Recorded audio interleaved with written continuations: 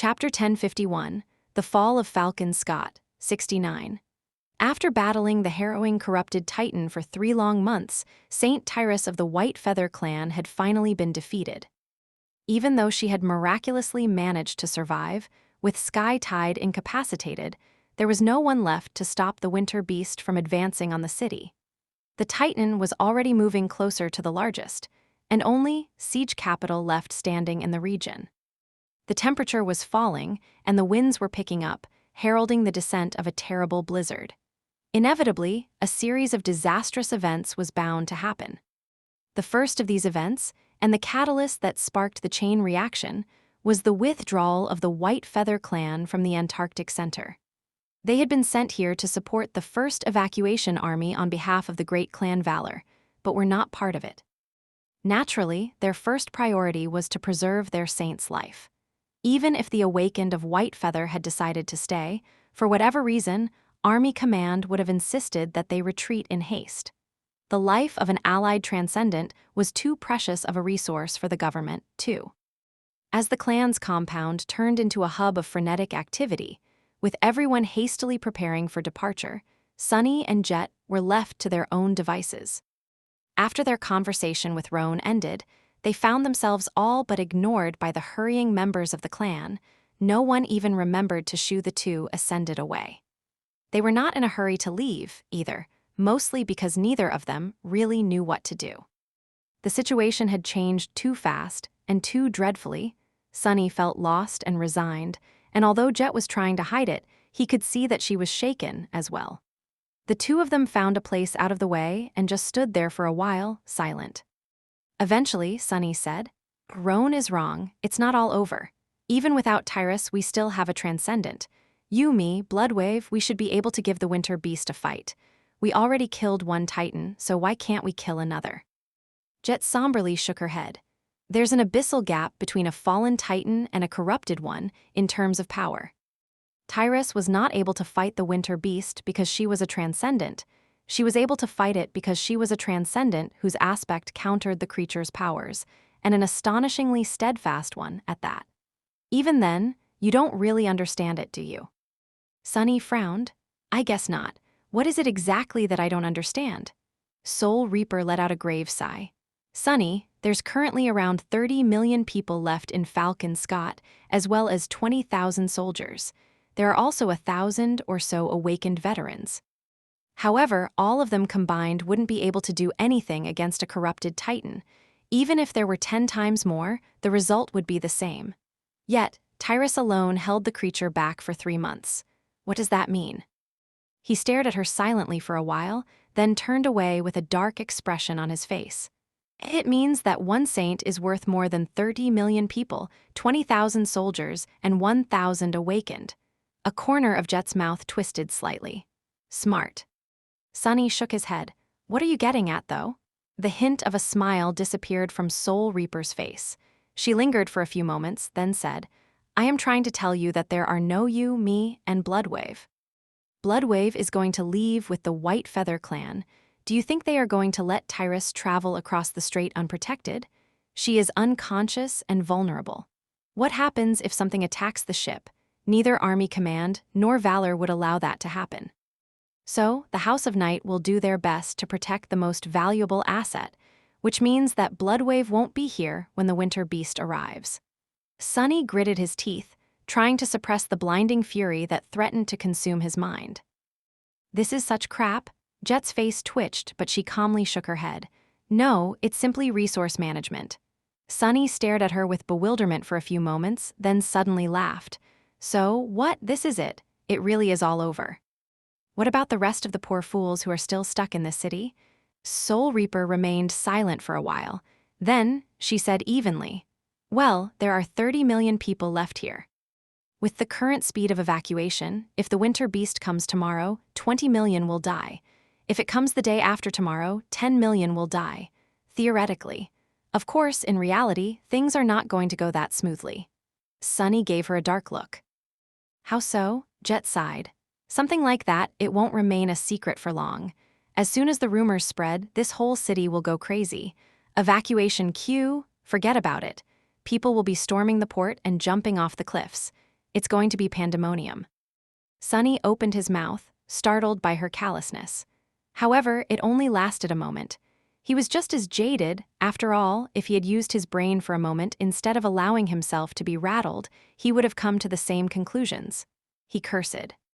So what are we supposed to do? The two of us, I mean. I refuse to believe that there's no way to slow down the winter beast. Come on, we just need to hold it off for a couple of days. Soul Reaper gave him a long look. After a while, she said, Sunny, you might survive the descent of the winter beast. Maybe I can survive it too. My cohort is gone though, while yours is not. And your soldiers, they will definitely die. Ascended like us have no business facing a corrupted titan. As for awakened, they don't stand a chance. So, if I were you, I would make sure that they get on a ship as fast as possible. Everything else comes later. He smiled bitterly. That's it. You're a damn colonel. Can't you do something? Jet simply shook her head. Once the news breaks, my rank won't have any meaning anymore. Who cares about hierarchy in the face of annihilation? Sunny, this is going to be an every man for himself situation very soon. We are all going to have to make some choices. The best we can do is make sure that we don't regret them later. So, keep that in mind and do your best. That's all the advice I can give. She sighed, then briefly glanced at the star insignia on her shoulder and walked away. Before she left, however, Sunny shouted, Oh, yeah, so are you going to get on a ship yourself? Soul Reaper paused. She remained silent for a few moments, then said without turning back, I sort of hate ships, to be honest. It is really a pity. And then she left.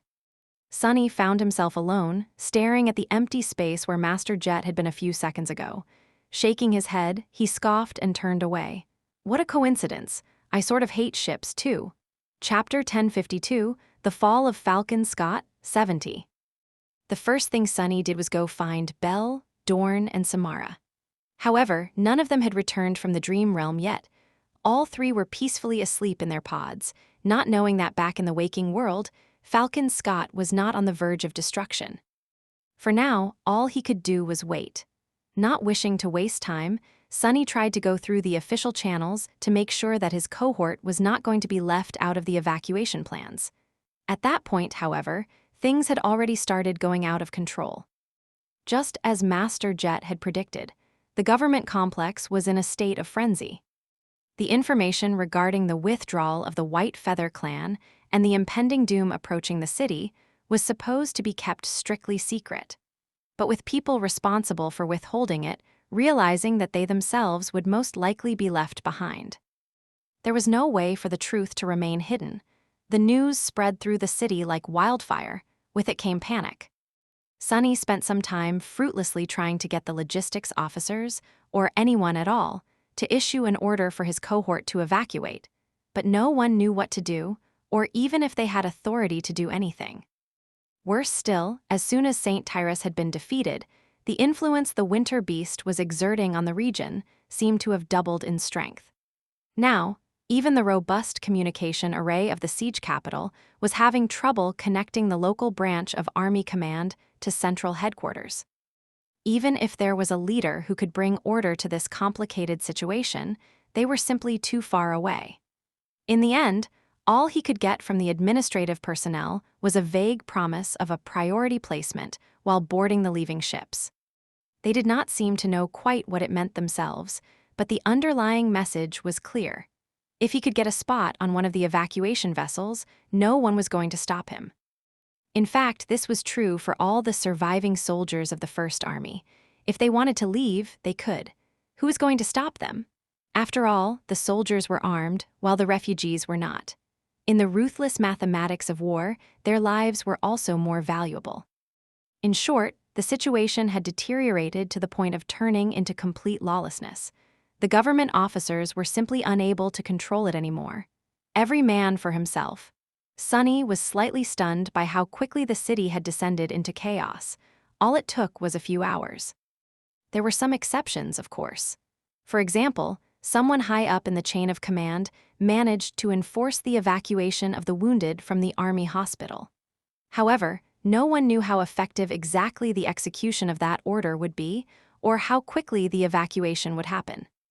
Sunny was reluctant to leave Luster's fate to chance, though. He returned to the barracks, which had turned hectic and feverish in his absence.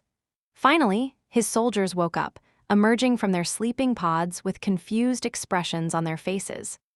Not only was the building full of noise, but their leader was also waiting for them with a grim expression on his face.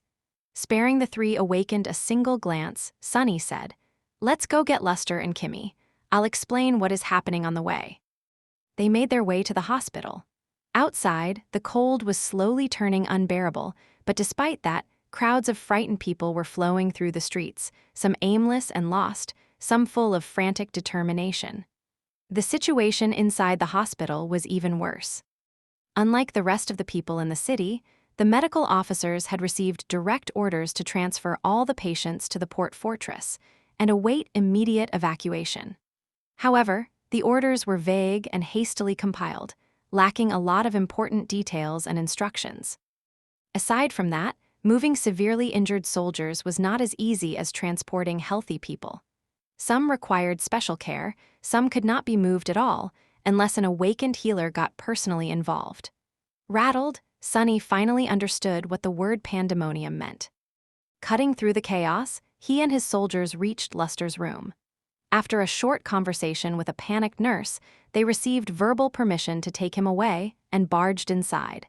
Neither Luster nor Kimmy seemed surprised to see them. In fact, Kim had already prepared the wounded awakened for departure. He was dressed, freshly bandaged, and holding a pack full of necessary medical supplies and healing agents. The young man had also received a very generous dose of painkillers. Seeing Sunny, he smiled stupidly. "Cap a major." Where are we going?" Sunny looked at Kim and gave her a nod. "Eastern Antarctica, we just need to find you a boat." The young woman silently took the medicine pack from Luster, hung it across her chest, then forced him to climb on her back. Considering that she was much smaller than the young man, the two of them looked rather comical, but of course, as an awakened, Kim was more than strong enough to carry a person. Before they left, Samara suddenly spoke, her usually calm face turning slightly pale. "Captain." "What about Quentin? We can't just leave him here." Sunny looked at her for a moment, then somberly shook his head. "We have to. It doesn't matter anyway, he is in the nightmare by now. If he survives, the spell will create an ascended body for him. If not, taking him with us won't make any difference." The five of them grew solemn, then reluctantly followed him out. Luster was mumbling something under his nose, but the rest were deathly silent. On the street, Sunny looked around, then approached a random military vehicle and used his bare hand to tear through the armored alloy, destroying the locking mechanism of its door. With how many soldiers had perished during the siege, there was a surplus of machinery in the city. No one was going to miss one PTV. It was just that he had no time to request proper access. Luckily, Army transports did not have a complicated startup sequence. All he had to do was override the controls with his military ID, then access the internal computer and assign the vehicle to the first irregular company. After that, the PTV recognized Sunny as its valid driver. "Damn, I never even got close to stealing a PTV when I lived in the outskirts, and now I'm swiping one as an ascended. What kind of logic is that?" Darkly amused, he sent the vehicle barreling forward and maneuvered it through the crowded streets at high speed. "Hold on tight, we need to make a stop first before going to the port." Soon, he reached the dormitory tower where Professor Obel and Bate were living. Sunny stopped the vehicle and dissipated into the shadows without wasting any time. A few seconds later, he was standing in front of a familiar door. Sunny knocked on it several times, praying that they were both home. Luckily, they were. Walking inside, Sunny quickly looked around the apartment, then turned to Professor Obel and Bate. From their expressions, he understood that they already knew what was happening. Bate's eyes were wide and shaken. "Sunny, is it true?" He nodded, then said steadily, "Get your things, we need to leave as soon as possible." The young woman seemed startled. Leave to where?" Sunny spared her a quick glance. "To the port, of course. You need to get on a ship." She took a small step back. But our tickets are not due until," taking a step forward, Sunny took her by the shoulders and looked her in the eyes. "Forget about the tickets. You are leaving today. Now go, there's no time to waste. Neither Bate nor Professor Obel had a lot of things to gather, so they were out of the apartment in less than 15 minutes. The old man remained quiet throughout all that time, only speaking when spoken to. His eyes were calm, but burdened. Diving from the chilling cold into the warm interior of the PTV, Sonny checked to see if everyone had settled and drove off. Two beams of light cut through the darkness as the vehicle sped through the snow-covered streets. Once again, they were heading north this time, toward the port fortress of the doomed siege capital. Chapter 1053, The Fall of Falcon Scott, 71. Getting close to the port turned out to be complicated. There were too many people and too many vehicles heading the same way. At some point, driving forward became simply impossible. The road was utterly jammed, which was a truly strange scene. Back in NQSC, PTVs were somewhat of a rare sight, but Falcon Scott was brimming with military transports of all kinds. Understanding that their vehicle was truly stuck, Sonny grimaced and told everyone to get out. As they did, a litany of sounds assaulted their ears: the rumbling hum of engines, the ear-piercing wail of electric horns, the anxious shouts of countless people. All of it fused into a cacophonous cloud of noise. Around them, a vast crowd of people was flowing through the congested road, the vehicles waiting hopelessly for a chance to move forward. There were men, women, and children, some carrying bags and backpacks containing their belongings, some empty-handed. A driver of a massive transport was standing on the side of the cabin, screaming furiously for everyone to get out of his way and that he had orders to reach the port. His yells were useless, of course. Even if the crowd of people parted, there was another vehicle right in front of the transport, and another one after that, and another one after that, all similarly stuck. The people moving toward the port on foot were acting senselessly as well. It was not like they had a chance of getting on a ship simply by reaching the fortress. Most of them had simply panicked and lost all reason. Some had not even wanted to go, but were swept up by the crowd. In any case, the mob presented a serious obstacle to Sonny. Luckily, his uniform had turned out to be good enough of a deterrent. Where he walked, a small bubble of empty space magically appeared, allowing his group to advance forward with sufficient speed. Even in this state, the people were able to recognize a master. Some moved aside out of respect and reverence, some out of fear. This is, damn, Sonny had considered himself an experienced person, and not without reason. From the starless void of the forgotten shore to the frozen hellscape of Antarctica, he had seen and lived through a lot of things, both incredible and terrifying. However, he had never experienced anything on the scale of what was currently happening in Falcon Scott. Even the destruction of the Ivory City did not quite come close. By the time the cohort reached the northern section of the wall, he was in a grim and sober mood. Here, there was another massive gate, its wings currently retracted into the framework of the barrier. Beyond it was a vast span of concrete that led directly to the edge of the tall cliffs. Usually, there would be several organized lines of refugees waiting for their turn to use the elevators, and a lot of loader robots carrying cargo to and from the fortress. Now, however, the whole space was covered by a sea of people, all frantic to get closer to the edge and get a chance to descend to the coast. Someone was still operating the elevators, but the personnel of the transfer station had clearly given up on trying to control the mob. People were pressed tightly against the alloy barriers that were meant to prevent them from falling down, and some were even trying to climb over them. Nothing but a deadly fall awaited them on the other side, but the climbers seemed completely crazed. Sonny stared at the startling scene for a few moments, then looked away.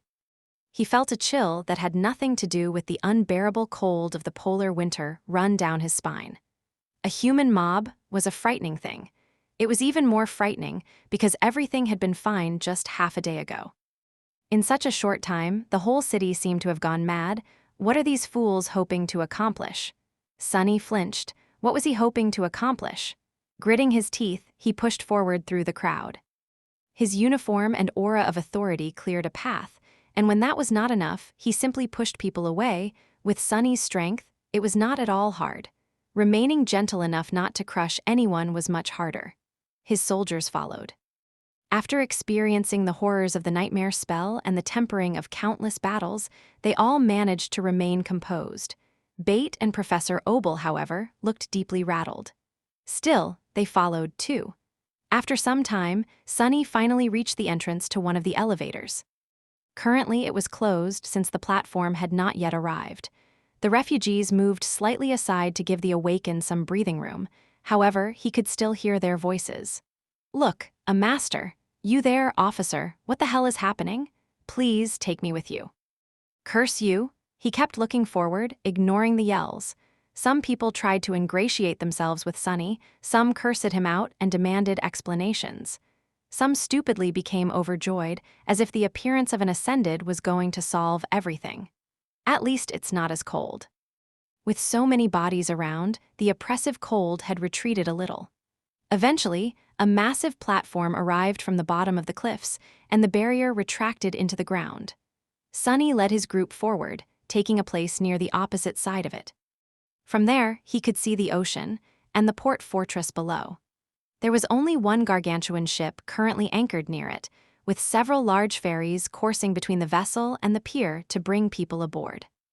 The port itself was as crowded as the transfer station, and so was the pier. The situation inside seemed even more chaotic than here. After around 2,000 people and several large transport vehicles entered the platform, the barrier rose once again, and the elevator plummeted down. It seemed to be moving at a greater speed than usual, causing several passengers to yelp in fear. However, the platform safely reached the bottom of the cliffs in less than a minute. There was a walled road leading from the elevators to the port. Half of it was designated for pedestrian traffic, half for the vehicles. That road was congested as well, but further away. Sunny noticed soldiers standing watch above it, carrying out their duty with lost expressions on their faces. Luckily, no nightmare creatures had chosen today to attack the city from the coast. "Let's go." Glancing at Kim, who was still carrying Luster, he continued toward the port. It took some time to reach it as well. The closer they got to the pier, the more frantic the atmosphere became. Some of the people here arrived after the terrible news of Sky Tide's defeat had spread, but some had been here even earlier, happily waiting to be brought away to eastern Antarctica as per the government queue. Now their chances of getting a spot on the ship were suddenly uncertain. But we were scheduled to be relocated today. Look, we have tickets. Get the hell out of my way. Sir, please just let me through. When is the next ship arriving? When is? The port officers were desperately trying to create some semblance of order, but it was useless. Still, only so many people could get aboard, so there were soldiers standing guard at the entrance to the pier, and a barrier of alloy mesh that slid up and down, letting groups of refugees proceed further from time to time. Every time the barrier retracted, the crowd grew agitated and tried to push forward, only to be thrown back by the heavy gazes of the guards. Sunny hesitated. What now? Chapter 1054, The Fall of Falcon Scott, 72. He looked around, studying the barrier and the crowded pier that could be seen through the mesh. Then, suddenly, Sunny heard a familiar voice. "Move back, damn it. Don't push. If you have a spot in the queue, present an ID. If you are a member of the First Army, come that way. Get a hold of yourself and behave like people." He looked around and saw a tall, handsome man with indigo eyes and hair that seemed somewhere between black and blue standing in front of the barrier, struggling to hold back the panicked crowd. Sunny raised an eyebrow. Pushing closer to the man, he called out, "Neve. What the hell are you doing here?" The man, it was indeed Master Neve of the House of Night, blinked a couple of times, then looked in his direction with a confused expression. "Sunny? Gods, it's you. What are? Doesn't matter. I'm now in charge of boarding, I guess." Sunny led his group to the barrier, stopping right in front of the Nightwalker. Neve gestured for a nearby awakened to assume his position and took a step to the side. He gave Sunny a somber look. "That ship over there is where I'm assigned to. We are going to leave once we're at capacity. Actually, we are already over capacity. But a few more people can still be squeezed in, so..." Sunny frowned. "What about Bloodwave?" The Nightwalker sighed. "He led the other ship away a few hours ago, with St. Tyrus aboard. There will be more ships tomorrow and more the day after that. if the winter beast does not arrive sooner. But Uncle won't be coming back. He'll guard the strait until the relocation is over. And then we will resume evacuating people over the ocean to the northern quadrant. Sunny nodded. Figures. Listen, Neve spoke first, interrupting him. Do you need to get on the ship? Sunny grew quiet, suddenly ashamed for no reason. Strangely, he felt thankful to the Nightwalker for not forcing him to say it aloud. After a few moments of awkward silence, Sunny shook his head. Not me. I just need to place a tether inside. Ascended could simply retreat into the dream realm whenever they wished. Even if their tether remained in the Antarctic center, a saint would then be able to bring them back to the waking world, to a safer region. Granted, there were no saints on the Ivory Island, so Sunny was a bit more inconvenienced in that regard. Of course, leaving the waking world was not an instantaneous process. It required some time and absolute concentration, so doing it in the middle of a battle was usually impossible. Any Ascended that remained in the city would have to travel to the dream realm before the winter beast arrived, or risk annihilation with the rest of the mundane people. Still, taking up a spot on a ship would be a waste. And Sunny had long decided to stay and try to stall the Titan anyway. He looked at Neve. I don't need one, but my people? Sunny glanced at Bait, Professor Obel, and the members of his cohort. Neve looked at them too. His face fell. The Nightwalker hesitated for a few moments, then said quietly, Sunny, I have 3 spots reserved as a member of the crew. I will give you those. Beyond that, however, I can get the rest of your cohort on board too. Members of the First Army have a priority right to be evacuated, but those additional spots, they will come at the expense of civilians with officially issued tickets. So, it's your decision. He paused and then added apologetically, Sorry, but you have to make it quick. This is going to be the last batch we let in tonight. As though to echo his words, the mesh barrier suddenly slid into the ground with a metallic screech. The soldiers started checking the IDs and letting people pass through one by one. Sunny froze for a moment. His face grew still. So, his heart grew heavy. So this is what it came to, 3 spots. Or having to displace civilians who had a spot in the queue. His soldiers had all heard what Neve said. Sunny turned around, looking at them. Kim, Luster, Dorn, Samara, Bell, Bait, Professor Obel, what was he supposed to do? Curse it all. As Sunny studied the faces of his soldiers, Bell, Dorn, and Samara briefly glanced at each other. Then, the giant man looked at Sunny and slightly shook his head. There were no words spoken, and yet, for a moment, Sunny felt as though his heart was pierced by a sharp blade. He lowered his head, then looked at Professor Obel. The old man met his gaze, and the two of them remained motionless for several seconds, as if having a silent conversation. Finally, Sunny looked at the mob of frightened refugees crowding behind the line of the barrier, all desperate to be saved. He sighed. How terrible. Why the hell did I want to be an officer? Gods, no amount of the damned contribution points was worth it. Then, Sunny straightened his back and said confidently, Bait, Professor Obel, you go in first. Bait gave him a startled glance, but the old man gently pushed her forward. They moved past Neve, the young woman crossing the line first. However, as soon as she did, Professor Obel silently took a step back. At the same time, Sunny pushed Kim and Luster. His push, though, was not too gentle. The two stumbled past Neve, ending up on the other side of the line, too. They were one of the last people to be let through.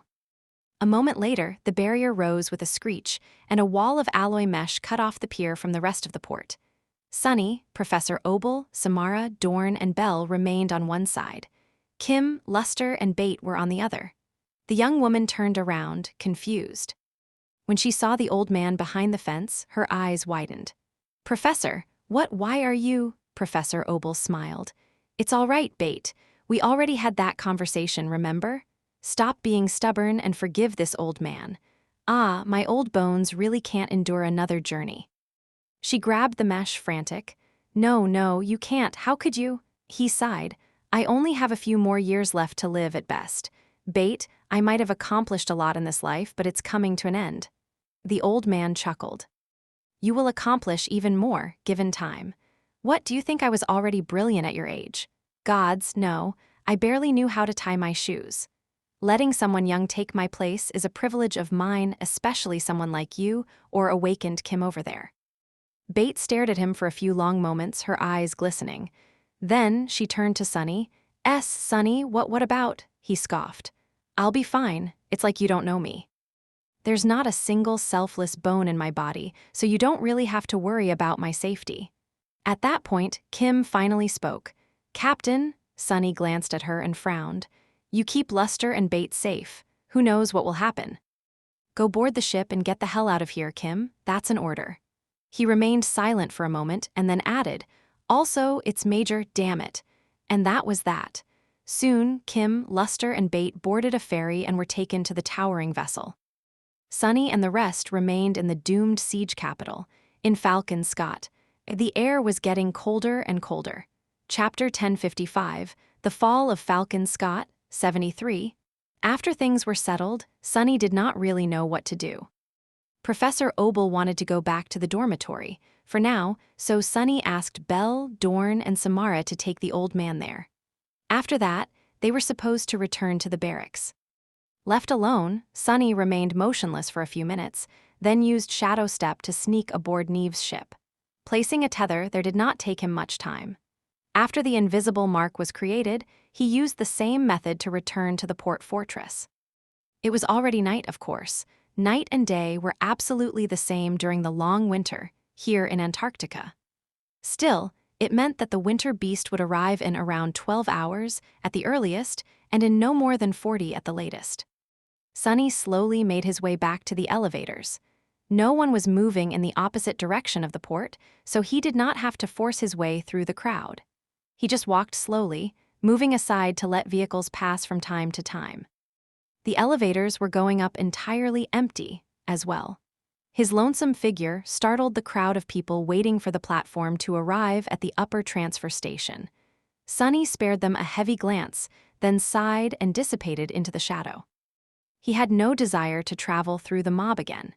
To waste as little essence as possible, he simply glided through the darkness and appeared some distance away, in the shadow of the city wall. Then, he used a lift to reach the battlements and finally escape the panicked sea of people. From here, he could see the vast expanse of the city. Falcon Scott was bathed in darkness and suffused with stark artificial light. Snowflakes danced in the frigid air, and above it all, the ghostly aurora swirled like a celestial river of ghostly flames. Countless stars shone coldly high above. Sunny looked at the dreamlike scene for a few moments, then sighed. How come it looks so beautiful? On the other side of the wall was the ocean. He could see the port below, the overflowing mass of people within it, and the lone battleship towering above the dark waters. Sunny walked along the length of the wall, keeping his eye on the vessel. There were soldiers standing watch on the wall. Strangely enough, none of them seemed in a hurry to leave their posts. In fact, he could feel a strange mood permeating the air. The crowd of refugees below was almost frenzied, but here on the battlements, the members of the First Army were almost tranquil. It was not the resigned tranquility of desperation, either just unvarnished calmness of people who had been through hell and did not fear the end. Soon, he heard one of the soldiers say, "Look, it's moving." Sunny could see it as well. The battleship was finally departing. The Titanic chain rattled as it rose, soon revealing a massive anchor. Then, slowly, the giant vessel started to move, distancing itself from the port. Its departure caused the people packed into the fortress to cry out, the litany of their voices flying on the wind to reach his ears. A raspy female voice responded to the soldier, "Poor guys, I feel bad for them. It's too damn cold." The first, male voice sounded again after a moment of silence. "Yeah. I hope someone in the port will have enough sense to hand out food, blankets, and something hot to drink. Speaking of something to drink, give that thing here," Sunny frowned. "Wait, don't those voices sound familiar?" He looked at the pair of talkative soldiers. One of them was a man in the uniform of the First Army. The other was an awakened woman wearing a beautiful enchanted robe. The two of them were passing a flask of something fragrant between each other while idly observing the departure of the battleship. Sunny tilted his head, surprised. They were Sergeant Gier and Lieutenant Karen, two officers who had been under his command during the hellish march to Falcon Scott. He had not seen them after reaching the siege capital. Sunny hesitated for a moment, then said, "Hey, you." Karen flinched and grabbed the parapet of the battlement with both hands. To be stupidly tough? Though, I thought I heard him too. Weird. Sunny sighed, her face paled a little. Jeer, jeer, I think I drank too much. I just heard the devil calling out to me. The mundane soldier scoffed. Ain't no way you are drunker than me. Aren't you awake and supposed to be stupidly tough? Though, I thought I heard him too. Weird. Sunny sighed. That's because I'm standing right behind you. Both of them slowly turned around and stared at him for a few moments.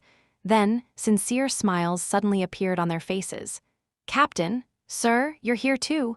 He rolled his eyes, then came closer and leaned on the parapet beside them. Yes, I'm here too. After the caravan reached the city, the soldiers and awakened he had led were absorbed back into the First Army and sent to reinforce the garrison. He had met a few here and there during the siege, but largely, Sunny had no idea what had happened to them. It was strange to see Jeer and Karen again. He studied them for a bit, then asked, The two of you did not board the ship." Sergeant Jeer hesitated, then shrugged relaxedly. No. It just feels weird to leave all these people behind and run away. Actually, pretty much no one I know went and took a spot for themselves. Most of us First Army grunts are staying." He took a sip from the flask and chuckled. It's like we all made a weird suicide pact. Karen pulled the flask out of his hand and smiled. It's all right, though. Actually, I feel like I was supposed to die in Erebus Field. That would have been sad. She took a big gulp and sighed with pleasure. Because everyone there died. But here, we already made sure that 170 million people escaped. By tomorrow, it's going to be 180. That's a lot of people. That's a job well done, if you ask me. And if we manage to hold out for a day or two more, then that's going to be even better. Jeer nodded. That is the reason why we were sent here in the first place, isn't it? To make sure that these people escape. So saving ourselves at their expense just feels weird, that's all. Sunny studied them for a few moments, remaining silent. Then he sighed.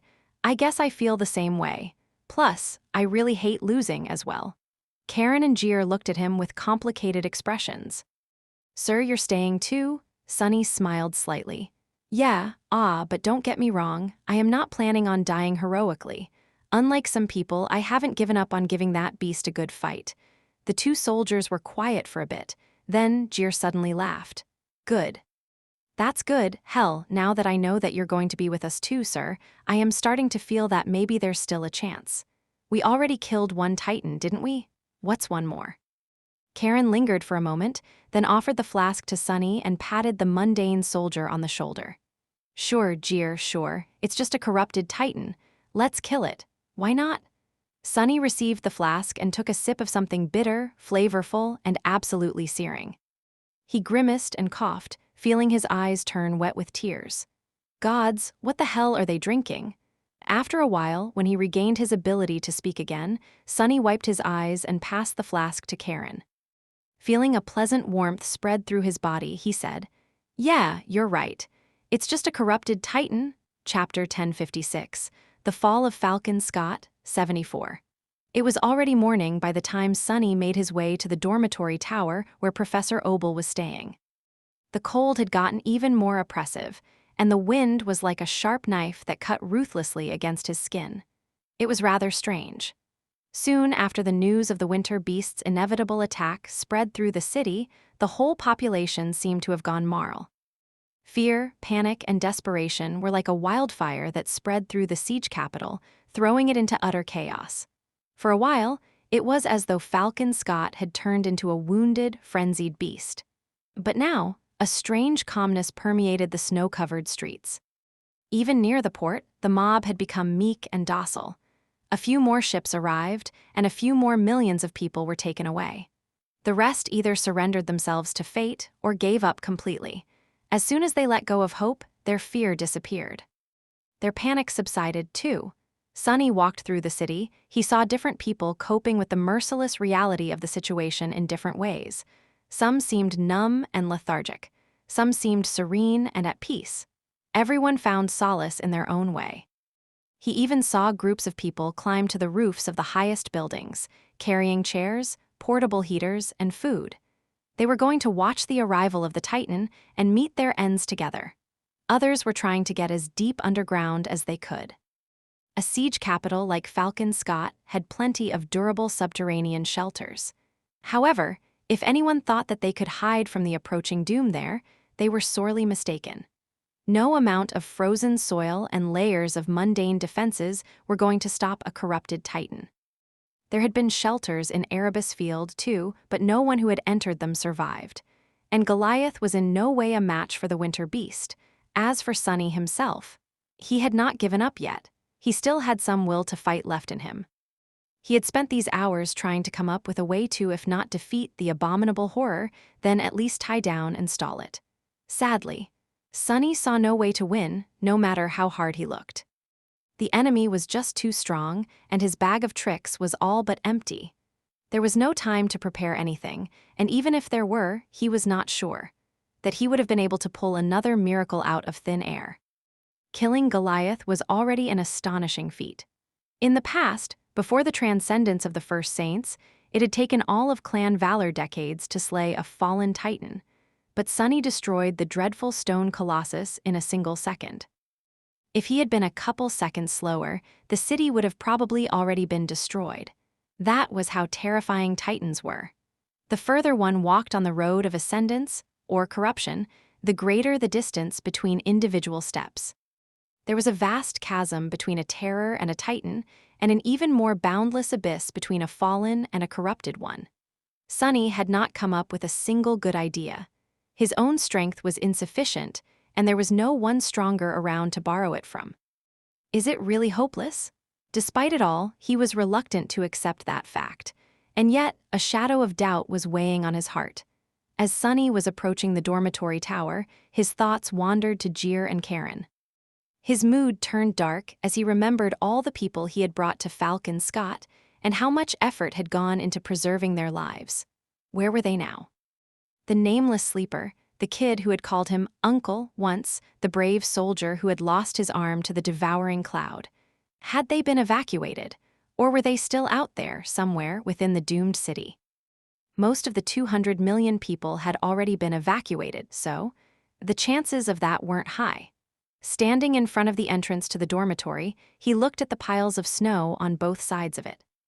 The man who had been so happy to give him a sandwich, was he and his wife safe? And countless others. With a deep sigh, Sonny entered the tower and made his way to Professor Obel's apartment. The old man met him with a calm smile. "Master Sunless, come in, come in." By now, there was no one inside the apartment except for the old man. The two of them remained silent for a while. Eventually, Professor Obel sighed. "I wanted to thank you. Some time ago, I made a request of you. To not choose to save my life over someone else's. Back then, you didn't agree. I am glad that you changed your mind." Sonny looked at the old man with a bleak expression. He remembered that conversation. Back then, he had foolishly proclaimed that he would not have to choose, because he would simply save everyone he decided to save. Technically, Sonny had kept that promise. The convoy had made it to Falcon Scott, and although there were some casualties, he never ended up having to put Professor Obel's life over that of other people.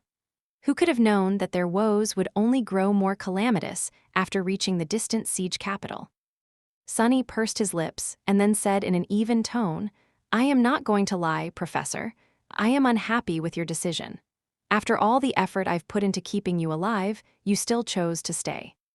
It makes me feel as though all those struggles of mine were meaningless." They had not been, of course. Tens of thousands of people, and maybe even millions, were alive because of what Sonny had done, but millions of people were faceless. To him, Professor Obel had long become somewhat of a personification of all the mundane humans the First Army was meant to save him and bait. The old man smiled wistfully.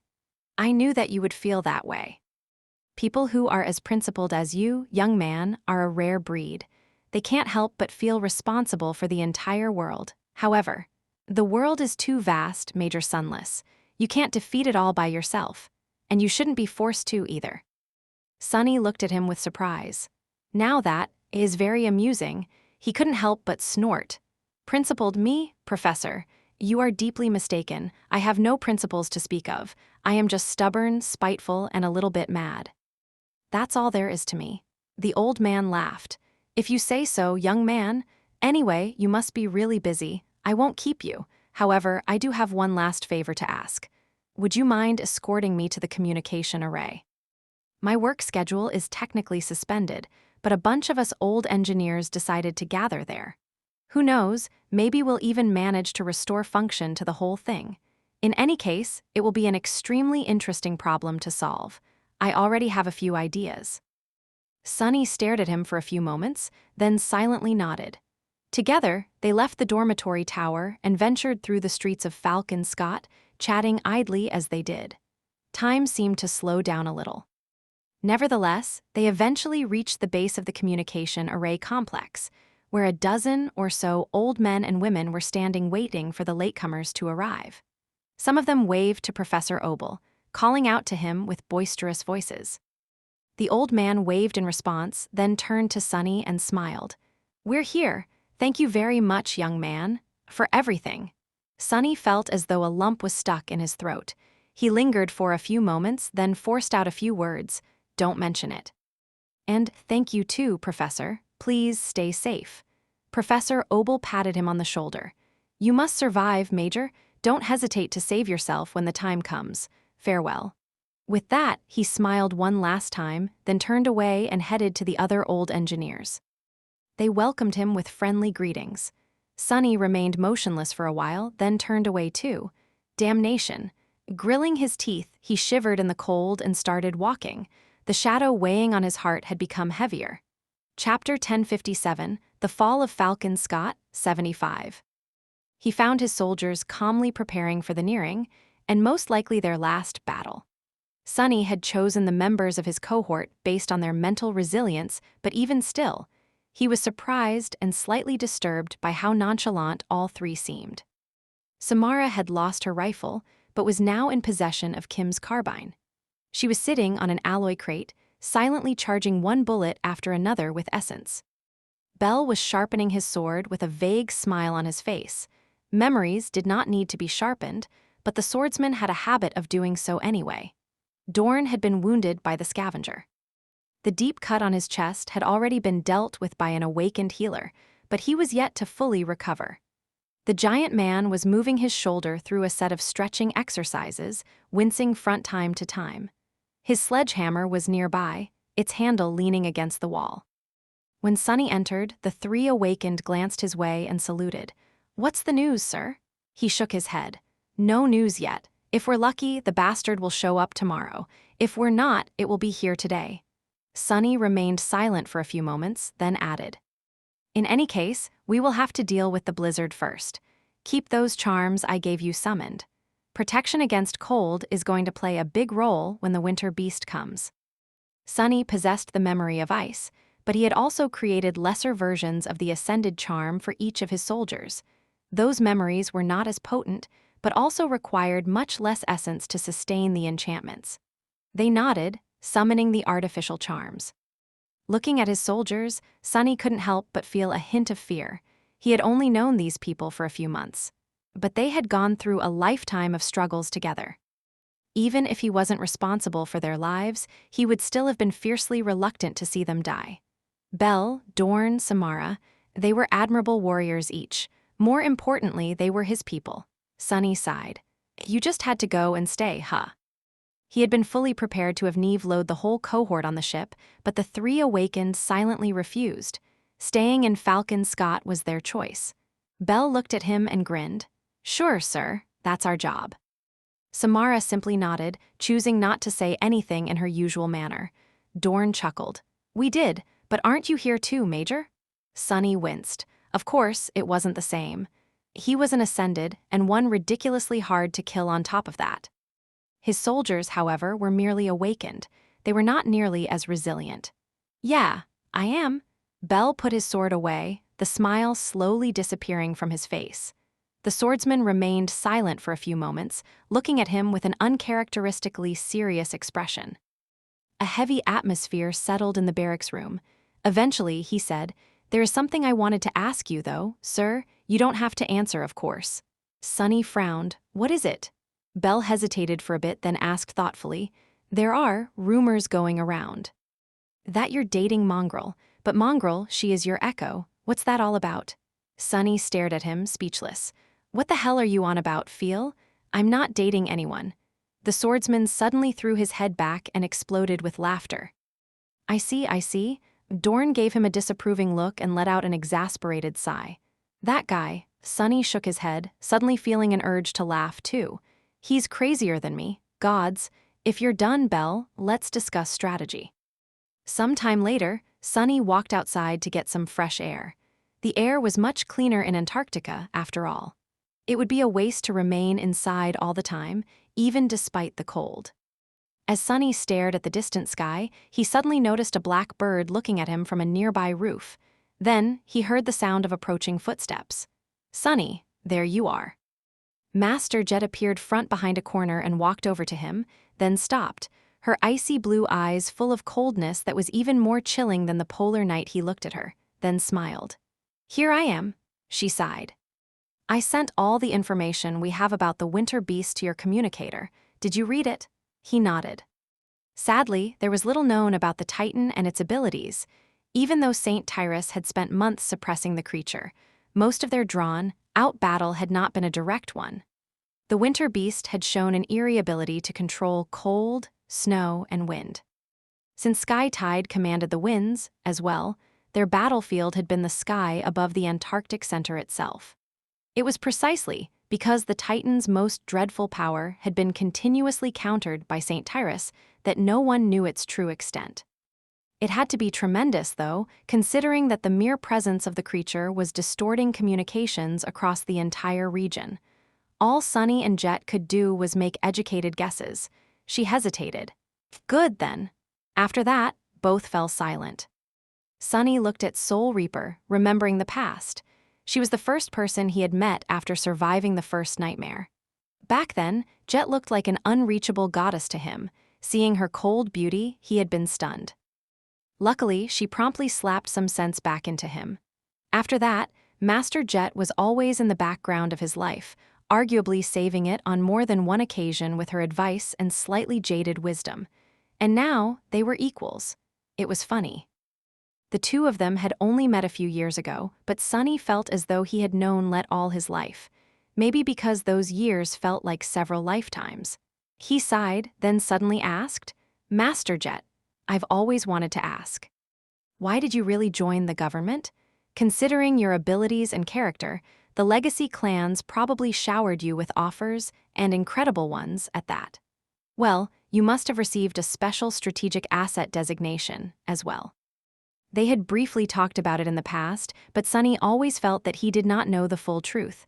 Soul Reaper looked at him with a surprised expression. What? Where did this come from? He chuckled. Just curious, that's all. Jet remained silent for a bit, then scoffed. Well, all right, but you are really overestimating me. A special strategic asset? I wasn't even designated as a simple strategic asset. Sure, my aspect was a dangerous and unique one, but other than that, I was completely unremarkable. I was foolish, timid. And unsure of myself, too. It was only later, much later, after being beaten by life over and over again, that I got rid of some of my foolishness and bloomed into this awesome and incomparably majestic figure you see in front of yourself today. Satisfied. Sunny smiled, I guess. After a few moments of silence, he asked, Do you regret it, though? The path that you took? She looked away, a thoughtful expression appearing on her face. Master Jet pondered his question for a bit, then shrugged. Her voice was calm. Ours is a bitter life, Sunny. From the outskirts of NQSC to here, it has often been bitter and only rarely sweet. A life like that. It would be a waste to make it taste more bitter still with regret. So no. I might be unsatisfied with many things, but I would never waste my time on regret. Jet looked at him and raised a brow. Why? Are you feeling regretful about something? Sunny laughed. Honestly. Right now, I am regretting pretty much every single decision I've made in my life. She stared at him blankly, then rolled her eyes. Well, get over it. We have a Titan to fight. And so they did. The temperature continued to plunge, and the winds grew more and more frenzied. howling through the streets of the siege capital like hungry wolves. Faster than everyone had hoped, only a few short hours later. The winter beast had reached Falcon Scott. Chapter 1058, The Fall of Falcon Scott, 76. The remains of the field army sent to the Antarctic Center gathered into a formation after marching across the giant crater.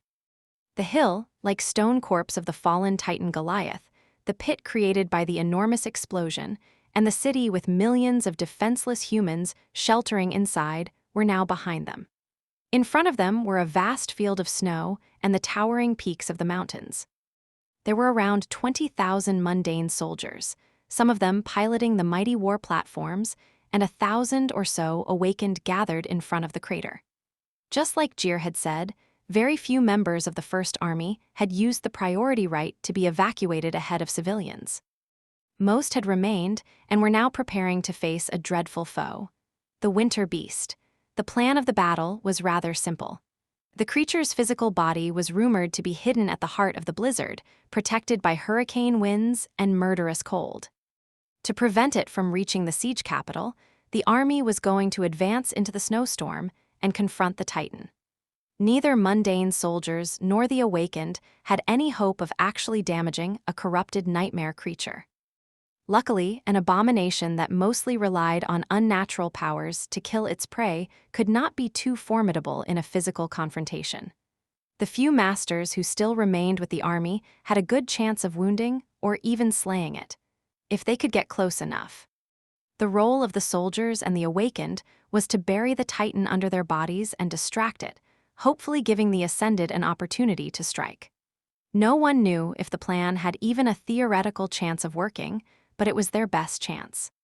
Aside from Sunny and Jet, there were two more masters who had both survived the previous weeks of the siege and chosen to stay and fight. The four of them were spread across the formation, each commanding one of the 4 brigades. Nightmare was still slumbering because of the wounds he had received during the previous battle, but Saint, maybe due to the mantle of darkness, had already recovered. However, Sunny did not summon her yet. He wanted to keep his strongest weapon at hand in case things went wrong. If the army was unsuccessful in their desperate gamble to breach the wall of the blizzard, he would send one of his shadows ahead to allow the taciturn knight to emerge from it near the Titan and engage the abomination in battle. That was his last resort. Even still, Sunny did not know if Saint would be able to do anything. That was the main problem. None of them knew anything for sure. The winter beast was just too unknown and mysterious. Chances were, every single one of them would die long before catching a glimpse of the Titan's true body. Curse that fiend.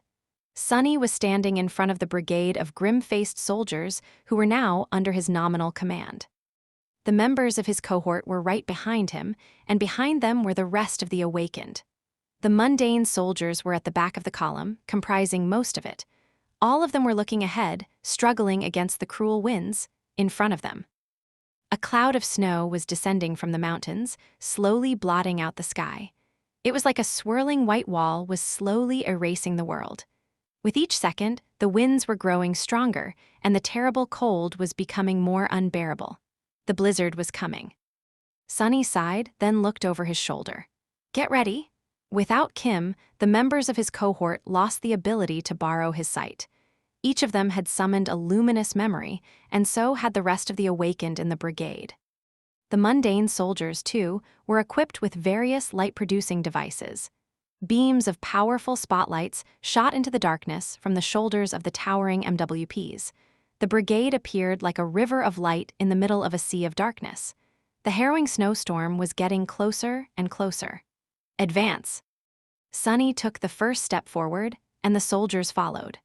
The war platforms prepared their flamethrowers. Since the Titan's most fearsome weapon was cold, today, these armaments were more valuable for their ability to create heat, not for their destructive potential. On both sides of the brigade, 2 more rivers of light flowed forward, one commanded by Soul Reaper Jet, one by an ascended that Sunny had met a few times, but did not really know. A few moments later, the snow was upon them. Sunny shivered, feeling a merciless chill permeate his body. Even with his elemental resistance and the help of the memory of ice, he was shocked by how ferocious the cold was. He could only imagine how terrible it was for the rest of the soldiers. It had never been the same the previous times Sunny encountered the wandering blizzard. Now that St. Tyrus was not suppressing the winter beast, it had fully unleashed its power, causing the world itself to become its tool. This snowstorm was not an aftereffect of the Titan's presence on the landmass, either. It was directly created by the frozen horror. In fact, the snowstorm itself was the horror. It was as much a part of the winter beast as the physical body hidden in the heart of the blizzard was. In that regard, the corrupted Titan was much closer to the dark sea of the forgotten shore than it was to a simpler creature like Goliath. For a moment, Sunny wondered if there was something secretly hidden at the heart of the cursed sea, as well. Flamethrowers. The MWPs walking at the sides of the column extended their arms, sending long streams of fire crisscrossing above the formation. It was as though a flaming cage was created around the brigade. For a few moments, the cold receded slightly. The billowing clouds of snow were instantly melted, and drops of water rained down on the shivering humans. For as long as the war platforms had fuel to keep the flames burning, the army still had a chance to reach the depths of the unnatural snowstorm. However, they had not burned for long. Chapter 1059, The Fall of Falcon Scott, 77. It was all a gamble. A dire, dangerous, deadly gamble. The soldiers of the First Army were betting their lives against the winter beast without even knowing if they would be able to reach it, let alone hurt it. They might have made that gamble out of desperation, but they had also made it out of necessity. All of them had received a chance to leave, and all of them turned it down. Some had done it due to their sense of duty, or camaraderie, or misguided bravery. Some had simply grown numb to the horrors of the war. As for Sunny himself, he was not really sure what had led him here. He had come to this broken land in search of power, but that desirous quest seemed so childish now. Antarctica had put a lot of things in perspective, however. This shift of perspective only made things less clear instead of revealing the truth. All he knew was that he felt fiercely reluctant to leave the job unfinished, and that he did not want to fail the soldiers who had entrusted him with their lives. Sunny had never wanted to be in charge of anyone, but now that he was, their hopes and desires weighed on him like chains. Strangely, though, he did not want to refuse that burden. He felt quite protective of it. Maybe that was what Master Jet had meant when she said that no one was free in this world. Regardless of the reason, Sunny felt a frantic hope burning in his chest as he marched into the blizzard. Come on, we can do it. Behind him, the column of shivering soldiers stubbornly moved forward inside a cage of flames. The infantrymen were all encased in suits of powered armor, which were all hermetic and insulated, capable of withstanding the most hazardous environments. The awakened were all much tougher, and many of them possessed protective memories on top of that. And yet, they were all suffering from the terrifying cold. It was just too insidious, finding a way to pass through all forms of defense. Even Sunny felt miserable because of the snowstorm. Much worse, the cold was getting worse and worse the deeper into the blizzard they walked. They had to find the true body of the winter beast soon. That cold, there's something wrong about it. It doesn't feel like a natural force. Even his thoughts felt slow and frigid, but there was no way back for them now. All that Sunny could do was march forward and endure, hoping that he and his soldiers would be able to reach the heart of the blizzard. The fire produced by the MWPs helped alleviate the cold to a certain extent. But then, slowly, the heat of the furious flames started to feel less and less substantial. The flamethrowers were still spouting long streams of burning fuel, but it was as though the fire itself had been robbed of its warmth. How could fire be cold? Sunny did not know, but he felt as though the flames now contained no heat whatsoever. They were like predators that had lost all their teeth.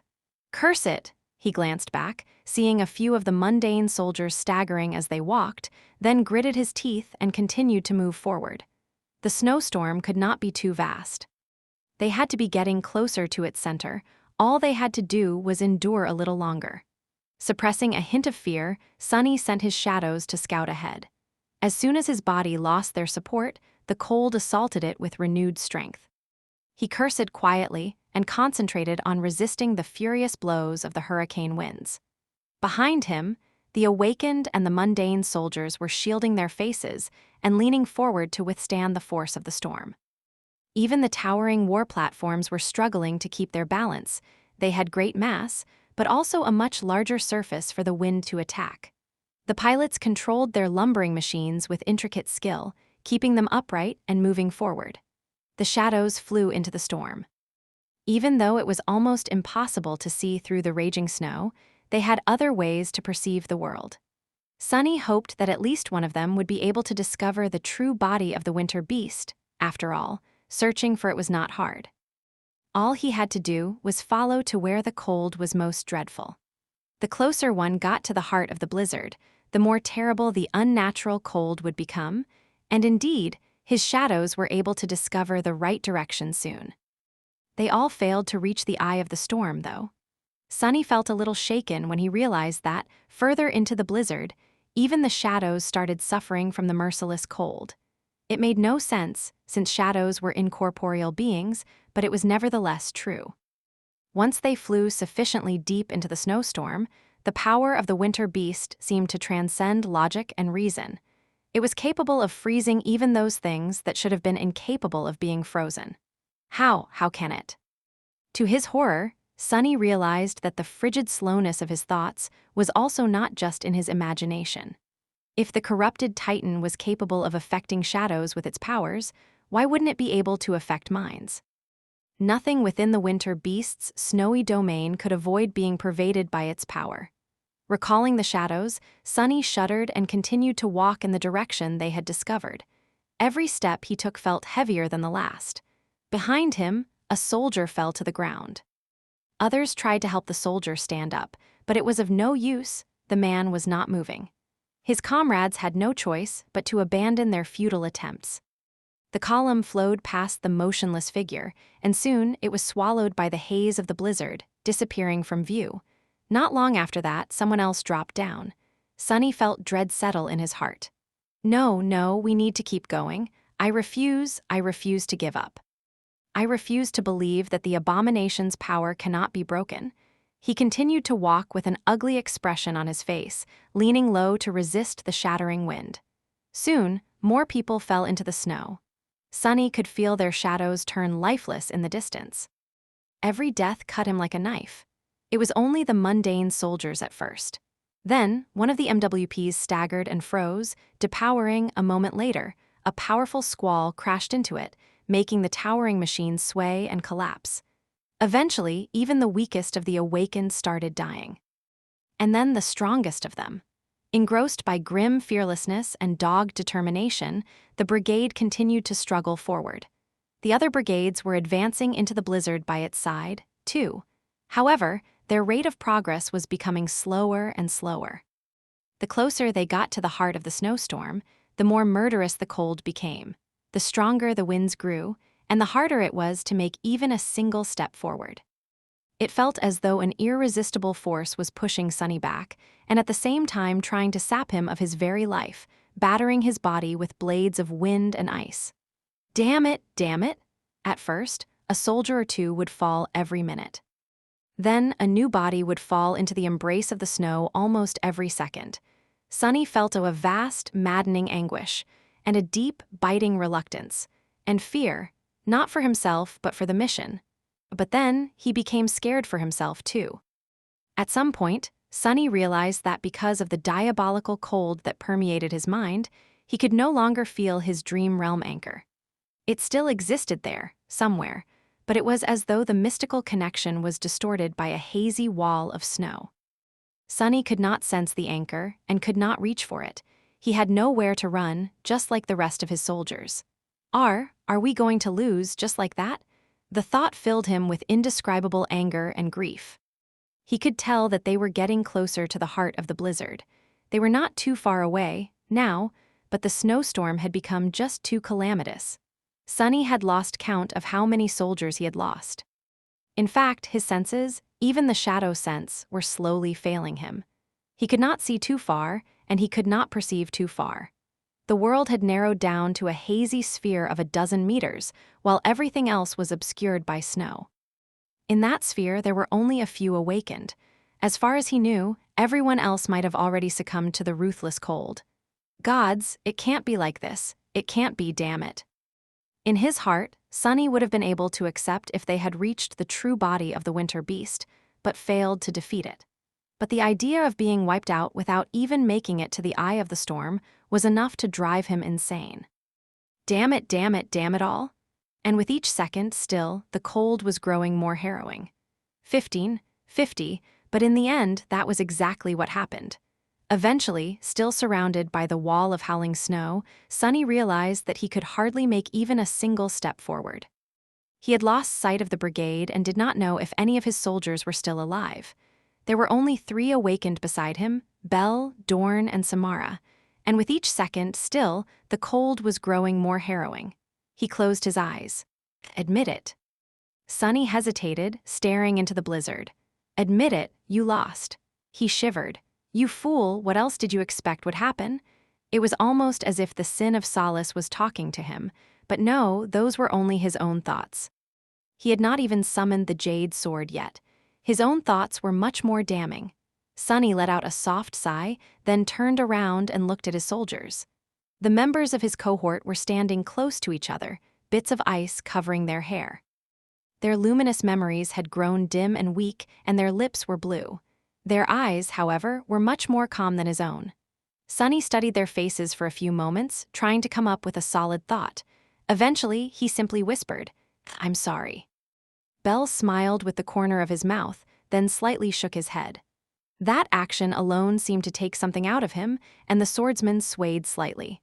Samara reached out to support him, and he placed a hand on her shoulder, gripping it tightly. Dorn struggled a little and turned to face them.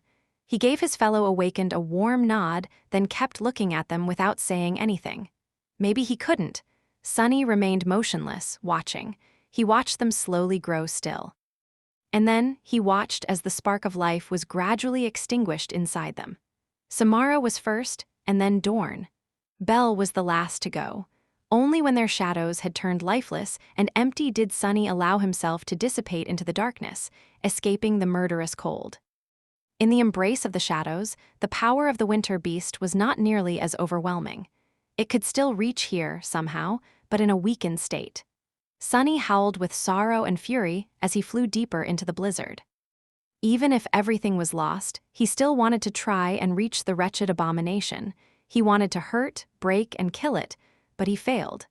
Even if the cold was not as terrifying in the shadows, it was still there. And the closer Sunny got to the heart of the blizzard, the more annihilating the cold became.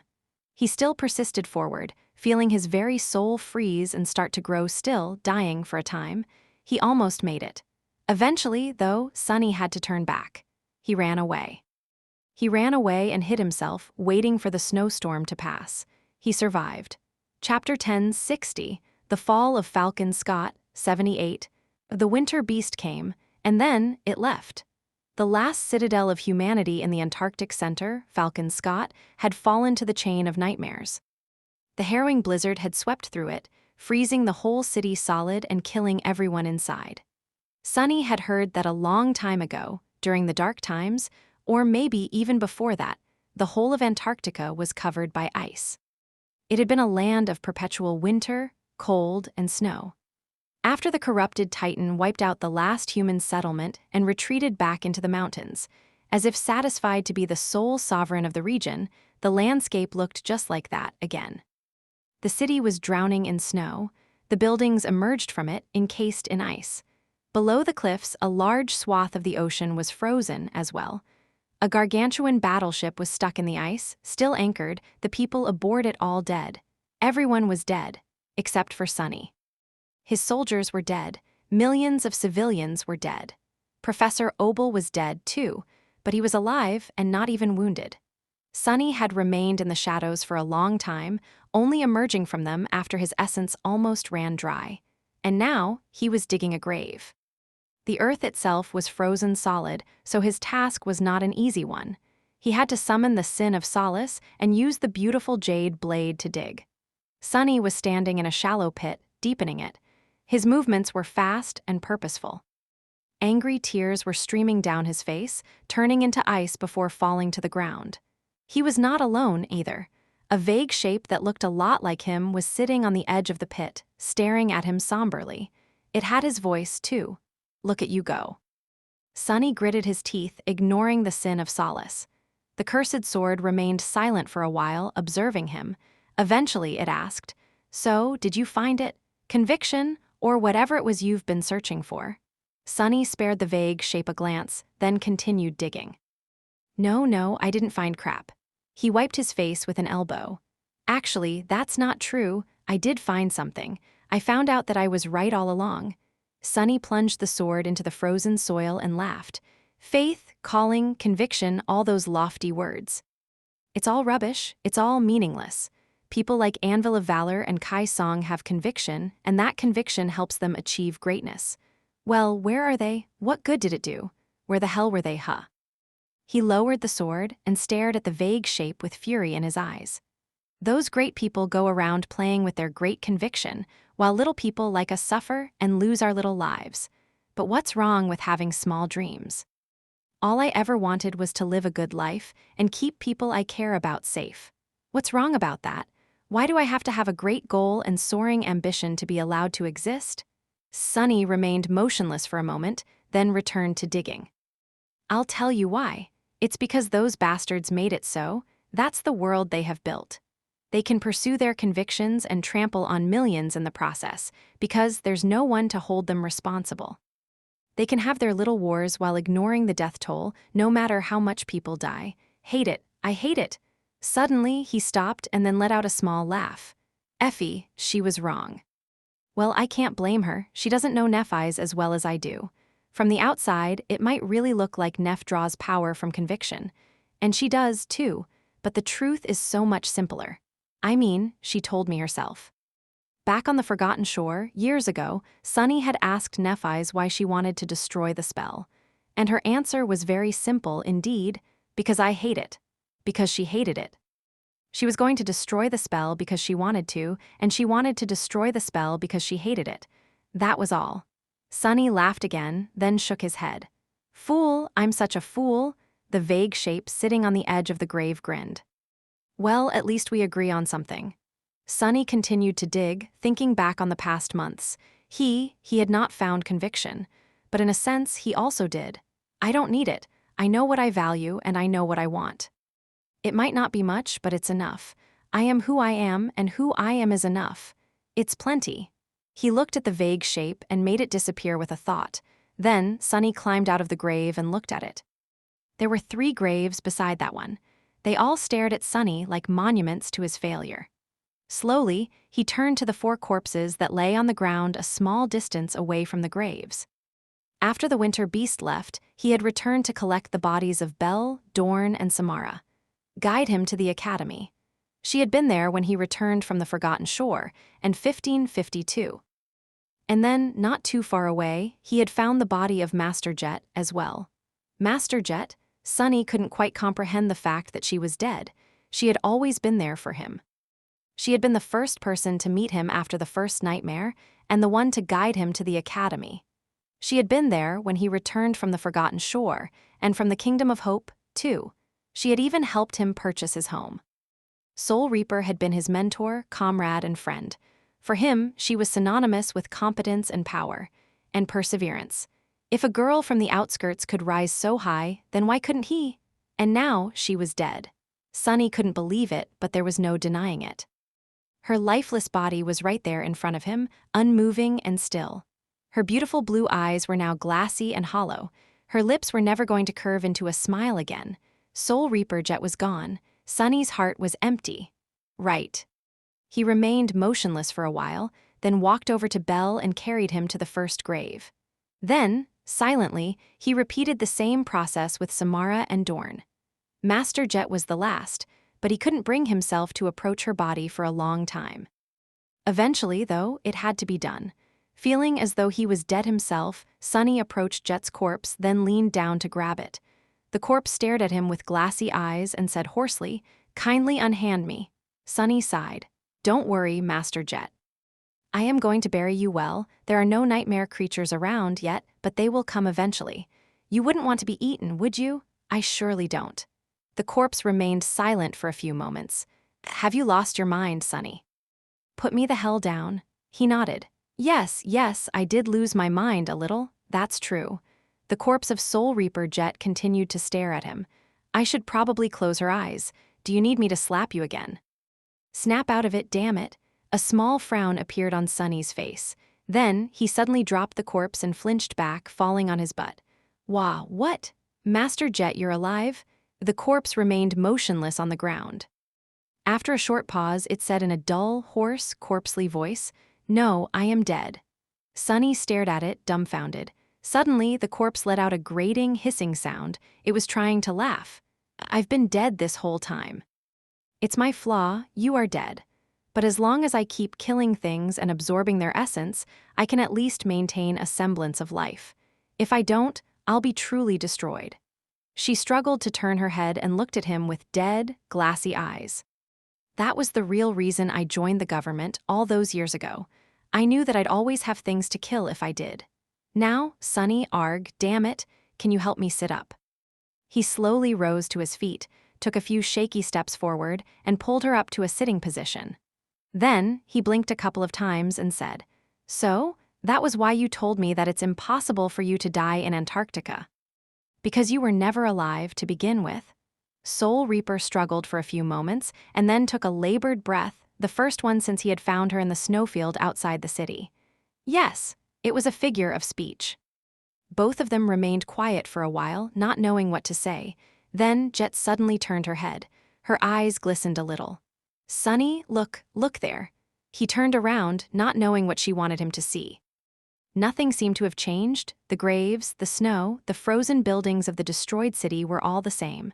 However, far away, a thin line of pale lilac appeared above the horizon, breaking the rain of cold darkness. Soul Reaper tried to smile, but failed. The sun is rising. The night, it's over. End of Volume 5, Dread Night.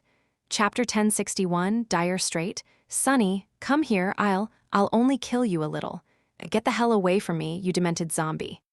Sonny took a few steps back, easily avoiding the grasp of the shambling corpse of Master Jet. Fortunately, she was not too fast, in fact, she could barely crawl. Her nails powerlessly scratched against the alloy, and Soul Reaper let out a hoarse, disappointed hiss. Damn it. Sonny shook his head. Despite Jet's weakened state, avoiding her clutches was a tiresome task, mostly because there was nowhere really for him to run. Currently, the two of them were trapped on an alloy raft that was drifting slowly across the strait between the Antarctic center and the vast landmass to the east. When Jet lost control of herself, all Sonny could do was endlessly circle the raft and wait for her to come to her senses. Come here, Sonny, I won't bite. He gave her a dark look, then picked up his chair, walked over to the other end of their improvised vessel, and calmly sat down. The length of the raft was no more than 10 meters, but for Soul Reaper, that was a vast distance right now. She stared at him for a while, then gave up and rolled on her back with a curse, looking at the sky with a resigned expression. When Jet remained still, she really looked like a corpse. And technically, she was. But at least in this cold, she was not a rotting corpse. One had to count their blessings. Unlike the souls of all awakened, hers was not able to generate essence on its own. Worse than that, her soul core was shattered and constantly leaked what little essence she had left. Once the essence completely ran out, Soul Reaper would truly and forever perish.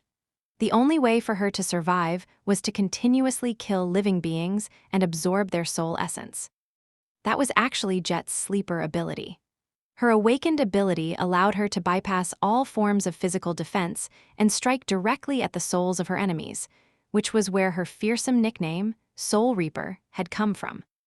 Her ascended ability was to slowly absorb shards of broken soul cores from those she had killed to build up and strengthen her own, both in terms of size and capacity. It also removed the natural limit of essence infusion that the flesh of most living beings had, allowing Jet to oversaturate her body with essence and achieve truly superb levels of strength, speed, and resilience. Hers was a supreme aspect. Sadly, right now, Jet had no essence to spare on strengthening her body. She barely had enough to keep it from collapsing entirely, and even that last reserve was slowly running out. Things had not gone well for them after the destruction of Falcon Scott. Even after the winter beast retreated into the depths of the Antarctic center, its dire influence remained. Neither Sunny nor Jet had been able to access their dream realm anchors, which meant that they could not escape from the waking world. Eventually, the two of them had been left with only one choice to try and brave the strait. Actually, there was no need for them to even reach East Antarctica. All they had to do was sail far enough into the ocean to leave the area of influence of the corrupted Titan, which would allow both to return to the dream realm. That would still be dangerous, but not as dangerous as remaining in the winter beast's frozen realm. There were no ships coming and no seaworthy vessels left intact in Falcon Scott. In the end, Sunny had been forced to improvise. The alloy raft they were currently drifting on was not just a random sheet of light alloy, it was actually the covetous coffer. That memory of his possessed an enchantment called mendacious coffer, which allowed it to mimic the forms of inanimate objects. Additionally, the size and intricacy of the simulacrum were dependent on Sunny's shadow core capacity. By now, he was very close to becoming an ascended tyrant, so obviously, that capacity was much greater than when he had first acquired the coffer. So, Sunny had turned it into a raft. It was much larger than the alloy chest the coffer usually looked like, at the expense of the complexity. Even better, the locomotive chiffonier enchantment allowed the raft to propel itself forward at a modest speed. Most importantly, though, the covetous coffer was an ascended memory of the fourth tier, and as such, it was tremendously more durable than even the strongest alloy would have been, if something attacked them from below, which had already happened a few times. The raft was not going to be destroyed unless the attacking nightmare creature happened to be truly terrifying. Sunny and Jet had ventured into the strait on top of the covetous coffer, hoping to leave the winter beast's area of influence in about a day. And they had. Sadly, their situation did not really improve after that. As it turned out, there were numerous nightmare gates hidden below the cold waters of the ocean here. Perhaps there were too many, or perhaps their luck had just been truly atrocious. But even now, a week later, Sunny and Jet had yet to encounter a place where the call of nightmare would not instantly whisk them away if they tried to leave for the dream realm. At this point, it would be easier for them to actually reach East Antarctica. They had made it 2/3 of the way already. The mighty battleships of the government fleet were able to make the trip in a day or two, but the covetous coffer was much slower, so it was going to take them a few more days to make landfall. Sunny did not feel too much pressure. Saint was standing guard with Morgan's warbow in her hands, warding off most of the sea creatures. Sunny and Saint were capable of dealing with almost every normal threat. If something they could not deal with were to attack from the depths, he could use a combination of memories to take flight. If they were attacked in the skies, he could dive deep into the ocean. The only problem he had was that Jet would periodically lose her mind and half-heartedly try to kill him. Sitting in his luxurious chair, Sunny threw a look at Soul Reaper's unmoving corpse and sighed. Damnation. Chapter 1062, Gone Fishing. Sunny was not too worried about being able to reach East Antarctica.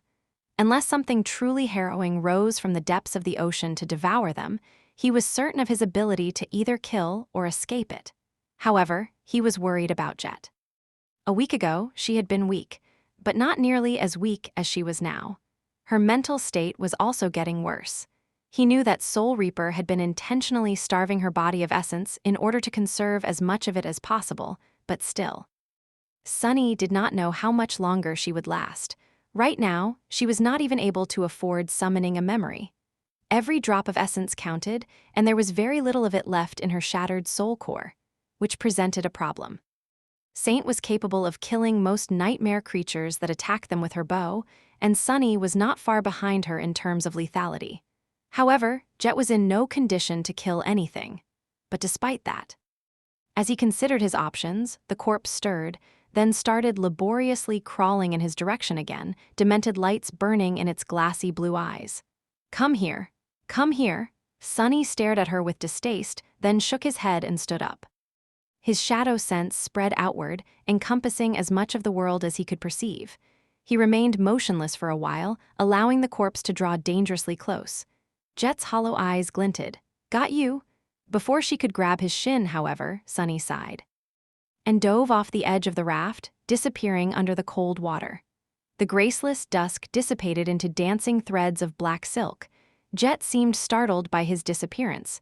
She fruitlessly clawed at the surface of the raft a couple of times, then grew still. "He's gone." A hoarse sigh escaped from her bluish lips. She didn't inhale after that. By now, even breathing was a chore. She didn't really need to anyway. The corpse remained motionless for a long time. Eventually, a black bird landed on the raft, hopped over to the corpse, and stared at it curiously. A few moments later, the crow tried to peck one of the glassy eyes out. Jet blinked. "You stop that, crow crow, or I'm going to make you into a soup." The bird hurriedly jumped away, seemingly nervous. "Soup, soup." Its voice sounded indignant. Soul Reaper looked at the bird silently, then rasped, "Did you find land?" The crow spread its wings and waved them a couple of times. "Land, land." The corpse tried to smile, which looked quite disturbing. Even Saint spared it an indifferent glance. "How far is it?" The bird ruffled its feathers and made another hop back. "Far, far." Jet gritted her teeth. "I know that it's far, you stupid bird. How far?" The echo simply stared at her in confusion. After a couple of seconds, it cawed proudly. How?" Soul Reaper hissed, then hit her head against the alloy surface of the raft a couple of times. "Got it." After that small outburst, she didn't say anything else, remaining still and unmoving. The raft swayed gently on the waves. Below the raft, hundreds of small metallic feet were furiously paddling the cold water. On top of it, a living statue, a talking corpse, and a small black bird were silently waiting. Some time later, the water behind the raft suddenly boiled, and a young man with silky black hair and alabaster skin emerged from it, dragging something in a stranglehold. A terrifying creature with long tentacles that were as wide as a man's thigh was struggling furiously, trying to free itself. Its spongy flesh was awash with inky black blood. "Stop fighting, you bastard." Sunny gritted his teeth and ignored a tentacle that was wrapped around his neck, exerting enough pressure on it to crush an armored vehicle. Using one hand, he swam toward the raft, climbed aboard, and dragged the nightmare creature with him. Saint silently moved to the opposite side of the coffer so that the weight of the abomination did not make it capsize. The crow flew up and landed on her shoulder, staring at the monstrous creature with apprehension. Sunny pressed the abomination down and barked, "Stay still." He was rather angry. Yes, he and Saint were enough to slay most of the nightmare creatures that would attack them, either from underwater or from the sky. However, capturing one alive, that was a whole different level of trouble. "Jet, get in here." Soul Reaper slowly gathered her limbs and then sluggishly tried to stand up. After a few tries, she succeeded and stood there for a moment, swaying. Sunny summoned the cruel sight and tossed it to her, using his knee to press the abomination into the alloy. Soul Reaper caught the spear and used its shaft to help herself stay upright. He held the nightmare creature down and cursed. "Hurry the hell up. That thing is really strong, not to mention that it had more limbs than he did." Immobilizing it was a miserable task. Jet shambled over, then spun the somber spear and thrust it into the center of the mass of furiously dancing tentacles, using the whole weight of her body to give the strike some force. The silver blade pierced the flesh of the abomination and disappeared inside, causing a river of black blood to flow onto the alloy surface of the raft. The corpse of Soul Reaper lost balance and fell flat into the puddle of blood. She remained laying there, not paying the convulsing tentacles any attention. Slowly, an eerie smile of satisfaction appeared on the dead body's blood-stained face. "Ah, that feels better." Sunny let go of the slain creature and sent it back into the water with a furious kick. Saint moved back to the middle of the raft, balancing it with her prodigious weight. The crow slid off her shoulder and landed at the edge of the pool of black blood. It stared at it for a moment and then cawed excitedly. "Soup, soup." Chapter 1063, Lively Corpse. Sunny summoned the graceless dusk back and remained motionless for a while, looking at the dark expanse of the ocean. The sunrise in Antarctica was a long affair. By now, The sky was on the precipice of falling into a long period of twilight, but the cold waters still seemed black. After a month or two of dawn, it would be day for about 4 months, followed by a couple of months of dusk. There would be much fewer shadows around for close to half a year, which meant that Sunny was going to have a much harder time fighting. Many of his advantages would disappear. Provided that the forces of humanity would even be able to last that long, of course. There was a good chance that they wouldn't, but there was also a good chance that they would. The situation in East Antarctica was much better than it had been in the Antarctic Center. In fact, it was more or less exactly what the government had hoped for after the tumultuous first phase of the operation. All the population had been relocated to a number of siege capitals, the soldiers had hunkered down, and people were being slowly carried across the ocean to the other quadrants. That process would last until the end of the year, at least. There were 3 field armies of the 1st Evacuation Army currently operating in East Antarctica, which was exactly 3 times more than the single one that had been sent to the Antarctic Center. There were also 2 saints there, one of the government's own and the emissary of the Great Clan Song. Once Saint Tyrus recovered from her wounds, there would be 3. The 2nd Army was on its way, as well. They would be making landfall in just a few days, and once that happened, the human forces on the continent would be incredibly bolstered. The 2nd Army was supposed to be composed of twice as many mundane soldiers, awakened, and masters as the 1st Army had been. Close to 5,000 awakened had died in the Antarctic Center. But by the end of August, there would be 60,000 of them defending East Antarctica. Best of all, there was no winter beast to suppress all forms of long-range communications there, allowing the army to operate as the well-oiled machine it was supposed to be. That had to be enough to withstand the onslaught of the chain of nightmares for 5 more months. By then, most of the population would hopefully be evacuated. And if not, there was the winter solstice. With how rampantly the spell had been spreading in the southern quadrant, the number of awakened was bound to double or even triple after the solstice. All the sleepers created by the chain of nightmares would receive the chance to come into their full power. So, although the forces arrayed against the evacuation effort would continue to grow more dire as time went on, the forces of humanity would swiftly increase, too. There was a chance. However, Sunny knew that there was one unpredictable part of the equation that could ruin everything: the great clans. Nephi's had told him that the southern campaign was a perfect battlefield for them to wage their war.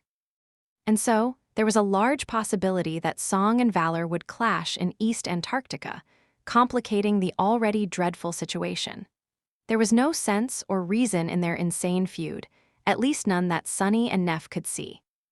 And yet, the threat posed by the War of Great Clans was very real. As Sunny looked at the ocean, his eyes glinted with cold, wrathful light. Those bastards! He had not even noticed when his hands turned into fists. Penny for your thoughts.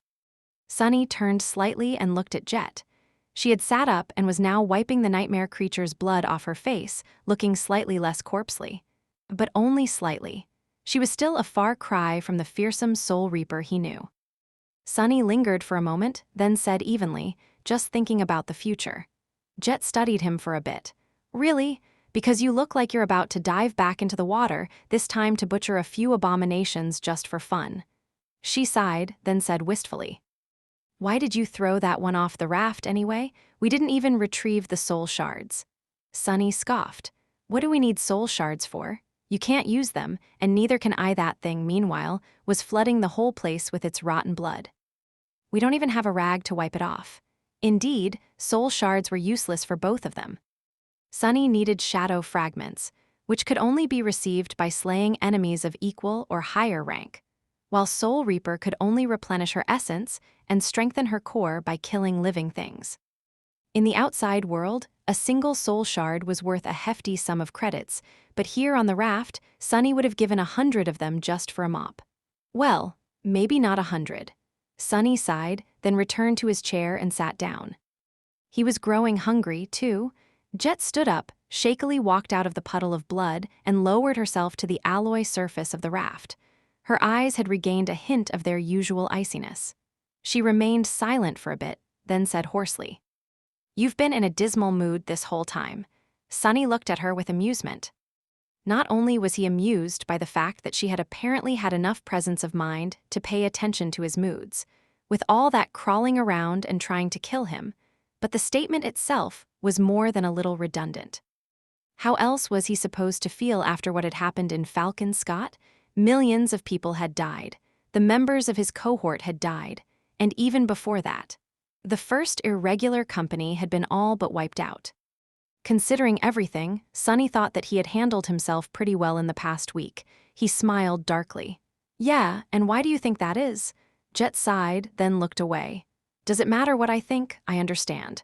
Believe me, I do. In fact, I might just understand it better than you. But Sunny, do you want me to be honest? He stared at her silently, then shrugged. I guess. Usually, statements like this were followed by something unpleasant. She looked at the dark waves and shook her head. I think that you have maybe forgotten who you are and where you came from. I am only saying it because I went through the same thing many years ago.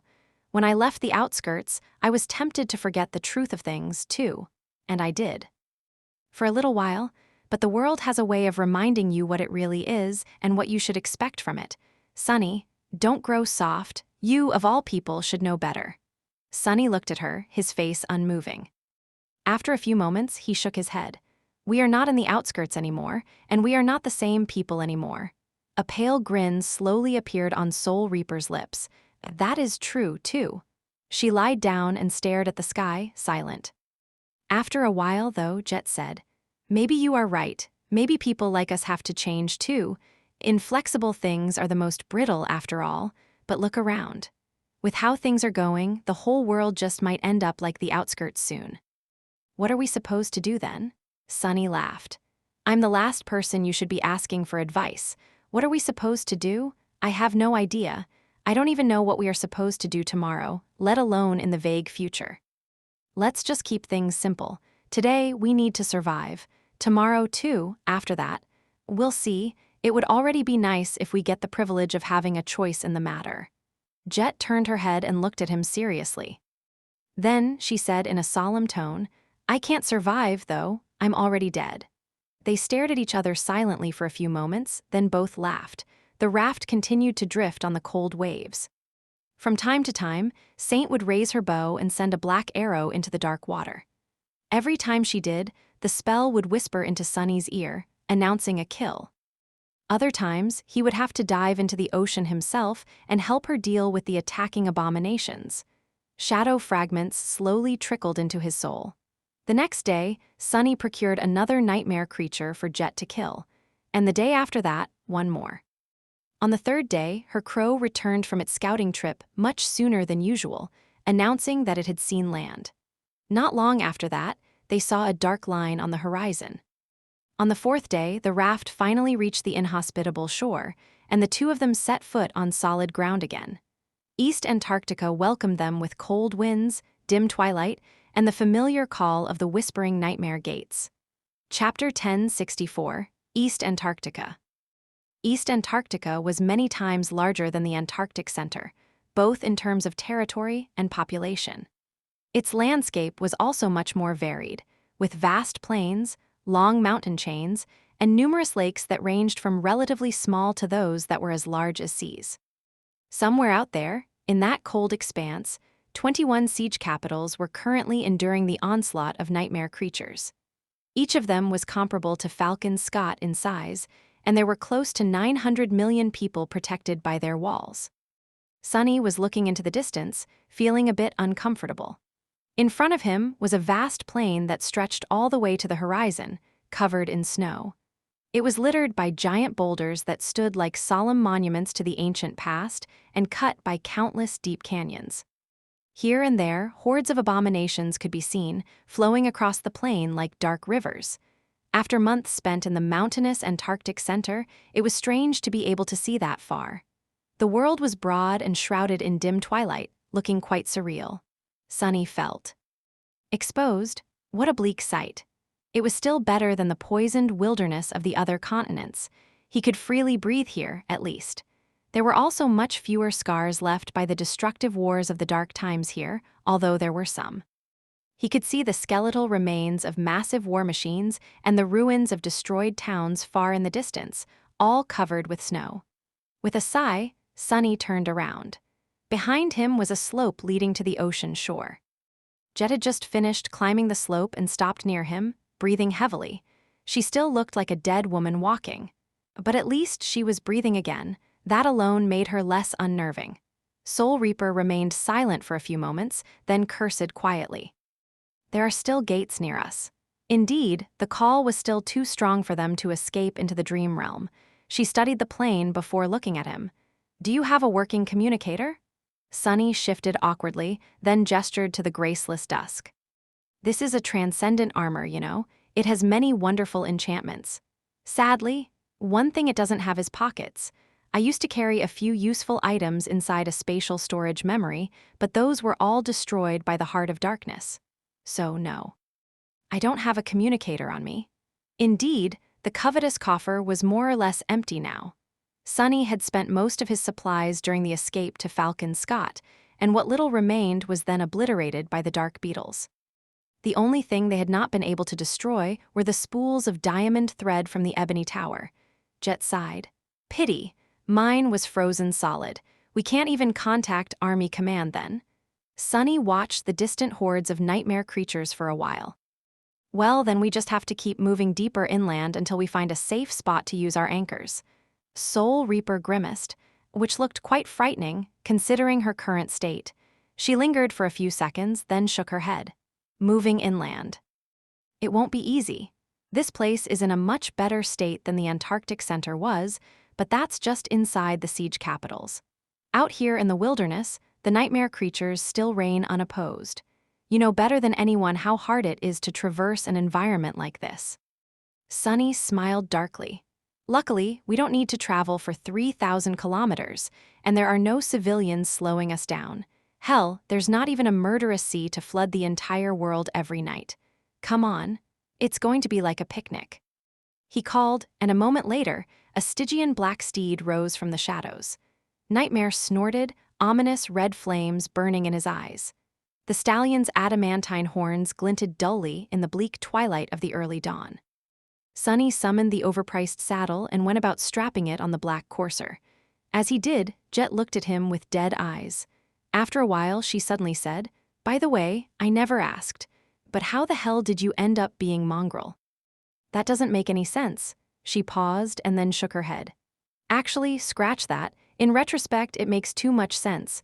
We even met once when that gate manifested in NQSC. I feel embarrassed now. Sunny coughed. I just wanted to train peacefully in the dreamscape. Who knew people would make such a ruckus about me learning a few battle styles? This whole thing went out of control really fast. Ugh. Believe it or not, I actually wanted to use the mongrel persona to stay under the radar. That plan, yeah, it failed spectacularly. Jet laughed, her voice sounding hoarse and disturbing. Stay under the radar? You call challenging Morgan of Valor staying under the radar? He winced. Well, I might have gotten a little greedy, once or twice, but hey, at least I got a very good bow out of it. It's still my best ranged memory. Those Valor Forgemasters really know what they're doing, huh? Soul Reaper shook her head. You're not too bad yourself, Sunny. I still can't believe that you can craft memories. Do you know how rare aspects that allow Awakened to create memories are? There are very few such Awakened outside of Valor, and even those usually only work for the powerful legacy clans. Sunny remained silent for a few moments. By that point, there was nothing really preventing him from sharing his insights into sorcery with Jet. They had already learned a lot of each other's secrets, so one more wasn't going to make a difference. But it would be a long conversation. If he explained that his ability to create and modify memories had not come from his aspect, but rather from an attribute, he would have to explain what Bloodweave was, which in turn would require him to explain much more. He didn't feel like it. The knowledge would not help Soul Reaper anyway, or anyone else for that matter. As far as Sunny knew, his ability to see and interact with Spellweave was unique. Instead, Sunny glanced at Jet and asked, "What's so special about that Morgan anyway?" "How strong is she?" Soul Reaper sighed. "Understand that there are masters and then there are masters, Sunny. Legacies are trained from childhood to be monstrous fighters, and that's just those from lesser clans. Those from the great clans, well, you can imagine. Morgan is not just any member of Clan Valor either. She is their princess. You should know by now who her father is. Sonny's face darkened. He finished dealing with the saddle and crossed his arms. What about you, then? Are you stronger than Morgan? Jet stared at him with her hollow, dead eyes. A corner of her mouth twitched upward. Me? Maybe. Probably not. If we had to fight, I would most likely lose. Not because I am weaker, just because Morgan has the vast resources of valor behind her. Memories, echoes, soul shards. You can't imagine how much power the great clans have hoarded over the decades. People like us don't have the same foundation, so I wouldn't want to fight one of their heirs if there's an option not to. That goes for your friend Song Sation as well. He scoffed. It's a bit of a stretch to call us friends, and I think you are selling yourself short. I fought a couple of masters from Valor, you know? They're not that tough. Soul Reaper grinned. Oh, really? How come you ended up stuck in the waking world for half a year then? Sonny stared at her for a moment. Good point. With that, he jumped into the saddle, looked at Jet from above, and offered her a hand. Come on, climb up. She hesitated, prompting Sonny to raise an eyebrow. What's wrong? Jet cleared her throat. What do you mean, what's wrong? I don't know how to ride a horse. Why would I know how to ride a horse? I've never ridden one. I've never even seen one before your echo. Sonny blinked a couple of times, then suddenly laughed. That laugh surprised him, because he had not thought himself capable of laughing after Falcon Scott. Gods, you don't need to ride anything. I'll control the horse, you just sit in front of me and don't fall off. I'm sure you can handle that much, at least. Jet sighed, then grabbed his hand and jumped up. Nightmare exhaled loudly through his nostrils, confused as to why a corpse was sitting on top of him. Shadow God was also the god of death, though, so the shadow steed must have been accustomed to such things happening. Or not. In any case, he would have to deal with it. Jet looked down nervously. Sonny, how fast is your horse exactly? He smirked. Pretty fast. With that, Sonny sent Nightmare forward.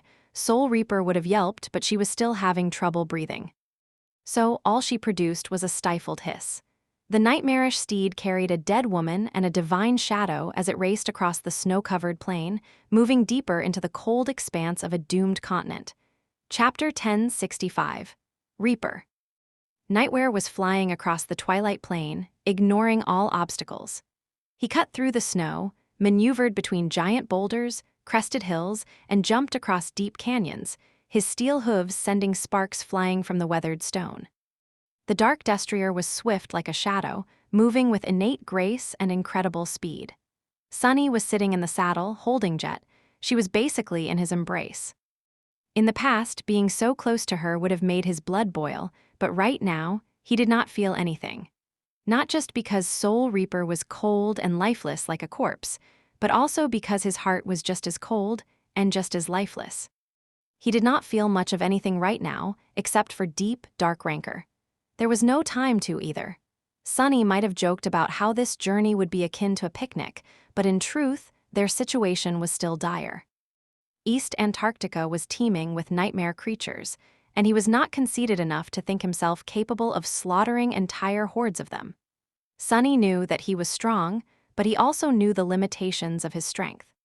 He had just been taught a bitter lesson on that topic by the winter beast, after all. Right now, his best friends were caution and speed. His shadows were scouting ahead, searching for nightmare creatures that lay in wait. Some he would avoid, some he would escape from by relying on how swift Nightmare was. Steering clear of the migrating hordes was not too hard, but the smaller swarms and solitary abominations were a challenge. Still, Sonny had not been forced to summon Saint yet, let alone enter battle himself.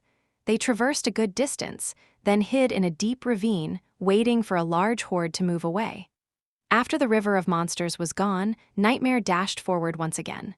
Rinse and repeat. Finding a safe spot to enter the dream realm was proving to be more difficult than he had thought.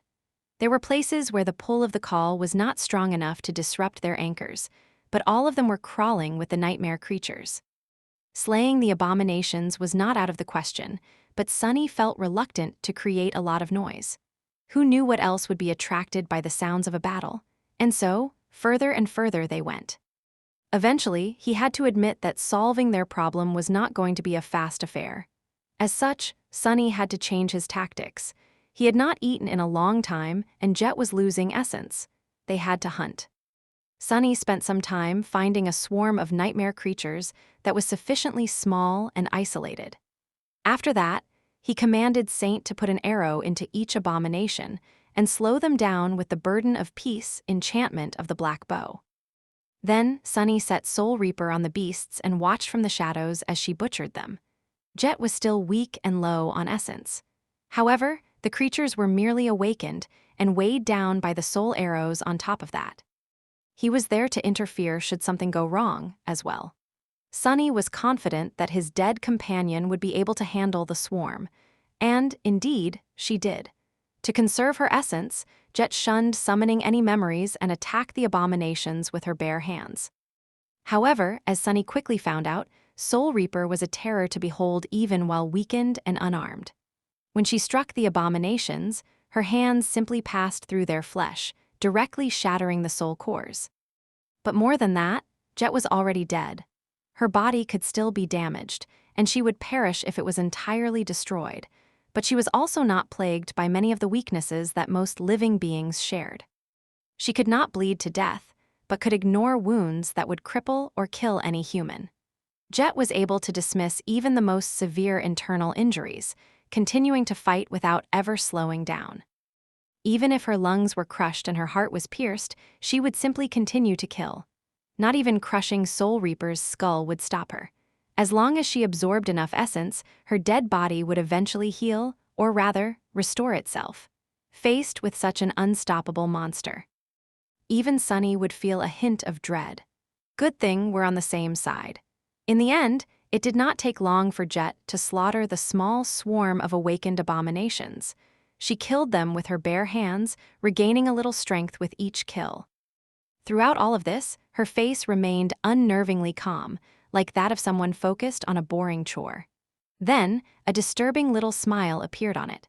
Sunny was forced to remember his first conversation with teacher Julius. Back then, the old man had called Jet a murderous savage and a psychopathic killer. Sunny used to think that people were prejudiced against Jet because of her background, but now, knowing what he knew, he could see how strangers could have come to the conclusion that Soul Reaper enjoyed killing simply for the sake of killing. Very few people knew that she needed to constantly absorb essence to survive, after all. And who wouldn't be unsettled after witnessing something like this? When the last of the nightmare creatures fell to the ground, Jet straightened and closed her eyes for a moment, exhaling with satisfaction. She looked like a fiend that had just crawled from the depths of hell awash in blood, body riddled with ghastly wounds, and eerily beautiful despite all that. Shaking his head, Sunny emerged from the shadows and went about dressing down some of the abominations to collect meat. At the same time, Saint started salvaging soul shards. Jet remained motionless for a while, then looked at him. There was some vitality now in her eyes. She smiled and said, "What are we doing now?" Sunny looked at her somberly. "Now, go wash yourself. You might be dead, but I'm not. I can still smell things." Chapter 1066, Faithful Imitation. Sometime later, they were hidden in a small cave at the bottom of a deep canyon, sitting in front of a fire. A piece of monster meat was roasting on it, filling the cave with a delicious smell. Sunny was a bit sullen, because it had taken all his knowledge of wilderness survival to make the small fire. Snowy reaches of Antarctica were not exactly the best place to search for fuel. He had almost been forced to use the divine flames of the cruel site to cook, which would inevitably result in an atrociously burned dinner for him. Currently, Sunny was passing time by trying to play a simple melody on a flute made of emerald bone.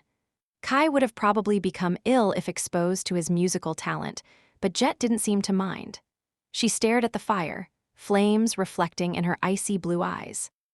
After a while, she suddenly said, "I can smell things too, when I am sufficiently full of essence. My aspect might only give me a semblance of life, but it's a faithful imitation." Sunny lowered the emerald flute and looked at her gloomily. "What I'm hearing is that you want to rob me of some of this meat, right?"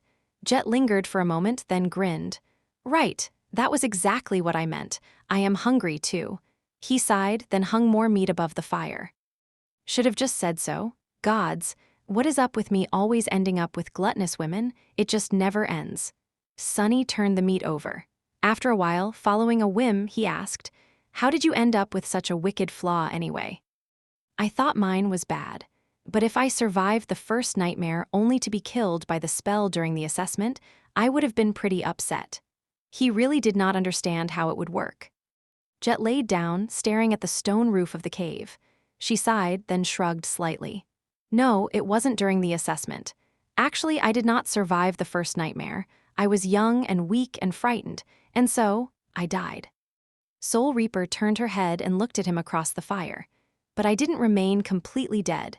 I crawled out of the grave, somehow, and finished the trial. I guess the role I played in the nightmare, or maybe my innate attribute, created the possibility of something like that happening. It had to be an infinitely small possibility, though, because the spell seemed rather impressed with the result. Otherwise, it wouldn't have given me a supreme aspect. Sonny did not answer, considering what he heard. It made sense. He had also made something nearly impossible happen during the first nightmare. If he had not been sent into the body of a temple slave, Shadow God would not have responded to his unintentional call. And if he did not have the fated attribute, he would have never unwittingly climbed on that altar, most likely. Many things had come together to create the possibility. He had been the one to grasp it, though. Anyone else would have failed. Sonny looked at Jet silently, thinking about her flaw. What would happen if he gave her Weaver's mask? Would she come back to life? In his heart, he knew the answer. After learning about Weaver, the spell, and the vicissitudes of fate, Sonny developed an intuition about these things. Jet would indeed come back to life, but her soul would remain shattered. And like all living beings with broken souls, she would instantly die. This time, forever. Her cruel flaw, mockingly, was the only thing that allowed her to exist. What about his own flaw? Sonny tried to imagine the life he would have had if not for the inability to lie. Would it have been easier? Would it have been harder? He would not have become enslaved, that was for sure. But he also would have never gotten close to other people, choosing to lie and manipulate them instead of trusting them, out of fear of being rejected and betrayed. And for that reason, he would have probably died a long time ago, or at least turned into something ugly and twisted. Was that the lesson he was supposed to learn? Weaver, you hypocrite, weren't you yourself the master of lies? Sonny shook his head and concentrated on not burning the meat. These philosophical questions were a waste of time. He would still choose to get rid of his flaw in an instant if he could. Jet sighed, breaking the silence. Actually, learning my flaw was not the hardest part. The hardest part was surviving the time between the nightmare and the solstice. As you can imagine, it's not easy for a sleeper to find things to kill before entering the dream realm. I ended up having to ask for help. And asking for help ended up costing me a lot. Sonny shifted slightly. Who did you ask? She chuckled.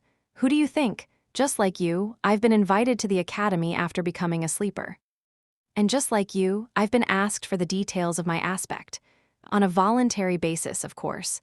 But what would an ignorant kid from the outskirts know? I told them everything, and from that moment, they had a wonderful leash to keep me on. Jet remained silent for a few moments. That is fine, though. Even without it, I would have chosen the same. I'm happy with how things turned out. Still. She grew quiet and then added wistfully. It would have been nice to have had more of a choice. Sonny did not speak for a while. Eventually, he said, "Yeah, I would have been nice." With that, he judged that the meat was ready and took it off the fire. Here, your dinner is ready. They concentrated on the food, content to be safe for the moment, with something tasty to eat. Sonny could vividly remember the times when eating anything, let alone actual meat, had been a cause for celebration. Jet could, too.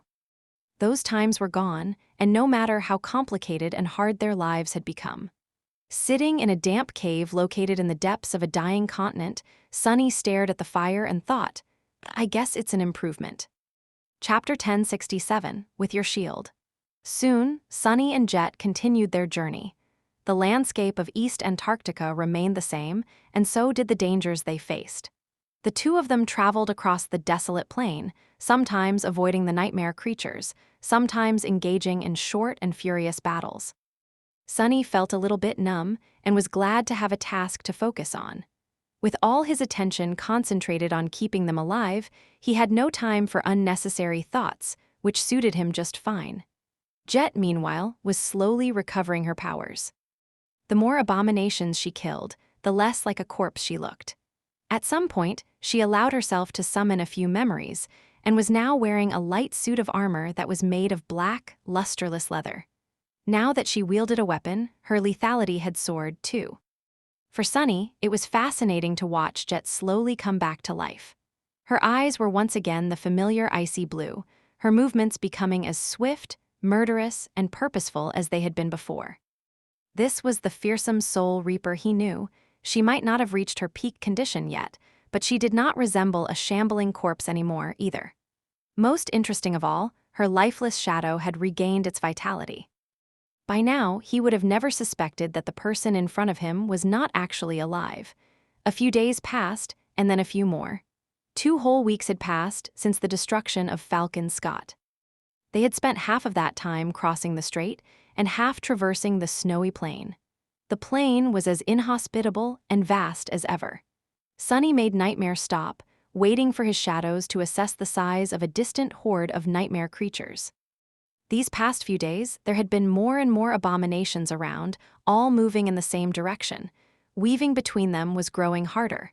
Somewhat bored, he shifted in the saddle and asked, "Hey, do you think the government considers us dead?" Jet, who was sitting in front of him, turned her head and gave him an amused look. Sunny sighed. No pun intended. He knew that his friends had to be aware that he was fine. Nephi's could see his runes, after all, and she would have informed the rest. However, being pronounced dead by the government was a bothersome affair. His merchant license would have been revoked, for example, which would put Aiko and the brilliant Emporium in a tight spot. His home could be auctioned off, too. Jet chuckled. "I don't think so. They have ways to know such things, the diviners, for example. We were probably marked as missing in action, if anyone even had time to do the paperwork." Sunny wanted to continue the conversation, but then fell silent, a slight frown appearing on his face. Soul Reaper raised an eyebrow. "What is it?" He shook his head. "SHH, listen." At that moment, the wind carried over the sound of distant thunder. It sounded like a rainstorm was raging somewhere far away, but Sunny had spent too much time with the army not to recognize it. The two of them exchanged a meaningful glance. Jet smiled. Railguns. Indeed, the thunderous sound could only be produced by the massive armaments. Commanding Nightmare to turn, Sunny sent his steed in the direction where the thunder had come from. The black stallion flew across the desolate plain, eventually cresting a tall hill. In front of them was a vast lake. In the dim twilight, its surface seemed restless and gray. The shield of ice covering the lake had long been broken, with many gargantuan carcasses floating in the cold water like dark islands. L Cyrillic letter 456 GHT N AV Ye LW ARLDS AM. Smaller nightmare creatures were swarming around them, greedily devouring the flesh of the fallen giants. On the other side of the lake, tall alloy walls rose from the shore, with thousands of armaments unleashing a devastating barrage of tungsten rounds on the encroaching mass of abominations. Sunny could even discern the small shapes of soldiers and awakened on the battlements. A long sigh escaped from his lips. A siege capital. Summoning the sin of solace, Sunny closed his eyes for a moment. Then, he sent Nightmare galloping down the hill. The black steed rushed toward the lake, surrounded by a tide of moving shadows. Returning from the dead had turned out to be much more chaotic than Sunny expected. And fighting through the horde of nightmare creatures to reach the siege capital was not the most tumultuous part. He was actually accustomed to things like that. The reactions of the people inside the stronghold were much more intense. At first, the commander of the city defenses seemed polite, but unfriendly. After all, the sudden appearance of two ascended outside the walls during a fierce battle had put a lot of pressure on him. Fields of fire had to be rearranged, a safe corridor created. Perhaps his soldiers would even have to sortie to protect the unexpected guests. However, the latter measure had not been needed. Sunny fought his own way to the wall and then scaled it himself. And when the master in charge learned that the two ascended had come from the Antarctic Center, his demeanor completely changed. Falcon Scott, Beebut. The man stared at them with wide eyes for a moment. Then, something akin to joyous pride ignited in them. Sunny did not really know what the master was feeling so proud about, but at least the unfriendliness immediately disappeared. Gods, great, this is great, I need to inform the... No, wait, are you guys wounded? Do you need medical attention? Crap, what am I saying? Wait, Antarctic Center, then you are Soul Reaper Jet, Ascended Jet ma'am, of course you would make it. The news about the annihilation of the Antarctic Center Field Army must have already spread through the quadrant. So the sudden appearance of two ascended survivors had an explosive effect. The soldiers, who had been depressed and despondent about the fate of their comrades, were all suddenly full of joy and ardor. It was as though their own siblings had returned alive from beyond the grave. Sunny had not experienced being stared at so intently, even when masquerading as mongrel. The two of them were promptly brought to the local government headquarters and showered with attention. Especially Jet. From what Sunny could understand, the government saint stationed in East Antarctica was coming to the siege capital to welcome her back personally. Sunny was soon going to meet the saint, too. After a short debriefing, during which the government agents could not stop staring at him, he could finally exhale and relax a little. That was strangely exhausting. Sunny spoke to Jet, agreeing to meet the next morning, and then spent a little time in the living quarters assigned to him. He enjoyed a warm shower, a scrumptious meal, and some peace and quiet. Peace and quiet. It felt so strange to not have to fight for his life and the lives of millions of other people without a reprieve. He wondered how long that peace would last. Eventually, Sunny placed a tether inside his room and quietly slipped out of the waking world. He went to visit the Ivory Tower. Chapter 1068, Changed Man. On a beautiful island of ancient trees and emerald grass, a lone figure suddenly appeared out of thin air. It was a young man with alabaster skin, wearing a simple tunic of fine black silk. He remained motionless for a few moments, then walked to the edge of the island and froze there, looking down. If not for the wind playing with the young man's black hair, he would have looked like an exquisite statue. The Ivory Island had changed a bit in the past few months. The Great Pagoda itself was the same, of course, but the comely wooden buildings created by the fire keepers now resembled a small, peaceful village that blended harmoniously into the landscape. The ancient trees of the grove now had fruit hanging from their branches, each looking ripe and delicious. The white bones of the ancient dragon were still bathed in sunlight, and a graceful ship was still swaying on the placid surface of the clear lake. There was one big change that startled Sunny a lot, though, pulling him out of his reverie. What the hell? Looking down, he did not see the familiar abyssal darkness of the sky below. Instead, he saw a mosaic of flying islands, all connected by colossal chains, slowly floating by. The Ivory Island was moving. Although the movement was very slow, it had already left the empty expanse of the tier behind and was now drifting through the clouds toward the southern border of the chained isles. Sunny blinked a couple of times. Since when can this thing move?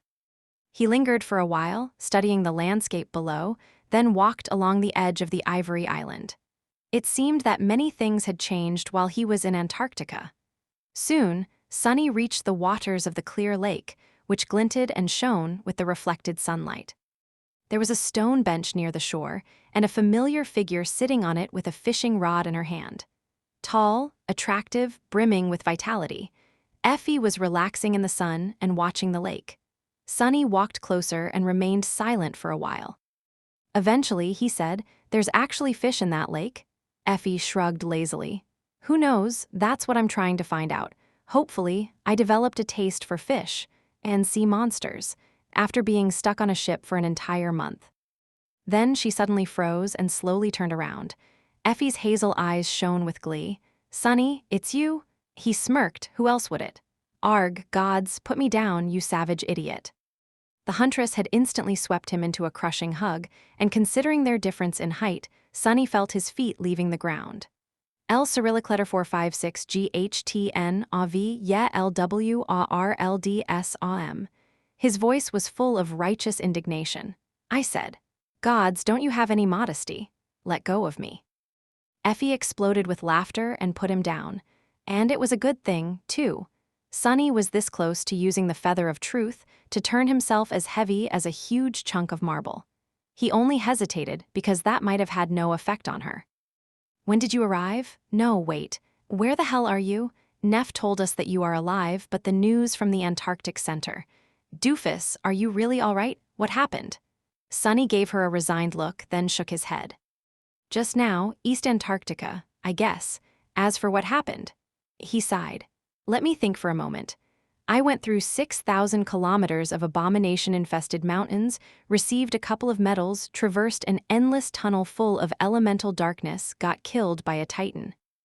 Killed that titan back, led a convoy of tens of thousands of refugees to safety, rode a saint into the depths of the ocean to fight a corrupted terror, killed that terror, got blown up then, killed some more nightmare creatures, then lost to a different titan. Crossed the strait on a raft, rode a horse all the way to the nearest siege capital. That pretty much covers it, I guess. Oh, I also learned how to play the flute. A little." Sonny paused, then looked at Effie nonchalantly. "And what's new with you?" She stared at him for a moment, then grinned, wrapped her arm around his shoulder, and pulled him toward the tower. "I see. So, the usual.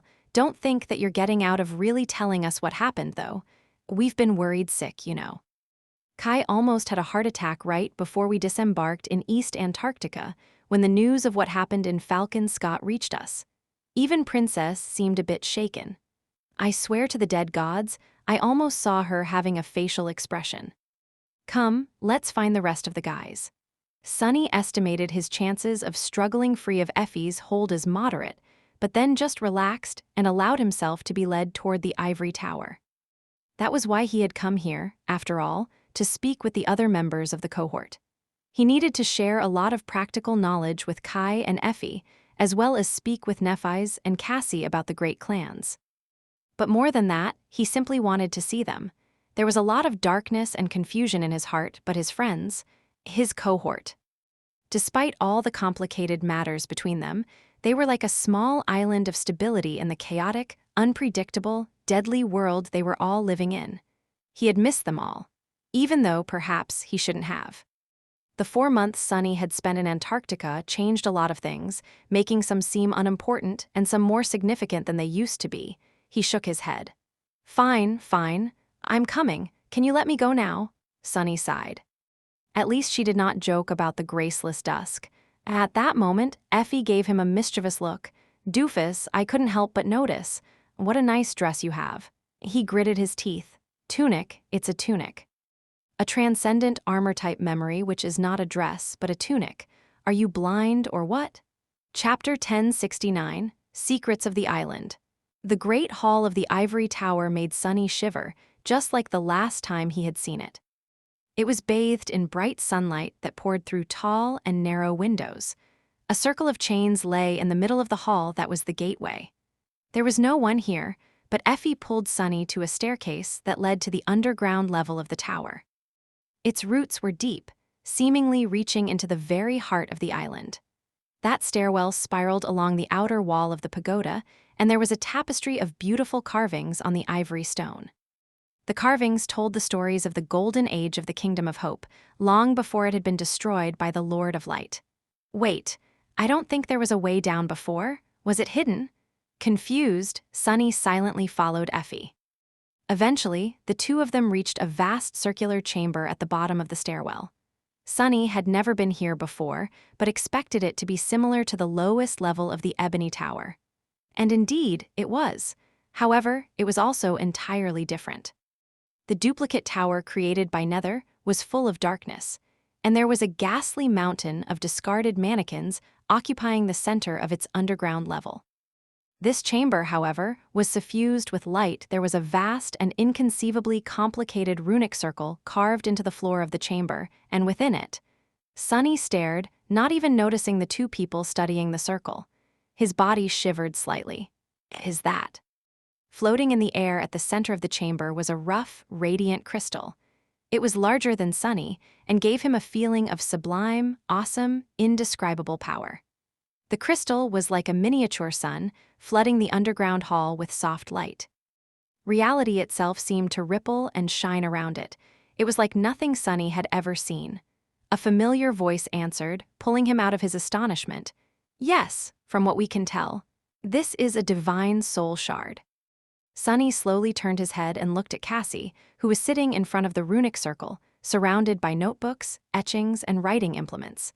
L Cyrillic letter 456 GHT N Avia LS Avia. Calm. She was wearing simple jeans and a white t-shirt, her pale gold hair gathered in a messy knot bun.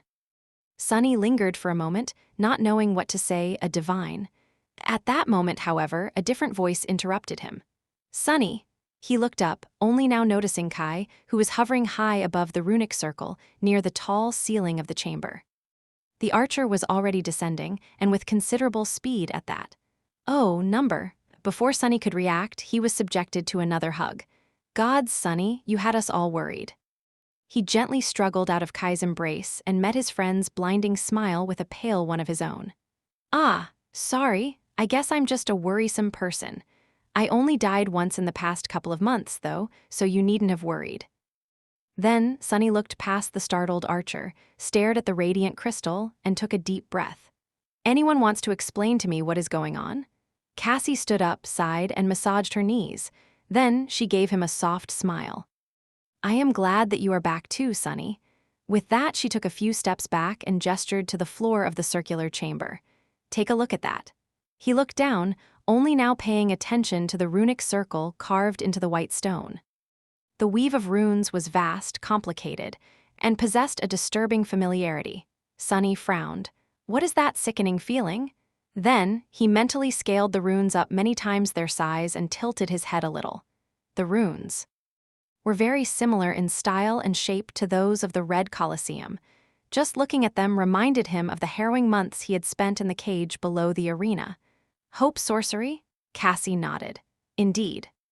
We continued to explore the tower after you left and eventually unlocked the path to this chamber. Our reaction was more or less the same as yours. Cassie shook her head. The Ivory Island holds more secrets than we thought. Well, Nephis will probably be able to explain it better. In any case, we quickly realized that these runes resembled the ones you had encountered in the ancient theater, so the Fire Keepers went on an expedition to the western edges of the Chained Isles. The Red Colosseum has long turned into a ruin and was teeming with all kinds of dreadful nightmare creatures. It took some effort to eradicate them and clear the floor of the arena. A ruin? Good. Kai nodded. Effie and I couldn't participate because we were tied up settling into our roles in the Second Army. However, since Cassie returned, I've been helping her study the runic circle from time to time. A high vantage point helps see it in its entirety, and so on. We've made a little progress, even, mostly because Cassie had spent a lot of time with Noctis and learned many things, especially about that flying ship of his. She nodded. Yes. In fact, I suspect that the enchantments of the ship were derived from some of Desire's creations. There are many similarities. So, after months of study and comparisons, we managed to decipher a tiny portion of the circle. It is not much, but it did allow us to access one of the island's hidden functions. Sunny just stared at her silently for a few moments. Then he said, "Is that why the island is moving?" Cassie nodded with a small smile. Indeed, we are now able to move the Ivory Island, albeit very slowly. He hesitated for a bit, then shook his head. Am I the only one who is freaked out by a damned divine soul shard? It's divine. Where did Hope get a divine soul shard? Effie glanced at the radiant crystal and shrugged.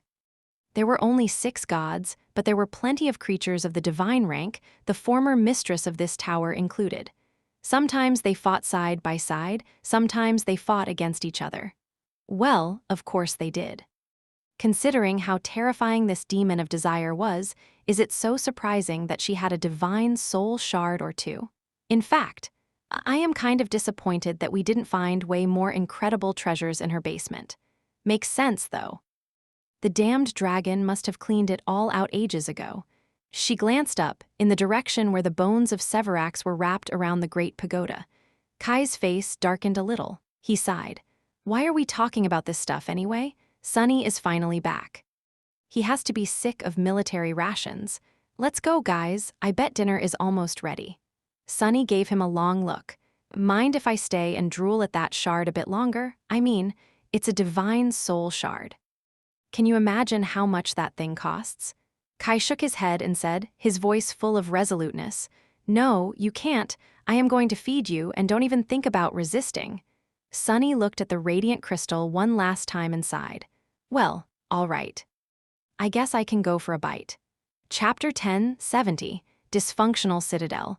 As they went back up the stairs, Sunny couldn't help but think about what he had seen in the stone chamber at the root of the great pagoda. The circle of runes, the sublime crystal hovering in the middle of it. That had to be the core of Hope's Tower, as well as of the whole island.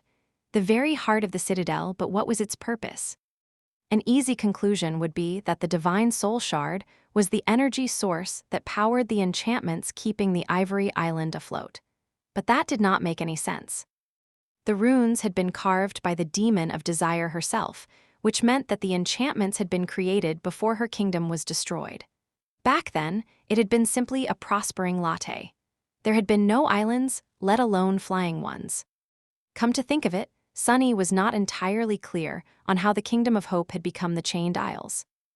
Had she suspended the remnants of her shattered kingdom above the devouring flames herself, in order to preserve at least some of it, or had it been arranged by Sun God? There were other questions, too.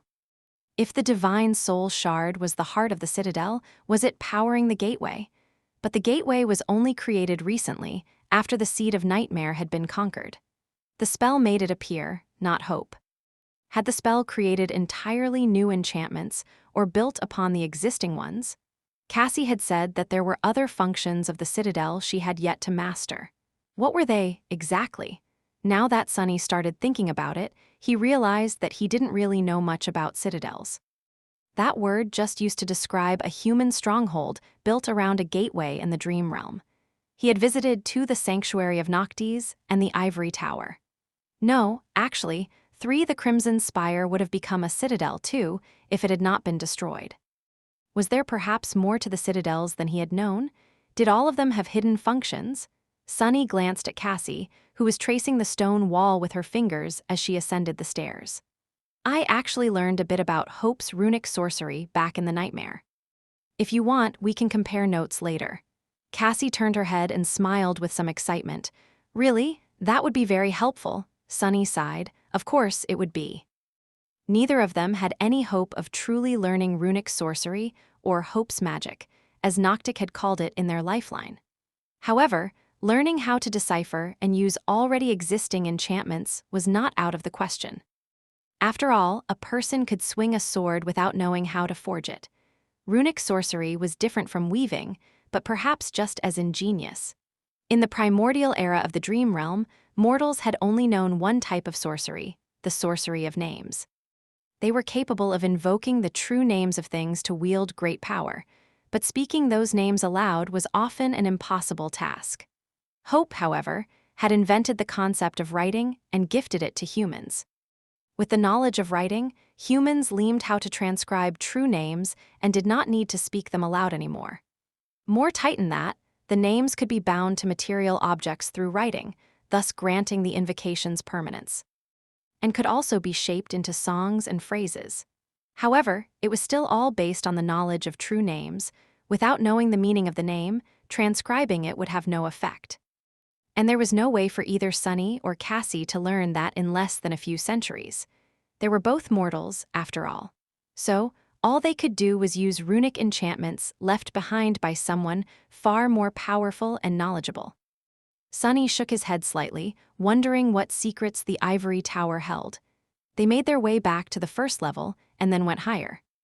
In the past, the Fire Keepers had made their home on the upper levels of the Ivory Tower, but now it was empty. The awakened following Nephis and Cassie had moved to the wooden village outside. The second level, the third level, the fourth. Finally, they arrived at the fifth, second-to-last level of the pagoda. It was separated into many halls and chambers, some of which had been recently refurbished to serve various purposes.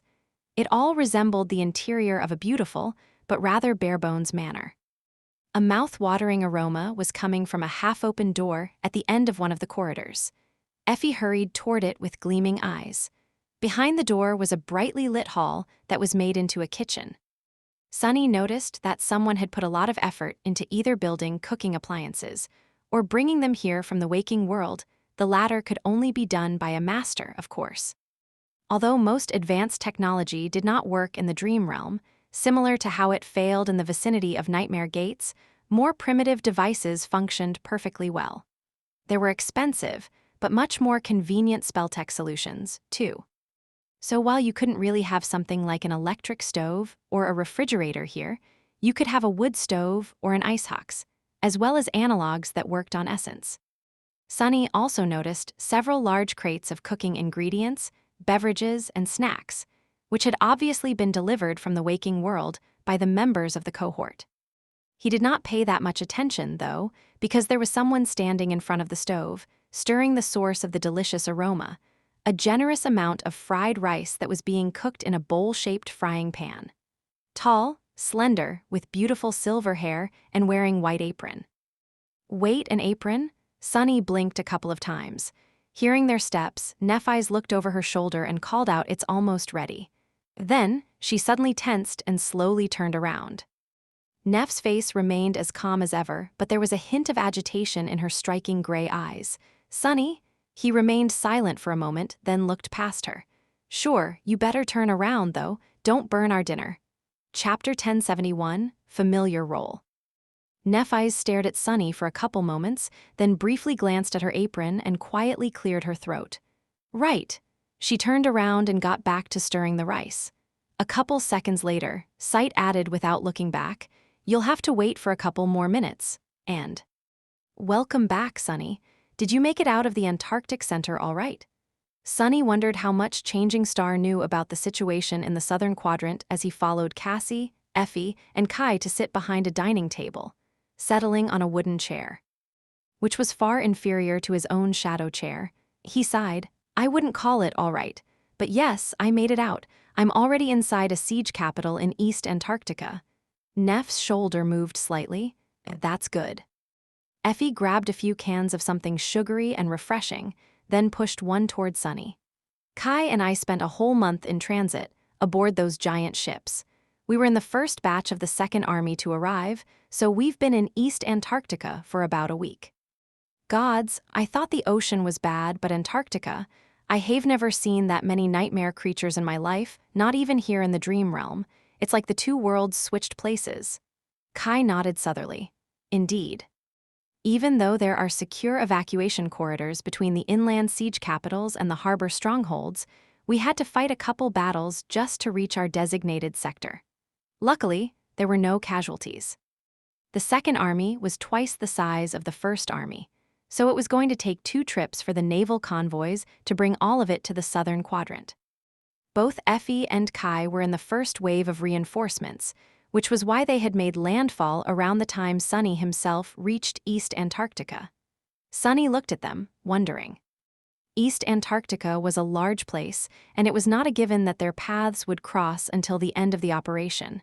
He really hoped that they would, though. Effie shook her head. "Enough about us. What happened to you? You look a bit different, Sunny." He did indeed look slightly different because of the marble shell. However, Sunny knew that that was not what Effie meant. He sighed and took a sip from the cart she had given him. "Well, as you know, I was assigned to the first irregular company. In the first month after our contingent of the army made it to the Antarctic Center, things were, more or less, fine. The field army split into 7 divisions, with one remaining in the city of El Alcan Scott, while 6 others moved south to establish 6 more siege capitals." Sunny paused. "I was assigned to the southernmost siege capital and then went on a mission to retrieve a VIP from a remote research station. That was when everything went from bad to worse. The chain of nightmares had gone into overdrive, and 3 whole titans spawned in the Antarctic Center, including an especially troublesome, corrupted one. It took a lot to keep his voice from shaking at the mention of the winter beast. The others looked at him intently, and Sunny sighed. "I ended up stuck in that research station for about a month, waiting to be evacuated by a battleship. However, the ship never arrived, and everyone in the settlement was eventually eviscerated by a powerful terror. My people and I were the only ones to survive. We were in a bit of a predicament, though, because by that point, reaching the nearest siege capital was more easily said than done. He leaned back, remembering L049 and the start of the calamitous march north. His face darkened. And then we learned that the nearest siege capital had actually already been destroyed. So I had to go to the second nearest one, picking up a few refugees in the process. That was when I got trapped in that weird tunnel. Thanks for helping me out, by the way. He forced out a smile, looking at Nephi's and Cassie. Cassie shook her head. Of course, we were quite surprised. The way you delivered the message was very original, to say the least. And very you. Hopefully, the little kernel of insight I gleaned was of some help. Sunny chuckled. It helped. I still don't know what that thing in the tunnel was, but we managed to escape from it. For a time. Sadly, the second nearest siege capital also ended up being destroyed, and so I had to lead the train of refugees all the way back to Falcon Scott. That was a hell of a journey, but what happened next was even worse.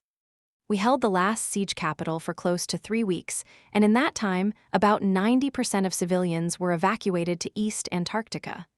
After saying that, he remained silent for a while. Eventually, Sunny grimaced. The remaining 10%, though, all died. As did millions of people in the other destroyed siege capitals. St. Tyrus, you know her, had been holding back that corrupted Titan I mentioned. Once she was defeated, the Titans swept in and killed everyone. The whole field army was wiped out. I am hard to kill, so I survived. Well, and here I am.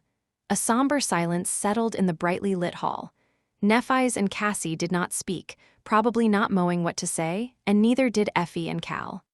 The latter two were especially grim because they were now in Antarctica, too. So many people had died, and what had happened to Sunny could very easily happen to the two of them as well. Eventually, Kai sighed. I'm so sorry, Sunny. You've been through a lot. Sunny closed his eyes for a moment. The heart-wrenching memories of the Antarctic Center clawed at his heart, making him want to surrender to a dark and boundless emotion. With a smile, he shook his head. We've all been through a lot. On the Forgotten Shore and in our second nightmares, we've been through hell after hell. But it did really feel different this time. Maybe because I was responsible for other people, and maybe because it was happening right here on Earth, not in some distant place. With that, Sunny glanced at Effie and Kai, then said, trying to cheer them up, You don't have to worry too much, though. Now that the operation is in its second phase, things will calm down a little. East Antarctica is in a much better spot than the Antarctic Center. There are more soldiers, more awakened, more saints, and much fewer obstacles in the way. Sure, it's going to be a tough campaign, and unexpected variables are bound to emerge. But I feel like the worst part is over. With some luck, we will all manage. He smiled, then secretly threw a glance at Nephi's. She was now a part of one of those unexpected variables. Would Neph have something to say to him? As if feeling his gaze, Changing Star turned around and walked their way, soon placing plates of fragrant rice and vegetables in front of each member of the cohort. Her apron had disappeared at some point in the past few minutes. Sitting down, Nephi's pushed the plate with the biggest portion toward Sunny, which caused Effie to stare at her indignantly. Neph coughed. What? Eat, everyone, before it gets cold. They turned their attention to the food, and for a while, Sunny felt delightfully at peace. It was so strange. He had gone through so much, and had changed so much, but now that he was back with his friends, it was so easy to slide into a familiar role, to smile and laugh as if he was the same old Sunny. It felt natural, even if a small, hidden corner of his heart remained dark and cold, untouched by the peaceful warmth of their reunion. Still, it wasn't a bad feeling. Allowing himself to relax, Sunny concentrated on the food. It had been a long time since he got to eat something Nephi's had cooked. The fried rice, with vegetables, was, indeed, much better than military rations. It was delicious. Chapter 1072, Brief Levity. The small dinner was very enjoyable for Sunny. In fact, after being under crushing pressure for pretty much the entire past 4 months, this sudden moment of levity made him feel like he was on the verge of melting into a puddle of jelly. It was as though the outer edges of his being had been turned into a harsh, rigid shell by the immense strain of the disastrous war, and now that the shell suddenly disappeared, he could not quite remember how to keep himself together without it. Still, he managed. The five of them ate and chatted relaxedly, sharing small details about their lives in recent months. Sunny especially had a lot to say. All of them were experienced combatants, but he now possessed precious knowledge of the intricacies of the type of war Effie and Kai would soon be exposed to. The Southern campaign was different from the usual tribulations Awakened faced in the dream realm. The terrain was different, the climate was different. Even the cycle of day and night was different. More importantly, the forces arranged against them were different, as were the forces on their side. In Antarctica, Ascended and Awakened had the support of mundane soldiers and modern technology. Sunny had learned a tremendous amount of lessons about how to bring the two together, in no small part because he had commanded a mixed force of Awakened and Mundanes in conditions so desperate that anything less than perfect cohesion would have meant certain death. Unlike him, who had been a part of a small and exceedingly elite unit, both Kai and Effie were placed in command of large detachments consisting of rank-and-file soldiers. To them, this practical knowledge was more valuable than gold. Small things like using fire-resistance enchantments to increase the tactical flexibility of MWP flamethrowers, efficiently triaging mundane soldiers that had been infected by the spell. Managing the ammo consumption of the vehicle turrets in relation to the essence consumption of the Awakened, and 1,000 more things like this could only be learned through experience, or being taught by someone with such experience. Of course, his friends were bright people and immensely talented warriors. In time, they would have reached the same conclusions, but that time could very well cost many lives.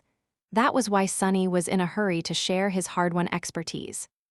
The only problem was that actually going over everything was bound to take way more time than they had. So, at some point, he simply used the Blessing of Dusk, enchantment of the Graceless Dusk, to establish a mental connection and share his insights in a more direct fashion. Needless to say, his sudden ability to transmit thoughts telepathically startled his friends greatly. Effie flinched, almost falling from her chair, and looked at him with wide eyes.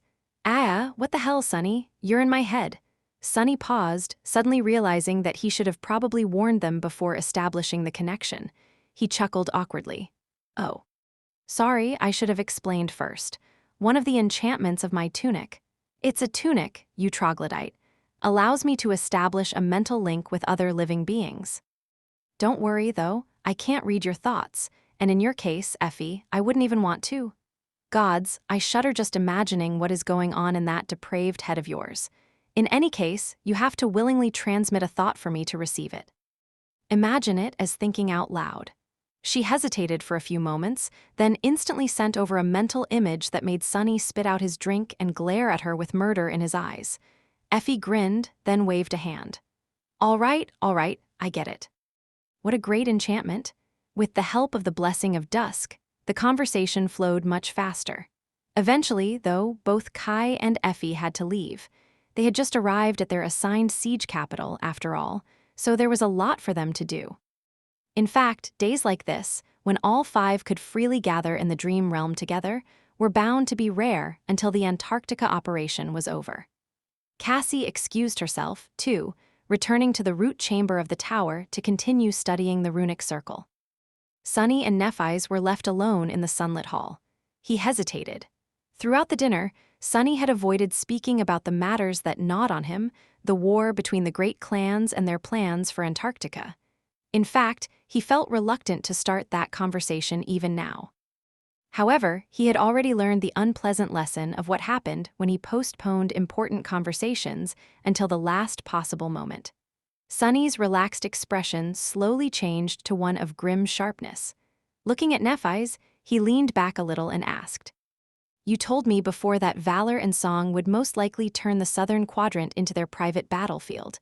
How sure are you of it now, after 4 months?" Neph lingered for a while, her beautiful gray eyes clear and calm. Then, she said, "I am pretty sure.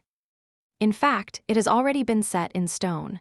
Sunny let out a resentful sigh. Damn them! He gritted his teeth, staring into the distance with a harsh expression. Suddenly, the shadows in the corners of the hall seemed much darker. This is insanity. Sunny shook his head, feeling a strong desire to break something. This is pure madness, Neff. I've been told that the great clans have long given up on the waking world.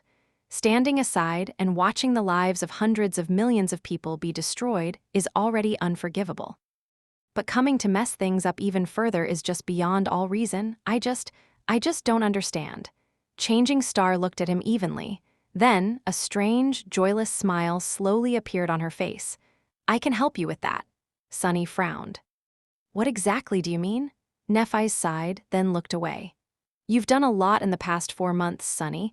Cassie and I might not have gone through as much as you have, but we haven't been idle either. We've managed to discover a few things. Although not as many as I would have liked. After all, it has only been a few months. They don't trust me much yet. She paused for a moment. This war between valor and song has always seemed a little strange, and now I think I know why. A lot of things still remain unclear, but we did solve the most important mystery. Changing Star looked at him and said, the true reason why the great clans are at war. Do you want me to tell you? That will certainly help you understand. Chapter 1073, The Fourth Step. Sunny remained silent for a while, looking at Nephi's with a somber expression. Eventually, a dark smile appeared on his face. Pray tell. Neph sighed, then stood up and started gathering the dirty plates. Her movements were calm and unhurried, as if they had not been discussing matters that could very well decide the fate of the whole world. Help me do the dishes? Sunny blinked, amused by the mundane banality of her request.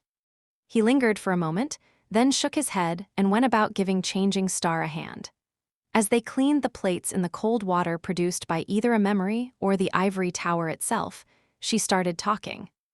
I've known for a long time that the great clans, especially Song and Valor, were opposed to each other, despite being outwardly unified. The symptoms of the approaching war were quite apparent if one knew where to look. However, the reasons for this animosity have always eluded me. Kai Song and Anvil had been comrades once, after all. Well, I guess it doesn't really matter. My father was their comrade, too. Sunny hesitated for a moment. Do they really need a reason, though? Power is already reason enough.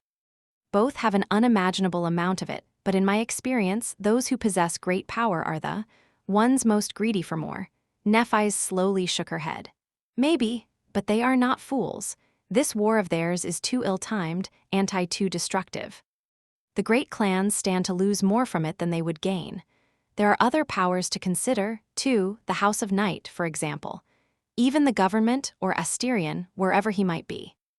If both Song and Valor are weakened by the clash, the lesser threats might very well swoop in to finish off the victor. She paused for a bit. So, I suspected there had to be something else at play. And as it turns out, there is, although I only learned of it recently. I still don't know why the hostility between the two great clans has suddenly escalated so much now, of all the times it could have. Now seems like a terrible time to go to war, however. I think I do know the true source of their conflict. Sunny glanced at her, consumed by tense anticipation. It felt as though he was about to learn a great secret. One that would finally let him see the full picture clearly, or at least show him the way to the truth. Very few people in the world could have uncovered this mystery. But Changing Star herself had infiltrated one of the great clans, while Cassie was helping her. L Cyrillic letter 456 GHTN AV LC AV SAM, and now he was going to benefit from their effort. Sunny remained silent, waiting. Nephi's calmly wiped the last plate, put it on the drying rack, and turned to him. White sparks ignited in her eyes. It has to do with the sovereigns and their domains. He raised an eyebrow. Domains? I've heard a few people use that word. However, I still don't know what it means. Nephi's nodded, then headed toward the stairs to the 6th highest level of the tower. Come, if you want. Sunny gave her a dark look. Then followed. As they ascended the stairs, Neph spoke. To people who know about the existence of the sovereigns, domains are synonymous with their rule. So, one might say that they belong to a domain, meaning that they serve one of the supremes. However, there is a deeper secret here. As I found out, domains are not just an abstract concept. In fact, they are very real.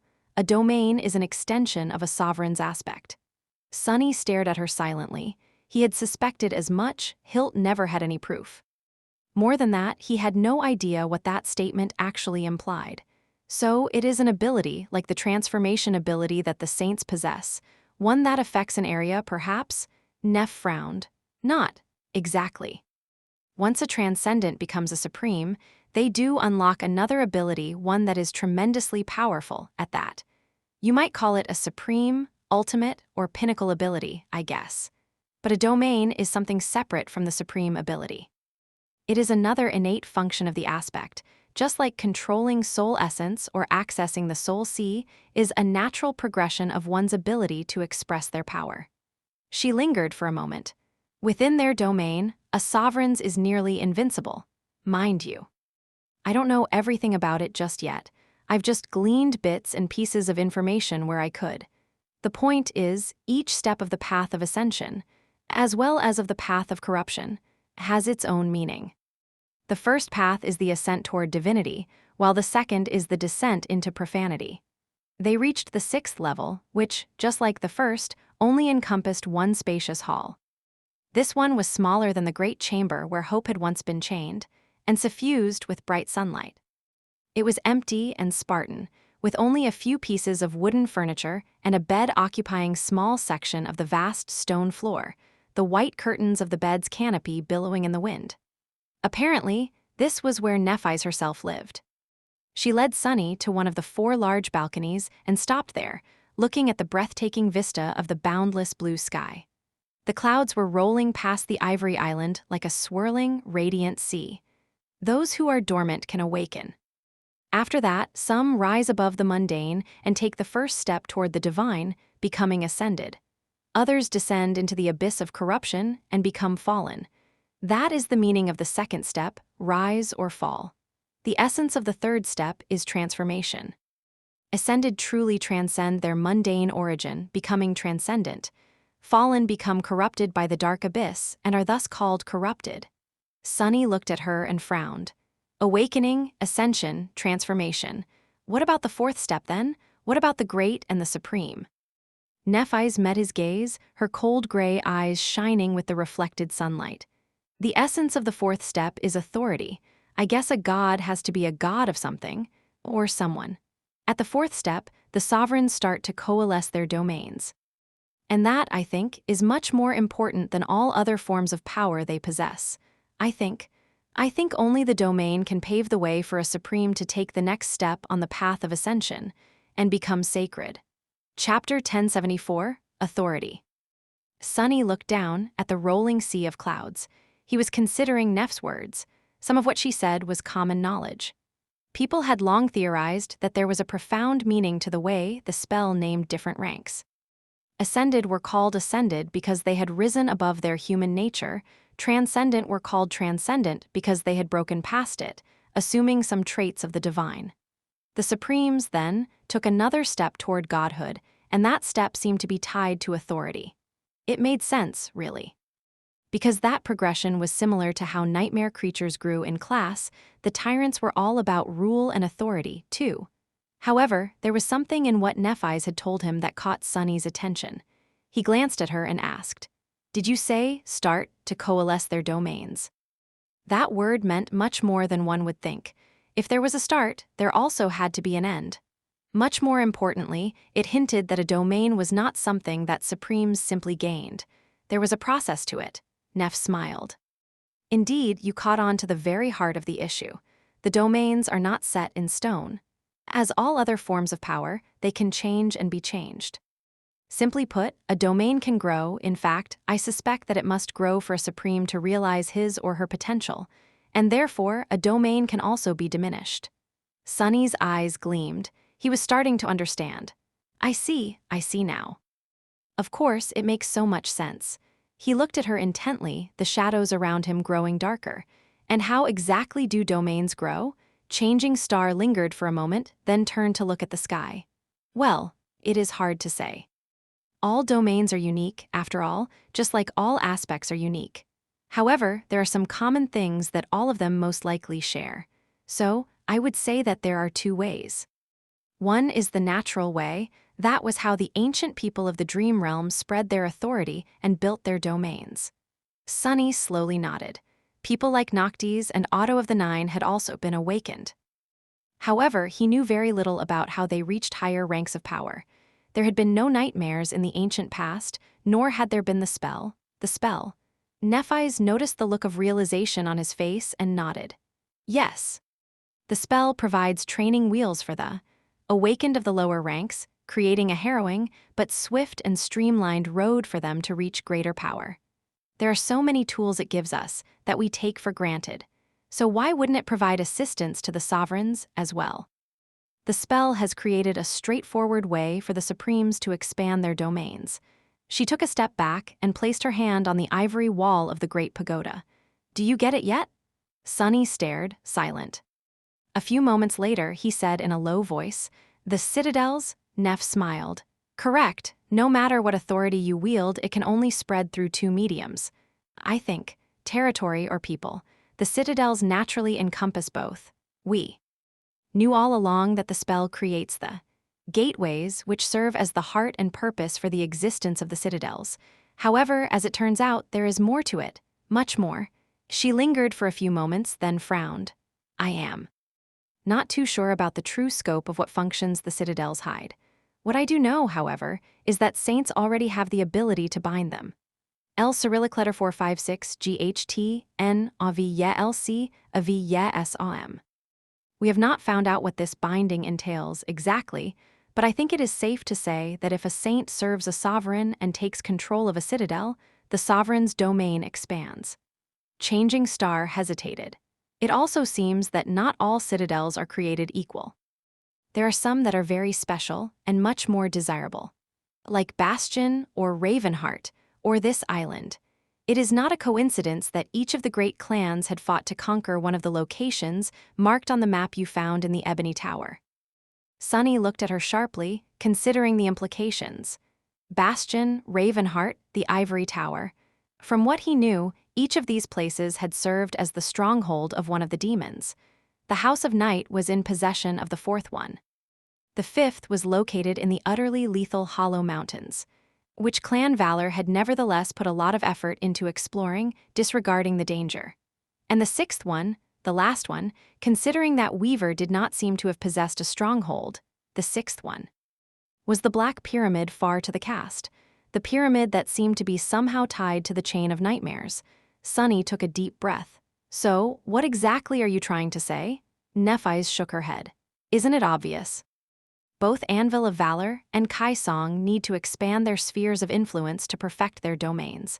However, there are only so many human citadels to go around, which means that two domains, or at least these particular two domains, can't coexist. For one to be perfected, it has to swallow the other." She grew quiet for a moment and then said somberly, "That is the true reason for the war between their clans." Sunny looked away, an ugly grimace contorting his face.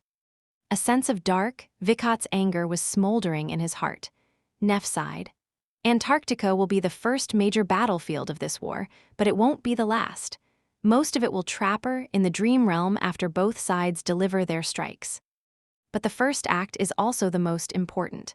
If one of the clans manages to gain momentum in the southern quadrant, their advantage might very well snowball into an unstoppable avalanche. So, their clash in Antarctica will be extremely fierce and bloody. In fact, Anvil is sending his own daughter there. Morgan will lead Valor forces in the southern quadrant. That alone shows how serious his intentions are." Changing Star studied the clear skies, then turned to Sunny and said, her voice even, "So, now do you understand?" Chapter 1075, Know the Enemy. Sunny remained silent for a while, responding only when the pressure of the Flaw started to turn into scaring pain. "Yeah, I think I understand." Many things became clearer now. Finally, he knew more about the sovereigns and the power they wielded. Awakened, masters, and saints. All of them were bestowed with great strength, but that strength was of a personal kind. Supremes were, without doubt, even more fearsome warriors. However, their true advantage lay in their authority. He was not too certain about what exactly a domain did. Even Nephi's did not know the details, after all, but understood the concept. A domain was a physical manifestation of a sovereign's aspect, a territory where their rule was supreme.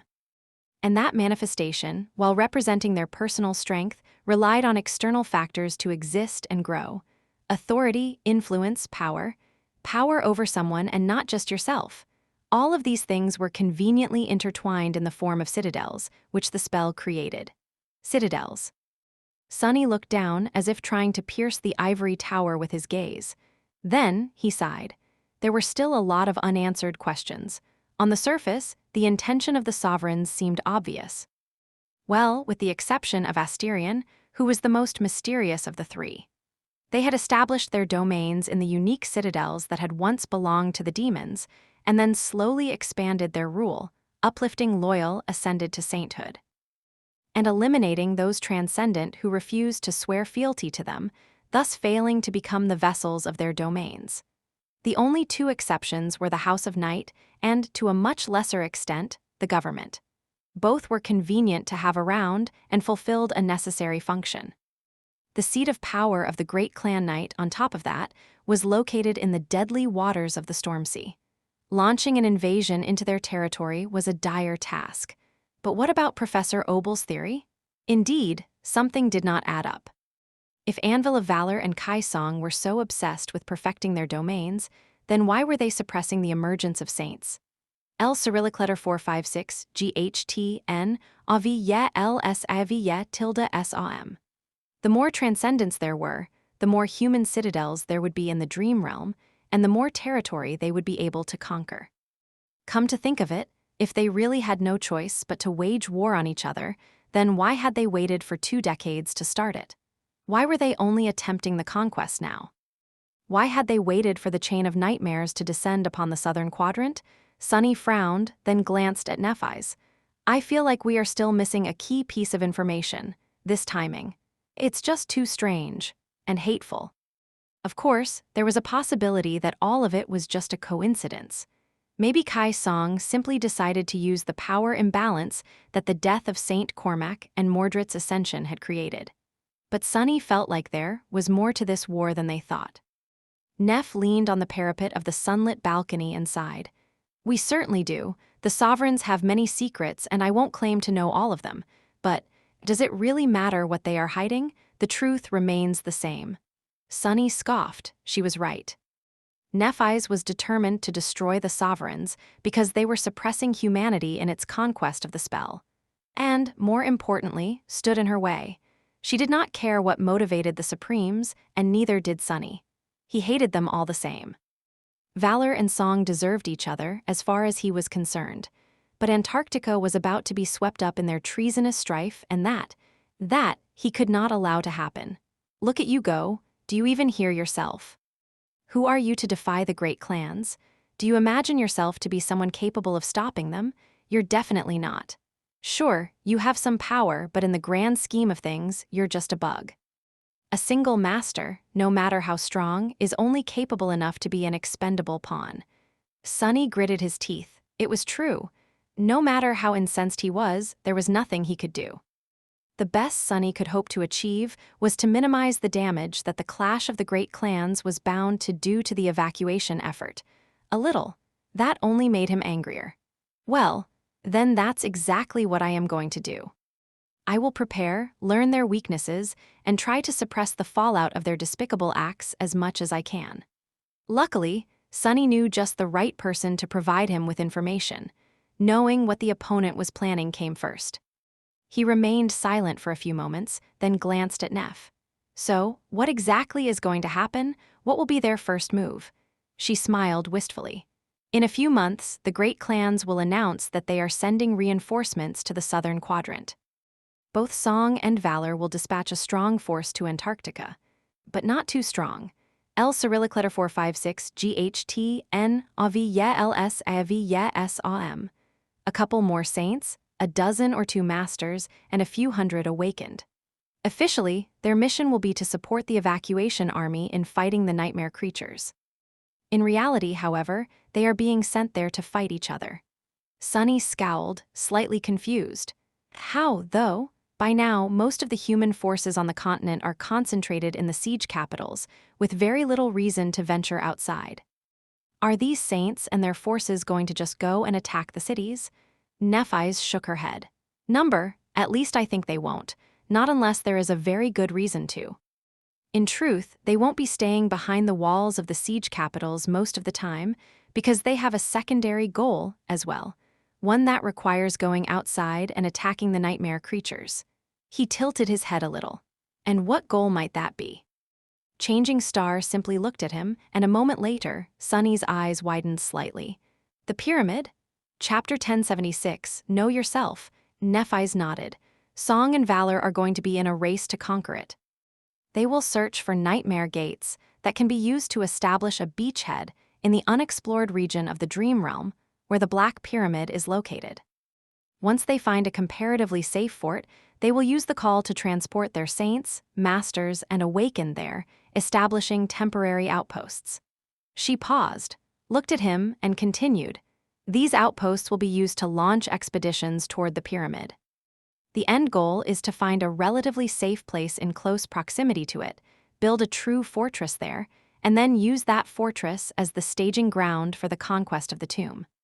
Changing Star lingered for a moment. It might be easier to think of it in terms of the Forgotten Shore. Each gate is connected to a seed of nightmare somewhere in the region. Some seeds might be in the depths of the Crimson Labyrinth, and everyone who follows the call to the area around them will be drowned by the Dark Sea. Some seeds, however, might be located on higher ground. Those who enter the Dream Realm near these seeds will be able to survive, and then slowly make their way through the labyrinth. L Cyrillic letter 456 GHT N AV LC AVE. The end goal is to find a place like the Dark City, build a fortress akin to the Bright Castle, and then use it to conquer the Crimson Spire. What an apt metaphor. Sunny couldn't help but smile darkly. They might find out that this task is much harder than they imagine it to be. In theory, such a plan seemed solid. Each of the hundreds, if not thousands of nightmare gates in East Antarctica, was connected to a seed of nightmare in the region surrounding the tomb of Ariel. By relying on the call, these gates could be used to enter the Dream Realm somewhere near the corresponding seed. Then, by pinpointing a suitably safe area and the gate connected to it, the great clans could transport their forces into the Dream Realm without risking instant annihilation. These forces would then explore and fight their way toward the Black Pyramid.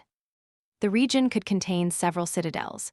Even by conquering one, Song or Valor would be able to establish a safe and stable corridor to ferry fighters and supplies over.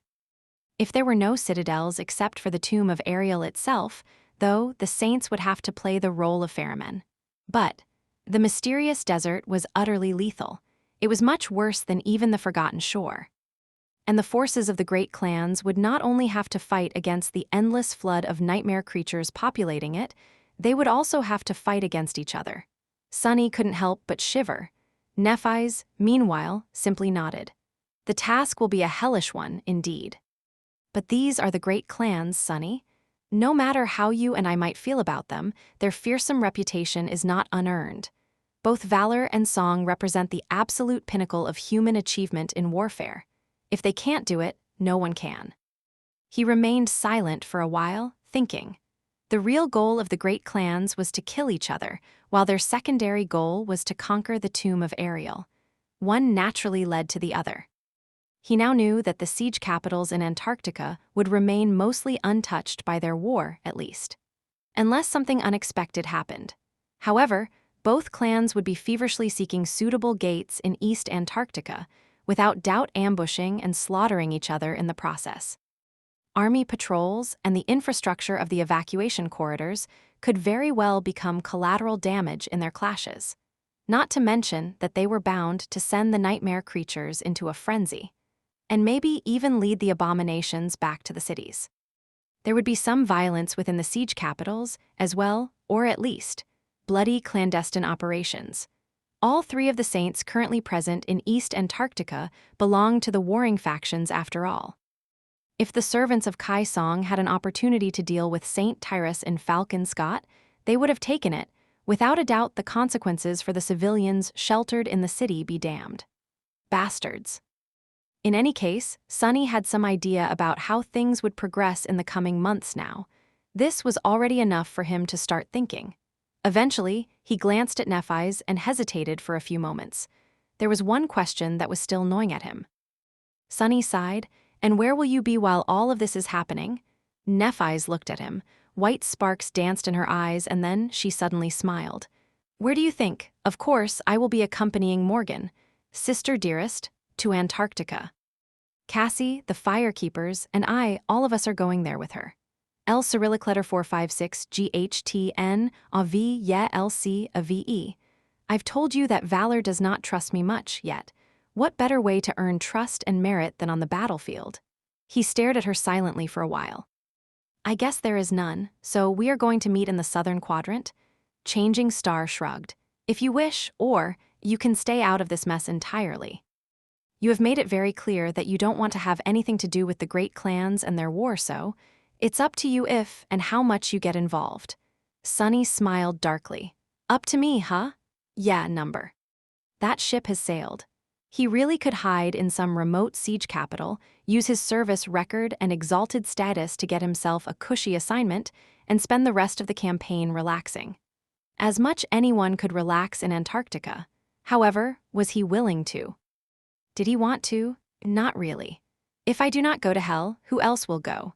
Sunny had once told the Sin of Solace that the great clans were free to act with impunity because there was no one around to hold them responsible.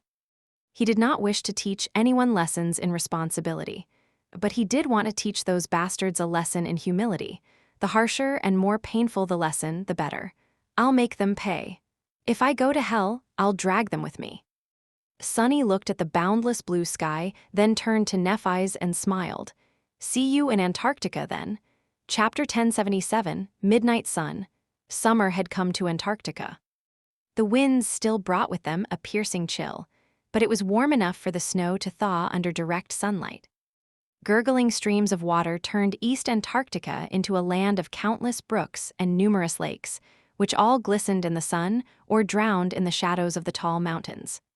The sun itself was distant and cold, but it never disappeared from the blue expanse of the sky. Just like there had been no end to the night, now there was no end to the day. The twilight of the long dawn had gradually turned into daylight, and now that October was in full swing, the whole continent was suffused with bright radiance. And would be for the next 5 months. The situation on the continent, however, was far from light. It was grim and dire, as if Antarctica had submerged deeper into an endless cycle of dreadful nightmares. The chain of nightmares was escalating with each day, and the evacuation army was forced to take more and more desperate measures to withstand it. The remains of a once thriving city were buried under thawing snow, with the skeletal remains of tall buildings rising above it like dark cliffs. This settlement had not been chosen to become a siege capital, and so it was abandoned at the start of the campaign. Now, it was nothing but a desolate ruin. From time to time, that ruin would turn into a battleground, sustaining even more damage. Currently, a furious battle was coming to an end on the streets of the abandoned city. A patrol of soldiers had been chased here by a swarm of nightmare creatures and forced to stand their ground. The humans had fought violently and almost defeated the attacking abominations. But sadly, the sounds of the combat awoke a fiend that had been slumbering in the ruins. The creature had torn a bloody path through the remaining abominations, and then slaughtered the soldiers. Now, only one of them remained alive. Lieutenant Catfiend was struggling desperately with the controls of her MWP. But it was of no use. The mighty machine had been damaged too severely and toppled, its vestibular systems going completely offline. She could have brought it back up relying on nothing but her piloting skills, but most of the limb hydraulics were destroyed, and the frame itself was bent and torn, large sections of the alloy armor already missing. Even the coolant pathways were breached, turning the pilot's cabin into a scorching inferno. The paint she used to decorate its walls with drawings was blistering and melting. Anti-Catfiend herself felt as if she was going to melt, too. But of course, she wouldn't. The abomination that had slaughtered her squad was currently on top of the MWP, clawing at the war machine with its powerful limbs. The armor was parting before the terrifying claws like paper. Each strike sent a concussive shockwave through the frame, tossing Catfiend up and down in the tight confines of her safety harness. The creature was going to kill her long before the heat had a chance to. Curse it. There was just no way for her to fight against a fallen demon, and that was what the creature was, most likely. At least the awakened leader of the patrol had called it that before being killed by the fiend. But even knowing how hopeless the situation was, Catfiend stubbornly controlled the only functioning arm of the MWP, bending it at the elbow to press the 7 barrels of the kinetic machine gun installed on the forearm of the war platform to the abomination's side. The barrels spun, unleashing a flood of heavy tungsten rounds into the demon's impenetrable hide. In just a second, the machine gun spat close to 200 armor-piercing bullets. However, all of them simply ricocheted off the harrowing creature's skin, not even bruising it. The fiend was pushed slightly to the side, then glanced at the firing weapon with its mad, burning eyes. In the next moment, the abomination's claws struck, ripping through the MWP's arm and severing it entirely. The next blow finally breached the cockpit, destroying the screens and letting Catfiend see the fiend with her own 2 eyes. She gritted her teeth. At least there's some cool air now. She knew that she was about to die, but she didn't. The battle had caused plumes of thick smoke to rise above the ruins, obscuring the sun and submerging the battlefield in deep darkness. At that moment, the darkness suddenly surged moved forward. Catfiend blinked, thinking that she was seeing things. 2 giant hands suddenly rose from the ground, grabbing the fallen demon by the shoulders. The hands had matte, inky black skin, slender wrists, and long, dexterous fingers that ended with sharp claws. These claws cut through the abomination's indestructible skin with ease. Then, the dark hands pulled and ripped the fiend apart. Half of its monstrous body landed to the left of the fallen MWP, the other half to the right. A river of blood and viscera splashed, falling into the turned-up dirt. Just like that, the terrifying creature had been slaughtered. What? Catfiend suddenly felt cold. The fallen demon was a harrowing monster. So what kind of otherworldly horror would be capable of killing it with such ease? As she stared, a figure emerged from the darkness, landing softly on the torn frame of the MWP. It was a young man with porcelain skin and black hair, his eyes glistening like dark gemstones. Despite the biting cold and the nightmarish surroundings, he wore no armor and wielded no weapons. His slender body was covered only by a light tunic of black silk. When the young man appeared, the darkness enveloping the destroyed city suddenly seemed to become deeper, darker, and more frightening. The sight of him was in such stark contrast with the ravaged, war-torn ruin that he seemed more like an apparition than a living being. Catfiend gulped. The young man lingered for a moment and then looked at her calmly. "Are you all right, soldier? Oh gods, he speaks." It took her a few seconds to digest what the eerie stranger had just said. What? He leaned forward and grabbed the jagged edges of the breach in the cockpit's armor, easily pulling the alloy apart to widen the gap. "I said, are you all right?" Catfiend lingered for a moment. "Ah, why yes." The stranger nodded. "Good. I'm Ascended Sunless of the Special Reconnaissance Unit. You can call me Master Sunless or Major Sunless. Let's get you out of this thing." Chapter 1078, Army Scout. Sunny helped the pilot climb out of the ravaged MWP, then looked around somberly. The ruin of the city was covered by the signs of a fierce battle. Sadly, he had been too late to arrive. Most of the soldiers were already dead. Damn it, he had noticed the commotion in the ruins by chance, while making his way through the wilderness to accomplish a different mission. If not for the habit of sending his shadows in a wide circle around him, Sunny would have never even known that a squad of human soldiers had been trapped here. He used Shadow Step to arrive as swiftly as he could, but ended up saving only one. With a sigh, Sunny helped the young woman climb down from the wreck of the MWP, summoned the endless spring, and handed it to her. "Here, drink some water." The pilot kept staring at him strangely, but he was long used to such stares. He gave her some time, then took the glass bottle back and asked, making sure to keep his voice neutral, "I am sorry about your comrades. But how did you guys end up in this sector? Did you not receive the message that it was designated as a black zone by Army Command?" The young woman grimaced. "We did, sir, but by then it was already too late. We were on a routine patrol along the 17th evacuation corridor when we came under attack from a swarm of nightmare creatures. We beat them back and pursued. Sadly, a few minutes later, a gate opened right behind us. We were quickly surrounded and had to run for our lives. We ran all the way to this city and," she sighed. Sunny awkwardly patted the pilot on the shoulder. "I see. I know a thing or two about bad luck, Lieutenant. It can get anyone. You did your best." Internally, he was shaking his head. Corridor 17, that place just attracts trouble, doesn't it? Corridor 17 connected one of the largest siege capitals in the region to the coastal fortress. Maintaining it was of vital importance to the evacuation effort, but recently, it had become harder and harder to keep the area clean. Sunny himself was on a mission to scout out a potential threat to that corridor. After reaching East Antarctica, he had basically received carte blanche to choose any assignment he wanted out of those suitable for an Ascended, of course.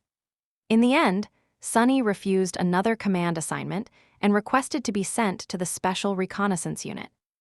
The SRU was responsible for prowling the abomination-infested wilderness in search of targets that could pose a serious threat to the siege capitals, keeping tabs on their movements and even attempting to lure them away from the cities from time to time. Powerful tyrants, terrors, and even titans. Those were the creatures that Army Command had them observe and track. Needless to say, the task was extremely dangerous and often lethal. The SRU consisted exclusively of powerful masters, and each of them either had an aspect uniquely suitable for such work or was an absolute elite. As for Sunny, he was both. The assignment suited him fine, despite the tremendous danger. Partially because it granted him a lot of freedom in his movements and actions, partially because he was reluctant to be put in charge of soldiers again. Being a leader had never been something Sunny enjoyed. The previous time was enough. It was too much, really. He glanced at the MWP pilot and sighed.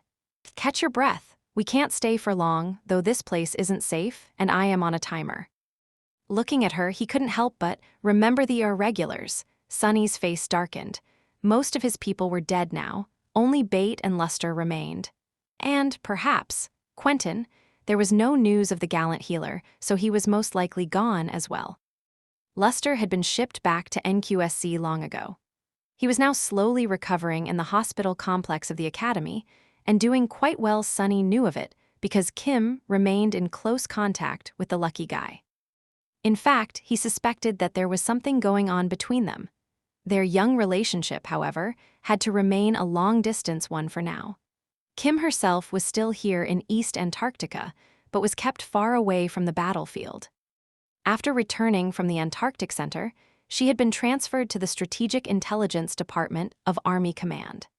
Now, her aspect was being used to determine the vulnerabilities of various nightmare creatures on a wide scale and disseminate that knowledge to the troops. There were many such specialists stationed at Army headquarters, but Kim was doing especially well for herself. Bate had been evacuated and reached safety a while back, too. Sunny and she kept in touch, sending each other messages once in a while. However, he had a feeling that the young woman wanted to forget what had happened in the southern quadrant, at least for now. Talking to him was perhaps a painful reminder. So, most of Sunny's communications were with Rain. His sister was doing well in the safety of NQSC. She was training diligently and not showing any symptoms of being infected by the spell. The serpent was protecting her, too. At least in that regard, Sunny felt somewhat assured. As for himself, ever since reaching East Antarctica, Sunny only had 3 goals. Turn the ravenous fiend into a shadow, become a tyrant, and prepare for the arrival of the great clans. Eli had spent fragments on the little imp first, then hunted down numerous abominations in hopes of forming the 5th Shadow Corps. Now he was mere days away from catching up to Neff. As for the 3rd goal, Sunny had made good progress on that front, too. As he thought about it, his communication device suddenly came alive, and a familiar voice resounded in his ear. "Where the hell are you, Sonny?" He smiled slightly. "Sorry, Jet, I've been delayed a little. Are you still en route?" Her voice came through the static, sounding a little out of breath. "Yeah, and I have a nasty swarm of abominations on my tail." Sonny nodded. "I'll send Mongrel your way, lead them to the rendezvous point, and she'll take care of everything. I'll arrive in a few hours." With that, Sonny glanced at the MWP pilot and sighed. "Time to go, soldier. Say your goodbyes. Then I'll bring you to the nearest army outpost." He turned away, giving the young woman some space, and looked up at the cold sun hanging motionlessly high above. A long sigh escaped from Sonny's lips. How bright. I never thought I would miss the polar night. Chapter 1079. Imp. The pilot did not spend a long time bidding farewell to her comrades. By that point in the campaign, everyone had experienced loss and defeat. The soldiers had not grown numb to watching people die, but they did become used to it. Death had always surrounded those who fought against the nightmare spell, and here in Antarctica, it was even more inescapable, both for the awakened and for the mundanes. When the young woman returned, however, a confused expression appeared on her face. Sonny raised an eyebrow. "What?" The pilot pointed. Where did my MWP go?" He looked back. The wrecked war platform was indeed gone. In its place, hidden behind a pile of dirt, sat an ugly little creature. It was hurriedly pushing a piece of bent alloy into its wide, toothy mouth with both hands. Noticing that someone was looking, the creature froze for a moment and feverishly continued to chew on the armored alloy, as if afraid that it would be taken away. Sonny rolled his eyes. "That little bastard right there ate it. Don't mind him." It was hard to imagine that the scrawny imp had devoured the massive machine, considering that it was dozens of times larger than him. But that was exactly what had happened. Sonny did not know what kind of infernal engine was hidden in the imp's stomach, but the little guy's appetite was inexhaustible. Anything that entered his mouth disappeared without a trace, and there were very few things that his sharp teeth couldn't rip apart. Sonny shuddered, remembering how he had turned the tiny wretch into a shadow. He had done it not long after arriving in East Antarctica. Before, Sonny had been planning to become a tyrant first, but that was because he needed more power, fast, during the siege of Falcon Scott.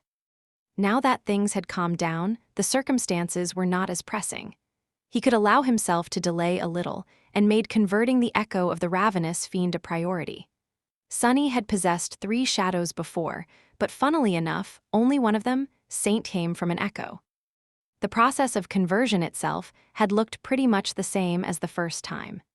In the tranquil silence of his soul sea, 2 beams of dark light descended from one of the shadow cores.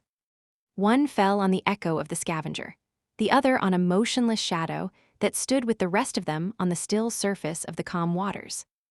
The shadow of the ravenous fiend seemed to dissolve into the dark light, and then the echo became wreathed in black flames that seeped into its flesh, changing it on a fundamental level.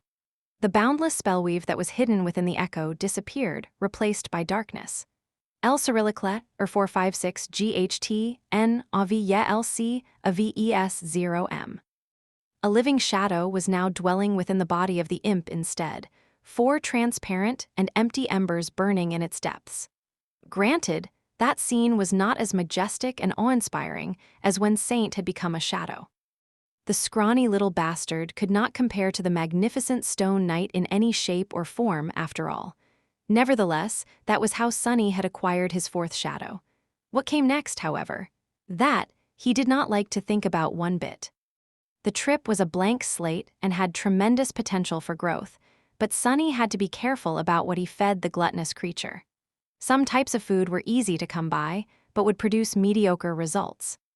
Worse tighten that, be strongly suspected that some advancements would prevent more beneficial powers from taking root in the future. There was one he could not compromise on, though: affinity to shadows. And since shadow creatures were almost impossible to find, Sonny had no choice but to feed the hateful gremlin some of his own flesh again. The first time he summoned the fiend into the real world, the tiny creature looked around, then stared at him with fright and ran away, hiding behind Saint's leg. The imp then grabbed her calf with his 8 clawed fingers and cautiously peeked from behind it, trembling slightly. "Get over here, bastard." Unable to refuse Sunny's command, the imp reluctantly abandoned his shelter and slowly waddled over. The moment Sunny offered the gremlin his forearm and ordered him to take a bite, the bastard's eyes ignited with ferocious glee, though. What happened next was a truly ghastly experience for Sunny. Ella endured it by bitterly fantasizing about killing the vile little creature for the second time. However, it was worth it in the end. The scrawny fiend regained its ability to travel through shadows. Later, Sunny learned that the process of gaining new attributes and abilities was rarely, if ever, so easy and fast. The fiend had already possessed a high affinity to shadows thanks to being one, and Sunny himself was even more unique. He was a divine shadow, after all. These two reasons made it possible for the little imp to inherit a vestige of his power in one go. As to how the bastard had managed it the first time around, Sunny had no idea. Maybe the inherent adaptability of the scavengers resonated with the innate formlessness of shadows. Maybe the wretch had simply gotten lucky. The point of it was that he couldn't just command the gluttonous scavenger to devour a nightmare creature and expect the same to happen. It took a long time and a lot of corpses, suitable ones, at that, for the imp to grow in the right direction. Luckily, he was not limited to only eating flesh, which was why Sunny was currently concentrating on feeding the imp all kinds of steel, alloy, and mystical metals. The ravenous fiend's bone armor had been rather spectacular, but he was determined to come up with something even more indestructible. Watching as the scrawny bastard hurriedly finished chewing on the last piece of the broken MWP, Sunny smiled slightly, his eyes shining with ominous glee. "Eat, eat. Eat more, trashling. I need to fatten you up." The imp suddenly shivered and looked at Sunny with wide, terrified eyes. Sunny suppressed a menacing grin and dismissed the imp, then looked at the pilot. "I got him as an echo. Come, let's go. We need to hurry." Chapter 1080, Marvelous Devil. As a scout, Sunny constantly had to traverse great distances across the abomination-infested wilderness of East Antarctica. He would usually ride atop Nightmare or glide through the shadows with incredible speed, but right now, neither of these methods were an option. His steed was with Saint, and he obviously couldn't leave the stranded MWP pilot behind by turning into a shadow. Theoretically, Sunny could carry the young woman on his back and run, which would be faster than limiting his speed to that of a mundane human. But he was not too desperate to save time. There was an army outpost relatively close to the ruined city, and although normal patrols would be slaughtered if they tried to take the convenient shortcut, nothing that dwelled there could threaten Sunny. As they followed a small river that snaked between barren hills, Sunny summoned the runes and glanced at the list of his shadows. It read, Shadows, Onyx Saint, Soul Serpent, Nightmare, Ravenous Fiend. Sunny concentrated on the last string of runes, summoning a detailed description of the little bastard. Shadow, Ravenous Fiend, Shadow Rank, Transcendent. Shadow Class, Devil. Shadow Description. A pitiful little creature traveled through a nightmarish land, harboring a bitter grudge in its tiny heart. Driven by resentment and spite, it suffered many trials and conquered untold dangers to become a marvelous devil. But fate was unkind. The ravenous devil met a much more terrible fiend and turned into his shadow. Sunny stared at the runes with a bleak expression. The spell had always liked to tease him. At least he thought that it did. But this one was just unfair. How come I'm the fiend? The bastard literally has the word fiend in his name. Shaking his head, he moved past the description and continued to read. Shadow attributes. Lucky, marvel, ravenous, shadow sworn, lesser iron body. Lucky attribute description. This shadow is favored by fortune. Sunny sighed. His own attribute, fated, attracted both incredible and absolutely terrible luck. The imp, however, was blessed with only good fortune. It was most likely the small scavenger's very first, innate attribute. No wonder the bastard had survived meeting him twice. Damnation. Peeved by the blatant unfairness, Sunny continued to read. Marvel attribute description. This shadow is a marvelous learner. It is stunningly keen and supremely adaptable, absorbing new knowledge with astonishing speed. Lucky and smart. Well, who cares? At the end of the day, it still didn't help him survive meeting me for the third time. If the wretch was so smart, he should have avoided me like a plague. Sunny had seen these descriptions before, of course, but he still couldn't help seething over them. Ravenous attribute description. This shadow possesses an insatiable hunger and a frightening potential for growth. The more it eats, the more it will grow. This attribute already seemed rather great, despite the fact that the imp had not grown even by a centimeter in the last 2 months. Sunny had fed him literally tons of armored alloy, as well as the corpses of many nightmare creatures with steel-like carapaces. He had no idea how much the little fiend had to gobble up to become bigger, but knew that the result would be worth it. The true benefit of the ravenous attribute was much more subtle, though, and incredibly precious. It was the fact that, unlike Nightmare and Saint, the imp did not need to consume memories to rise to a higher rank. L Cyrillic letter 456 GHTN AV ye LC AVE. CAM. There was no counter of shadow fragments. Instead, the fiendish shadow simply had to devour. It could become a supreme devil by simply devouring nightmare creatures. Or any creatures, really. In great numbers. The more powerful, the better. That put Sunny, who was already suffering terribly from the need to procure countless memories, at ease. This imp is indeed lucky. If I had to choose between feeding memories to Saint and Nightmare or him, well, the poor bastard would have definitely starved.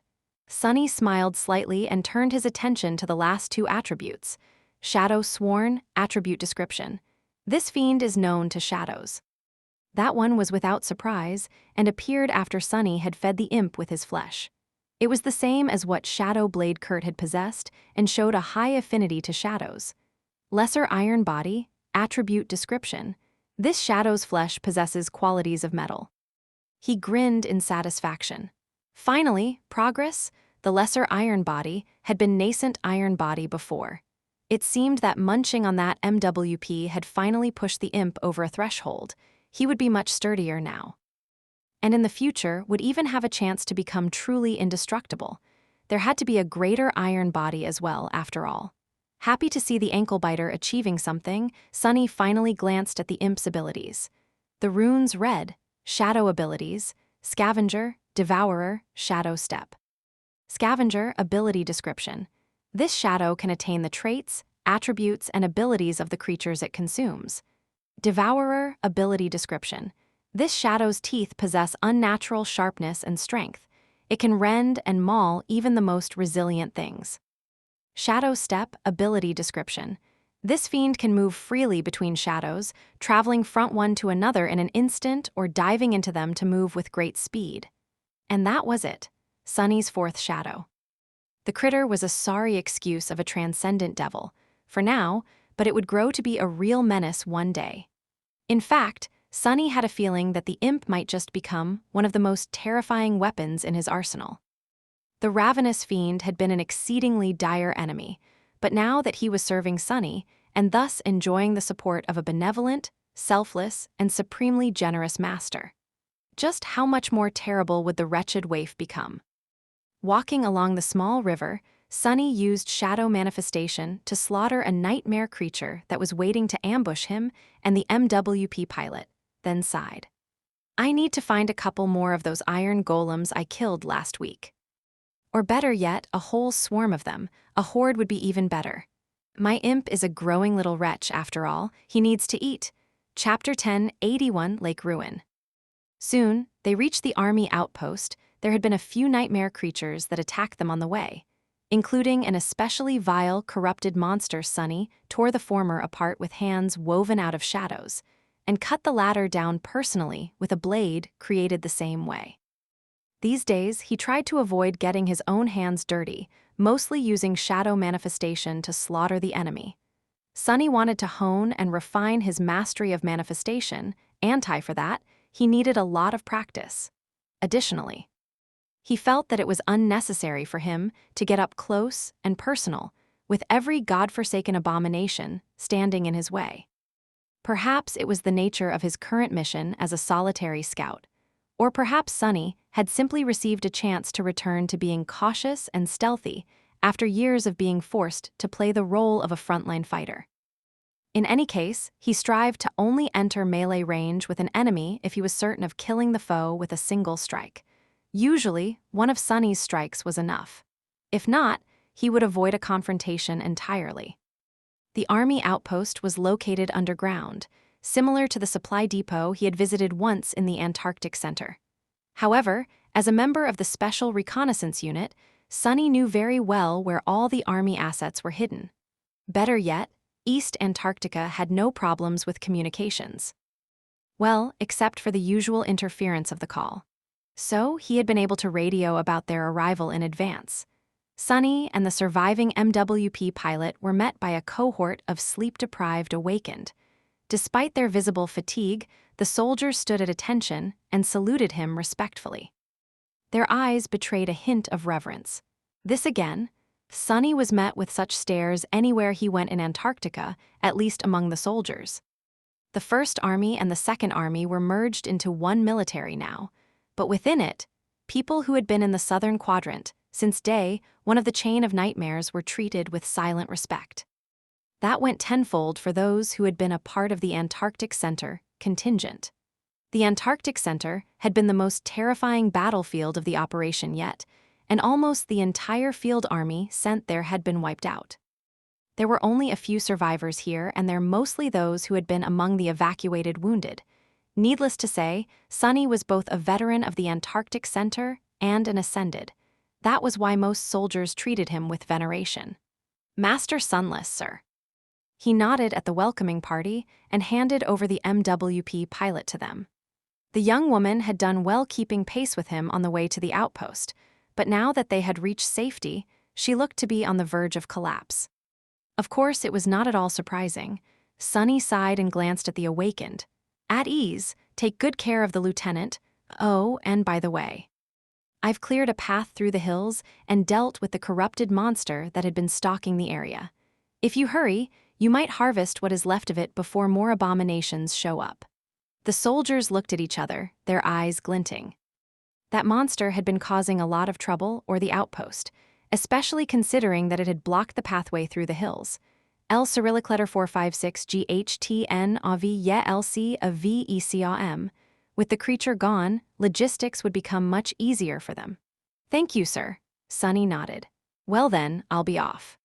He looked at the MWP pilot, lingered for a few moments, and then said awkwardly, "Stay alive, soldier." With that, Sunny stepped through the shadows and disappeared from view. He had wasted a lot of time already and was running late for the rendezvous with Soul Reaper. The soldiers remained standing there for a while, staring at the empty space where he had stood before. Eventually, one of them said, "That was him, the devil." Another nodded with a stunned face. But of course, Sunny was already far away and did not hear any of it. The sun was circling in the sky, never falling behind the horizon. He glided through the shadows where he could, ran where he couldn't.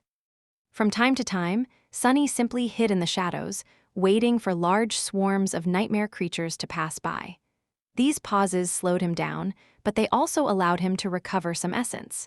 He avoided getting into fights to preserve more of it as well. And also because there was no reason to. It was already evening, or whatever passed for one in this strange land, when Sunny drew near another min. The city in front of him was almost entirely destroyed and drowned by a vast lake, with only the remains of tall towers rising above the icy water. The ruin was different from the one from before, and much older. It had been left behind by the wars that humans waged on each other during the dark times, not the rampage of the chain of nightmares. Nevertheless, the drowned city was Sunny's current mission. He hid himself in the shadows of a rusted wreck and studied the ruin. There were bodies of nightmare creatures floating near one of the towers, painting the water black. Each of them seemed to have been killed by a single arrow. Sunny observed the area for a few minutes, noticing strange ripples on the surface of the lake. There were more abominations hiding underwater. Finally satisfied, he activated his comm and contacted Jet. "Reaper, it's Devil, I have arrived." A few seconds later, her voice came through the static. "It took you long enough. Where are you?" He looked around. Southern shore, near an old wreck on the slope of a flat hill. Jet took a few minutes to respond. "I see it." Move west for about a kilometer, then follow a collapsed tower into the lake. From there, you'll be able to see 3 huge smokestacks. Iton in the middle one. Near the top, get here as soon as possible. And be careful of the water. It is teeming with schools of tiny, hungry fishes. Sunny lingered for a moment. Got it. What about the target? Soul Reaper responded in a few seconds, her voice sounding a bit tense. It's in the middle of the lake. I was waiting for you to arrive before trying to get a better look. Nodding, Sunny glanced at the ripples in the cold water one more time and then dashed out of his shelter. Chapter 1082, Ancient Chimneys. He reached the giant chimney without too much problem, avoiding the teeth of the vicious fish-like creatures with the help of the dark wing and a couple of perilous leaps. The structure was wide and incredibly tall, reaching at least 300 meters into the sky. And that was just the part visible above the water. There were a few holes in the frame of the alloy smokestack, so Sunny did not waste time jumping through one of them. He found himself in a vast, dark well, still water radiating bone-chilling cold a few meters beneath his feet. A tiny circle of light was visible hundreds of meters above. Sunny did not know what kind of industrial behemoth had demanded such an enormous chimney, 3 of them, in fact, and what kind of poison had been billowing out of them into the atmosphere in the past. However, even now, decades or even centuries later, the air inside was acrid and hard to inhale, reminding him of the worst days in the outskirts. Grimacing, Sunny looked around, and then jumped to a piece of scaffolding a dozen or so meters above his current position. Landing noiselessly on the weathered alloy, he smiled at Saint, who had been standing there, still as a statue, holding a bow in one hand. The taciturn knight turned her head slightly, acknowledging his arrival, then indifferently continued to watch the base of the smokestack. He could feel Nightmare hiding in the darkness nearby, dissolved into the shadow form. The black steed moved, greeting him, and then grew still once again. Good work, guys, Sunny's calm hissed. Get up here, I'm bored out of my mind. He sighed, then turned into a shadow himself and ascended the tall structure, gliding upward in a wide spiral. As SDMNY was going up the old alloy walls, he found himself involuntarily thinking about how long it would take Imp to eat the whole thing. Then he caught himself and scoffed. Gods, what am I thinking about? But it was really a lot of alloy. At the top of the smokestack, strange machines were installed into the mouth of the well, and the walls were blackened by fire and soot. The acrid smell was somewhat reduced by the proximity to the open sky. Jet was sitting on one of the pieces of machinery, her feet hanging above the abyssal drop. Noticing Sunny step out of the shadows, she closed the lid of an army-issued thermos, threw it into her backpack, and grinned. Here you are. He nodded. Yeah, sorry for making you wait. Soul Reaper shook her head. I've been on a long reconnaissance mission the entire week. Honestly, having a chance to just sit and relax for a few hours was exactly what I needed. Let had joined the special reconnaissance unit, just like Sunny. They mostly worked alone, but for the more dangerous missions, Army Command grouped 2 or more scouts together. As a result, the 2 of them continued to cooperate and fight side by side through most of the past few months. By now, they made for a very good team. Jet stood up and looked around, studying the ancient machinery. Hey, do you know what these things were for? Sunny shook his head. No, do you? She walked along the edge of the alloy platform and nodded. It's a filtration system. Basically, one furnace pushed a constant stream of toxic smoke through the smokestack, and on top of it was another furnace. This one meant to burn all the toxicity out of the smoke and prevent it from getting into the atmosphere. L Cyrillic letter 456 GHTN AV LC VECAM. So, each of these chimneys used to shoot out a colossal plume of fire into the sky. Must have been quite a sight, especially in winter. Sunny scratched the back of his head. Sounds kind of stupid. Jet glanced at him with a bleak expression. Well, I'm not an engineer, it must have worked. Otherwise, why waste all that time and energy on constructing filters? Anyway, let's get to the top. The faster we finish the mission, the faster we can get the hell out of this stench. They scaled the last dozen or so meters of the smokestack using an ancient, rickety ring ladder and climbed onto the lip of the giant chimney. It was as wide as a road. From here, most of the lake and the city drowned by it could be easily seen. Sunny stared down, appreciating the surreal beauty of the desolate landscape beneath them. Almost at the same time, two of his shadows reached the top of the other two giant smokestacks. Let glanced at him. Well, he hesitated for a few moments. The one to our left is empty, but the right one, there is something hiding inside, something huge. All the shadow could see were loops of flesh coiled inside the dark well of the ancient smokestack, filling almost a third of it. Jet sighed with relief. Well, good, because we need to get to the left one. Leave that thing, whatever it is, alone. Sunny nodded, ordering his shadow to hide itself and keep an eye on the gargantuan creature. The three towering chimneys were not too far away from each other, so getting from one to another was not a problem to them. However, it was not very safe. If something attacked you in the air, staying alive would be a challenge. So, unless someone like Kai was around, at least two people were required to keep each other safe. Sunny temporarily borrowed Morgan's barbo from Saint and covered Jet as she glided across the wide gap between smokestacks using a flight memory. She reached the next chimney, then summoned half a dozen sharp throwing stars and did the same for him. Sunny used the dark wing to breach the gap and soon joined Jet. Now they were very close to coming in sight of the target of this mission. He frowned. Do you feel it? Soul Reaper slowly nodded. Yeah, the call is much stronger here. There must be a Category 3 gate nearby. They walked to the opposite side of the smokestack and looked down. From that position, nothing obstructed their view of the middle of the lake. And there, nestled between the ancient ruins, Sunny sighed. That is going to be trouble. Chapter 1083, Reconnaissance. The two of them lowered themselves to the weathered alloy, looking cautiously over the edge. Far away, in the middle of the ruined city, an enormous body of a ghastly creature was hidden between the rubble, long swathes of it submerged into the water. The creature resembled a monstrous centipede that was at least 100 meters long. It was encased in pale chitin. No, not chitin. Bone. The giant centipede seemed to be covered in countless thousands of human skulls, all of them stuck together to form a morbid carapace. Its horrid maw was large enough to swallow an armored APC and full of grotesque, hone-white teeth on its head. Too tall, dead trees grew from the carapace of skulls like skeletal horns. Taking care to not fixate on the grotesque creature directly, knowing that some abominations could sense when they were being watched, Sunny couldn't help but feel a chill. That thing's going to be a nightmare. Silence was the key, and thus, Sunny used the mystical blessing of dusk to communicate his thoughts, avoiding speaking aloud. Jet, receiving his silent message, responded in kind, her voice echoing in his mind against the backdrop of deathly stillness and the mournful wind. Examine its mouth. Sunny did as she asked, his eyes widening at the sight below. The monstrous centipede writhed, its long neck contorting as it gagged and then retched up a mass of wet, slime-coated bones.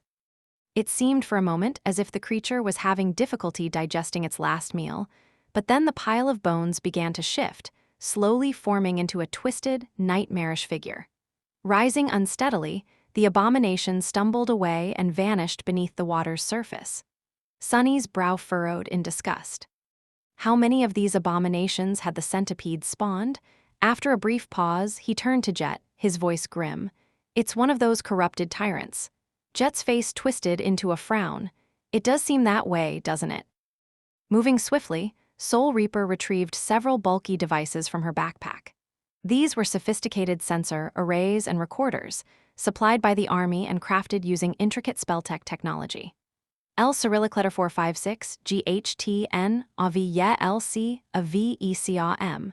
But despite their complexity, they proved useless in the face of interference from a nearby gate. Minutes passed, filled with futile attempts to gather information, until Jet finally sighed and shook her head at Sunny. He simply shrugged. Guess we'll have to contact Army Command. Without a word, Jet moved to a safer spot and activated her military communicator.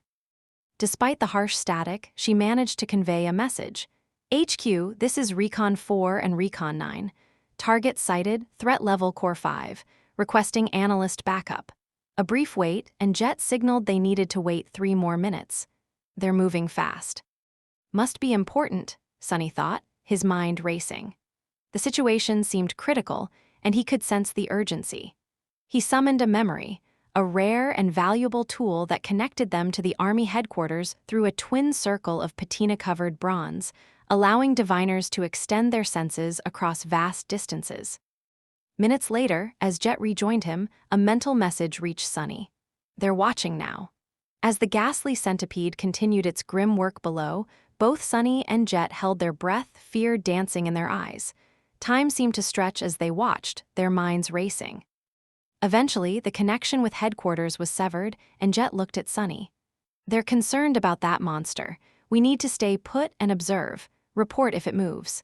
Sunny's heart sank as he looked around, the wind biting into his flesh, the acrid smell lingering. Guess I'll catch some sleep.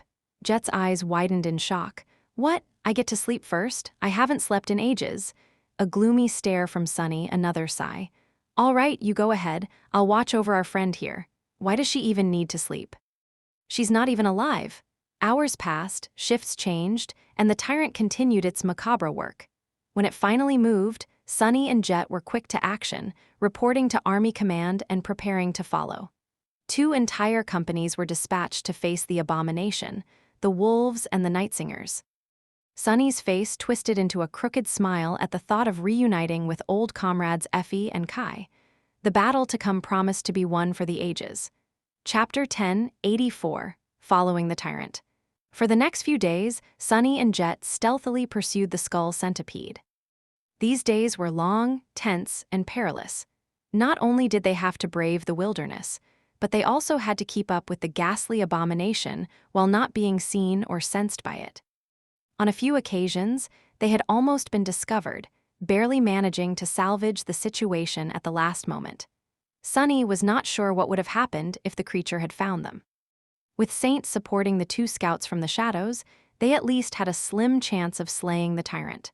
But a battle like that would be a dire one.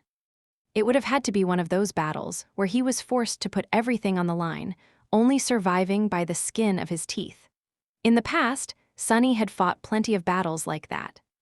He had grown so used to walking the thin line between life and death that he did not even consider such things unusual anymore. That mad balancing act was just par for the course. However, he also knew that he would not remain on the winning side forever. If he kept risking everything, his luck was bound to run out one day. After Falcon Scott, his way of thinking about things shifted. Sunny was now much more experienced, and with that experience came cold, calculating prudence. His chances of defeating the skull centipede and its army of bone abominations would be much higher with the support of 2 entire companies of Awakened. And so he was determined to meet this enemy on a battlefield of his choosing. With the odds stacked in his favor as much as the circumstances allowed, Jet was of the same mind. They followed the plan and put all their effort into remaining hidden. The centipede slithered across the vast plains of East Antarctica, eviscerating everything in its path.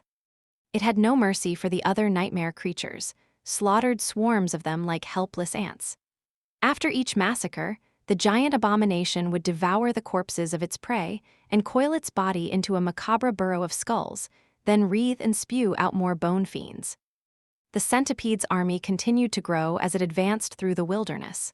With each day, Sunny and Jet became more and more despondent. It had been hard to tell at the start, but now there was no denying it. The tyrant's course put it on a direct collision course with one of the siege capitals in East Antarctica. Each human stronghold on the continent was surrounded by vast masses of frenzied nightmare creatures, and even more dead ones. Tall piles of bodies covered the killing fields, growing with each passing day. If the skull centipede was allowed to launch an attack on a siege capital, it would already be bad enough. However, if it managed to gain access to all those corpses, the strength of its army would increase exponentially, and the threat posed by the creature would explode in magnitude.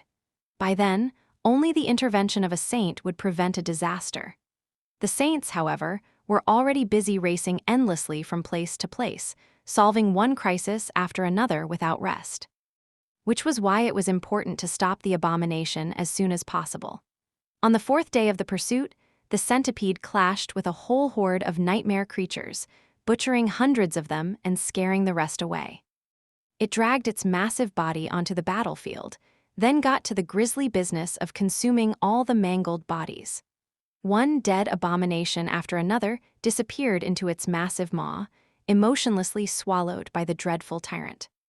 Sunny and Jet were observing the process from a safe distance as they hid between two enormous boulders. On the ground between them lay a scattering of bleeding carcasses. They themselves had engaged in a short and gruesome fight with a pack of nightmare creatures just minutes ago. Now that a suitable shelter was cleared, they could rest easy for a few hours. Sunny frowned. It killed too many this time, considering how long it takes to create a bone soldier.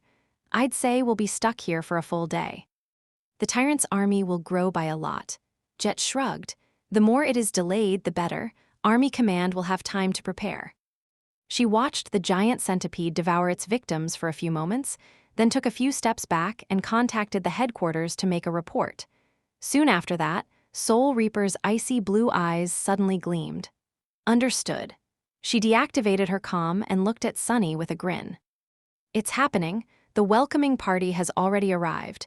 We need to overtake the monstrosity, meet up with them, and prepare the festivities. Sunny let out a relieved sigh. Finally, a hunt like this one was not easy to arrange. Simply deploying troops outside the siege capital was a dangerous task by now. The wilderness was teeming with numerous nightmares creatures, and an expedition force risked drowning in a horde of them before even reaching the intended target. It took a lot of courage and competence to navigate a course through the enemy territory. If the target was on the move, the task only grew that much harder. Luckily, this time, Army Command was receiving constant updates on the creature's location from Sunny and Jet, so tracking its path had been easier. And now, finally, almost every piece was in place. All that remained was for the scouts to join the assault force and spring the trap on the menacing tyrant. Sunny smiled. Let's go, then. They silently abandoned their shelter and made a wide circle around the location of the skull centipede, then moved away with as much speed as they could allow themselves without risking attracting the attention of migrating hordes of nightmare creatures. Half a day later, Sunny and Jet arrived at the shore of a wide river. The landscape made it so that there weren't many places to cross it for many kilometers around, with only a single ford formed by a scattering of giant boulders.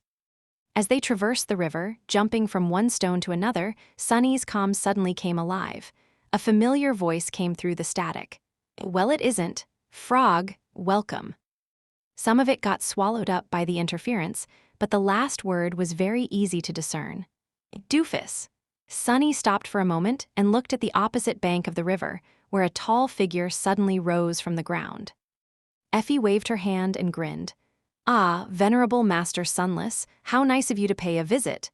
Chapter 1085, Wolf Army. Sunny and Jet looked like quite the pair. Both were wearing black, which made for a stark contrast with their pale skin and raven hair. Granted, Soul Reaper looked more imposing in her fitting black leather armor. Sunny, on the other hand, wore a simple silk tunic and a pair of dainty shoes. He was also unarmed. Actually, he was perhaps the more threatening of the two. People were used to seeing Awakened wear suits of impregnable armor and wield powerful weapons. It was the sight of someone who didn't feel the need to do so, even in the deadly reaches of East Antarctica, that was truly frightening. He made the last jump, landing softly on the ground not too far away from Effie. From here, Sunny could sense hundreds of shadows somewhere nearby. He looked around, noticing mundane soldiers and Awakened hidden here and there along the river shore, all keeping watch on the surrounding area. The first irregular company had numbered 42 Awakened and 7 Masters. The two companies Effie and Kai commanded, however, were different. Unlike the special unit Sunny had belonged to, these were companies meant for general combat. Each of them consisted of close to 100 Awakened and 10 times that many mundane soldiers, complete with a platoon of mighty MWPs and a robust stable of specialized vehicles that ranged from heavy artillery to support and resupply. 2 of these companies together made for a small army. Effie walked over, a wide smile on her face. Sunny, long time no see, she looked. Quite impactful. His friend had always been a sight to behold with her impressively tall stature, athletic build, and generous figure. Now, however, Effie resembled an incarnation of a beautiful war deity much more than she resembled a mere mortal. The main reason for this was her armor. It was as though Effie had been dipped in liquid steel, which then clung tightly to her body, tracing every toned, graceful line of it. Sunny had once thought that the undying chain felt like a second layer of skin. However, in his case, that was simply a metaphor. The armor of the vibrant huntress, on the contrary, could be described the same way quite literally. There was a piece of white cloth tied around her waist, and another one covering her chest, but other than that, Effie's whole body was exposed and seemed as if it had been cast of lustrous steel. Only her head was uncovered, for now. That armor, of course, was the transcendent memory she had received after slaying one of the immortal chain lord of the Kingdom of Hope, the Sun Prince. Sunny coughed. Just looking at Effie would make one's blood run hot, but that wasn't all.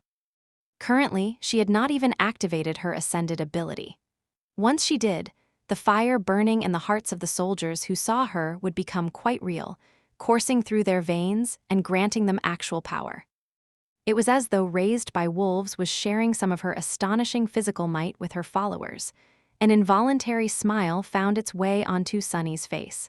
"What are you talking about? We saw each other 2 weeks ago." Effie shook her head energetically. "That doesn't count. Every time you come to the island, you and Cassie immediately slink to the basement to spend a few quality hours closely studying the floor.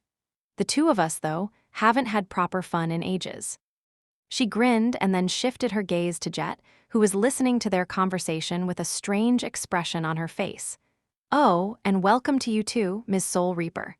Thanks for keeping this doofus alive. I know he's a handful." After saying that last part, Effie lingered for a moment and winked. Jet blinked a couple of times.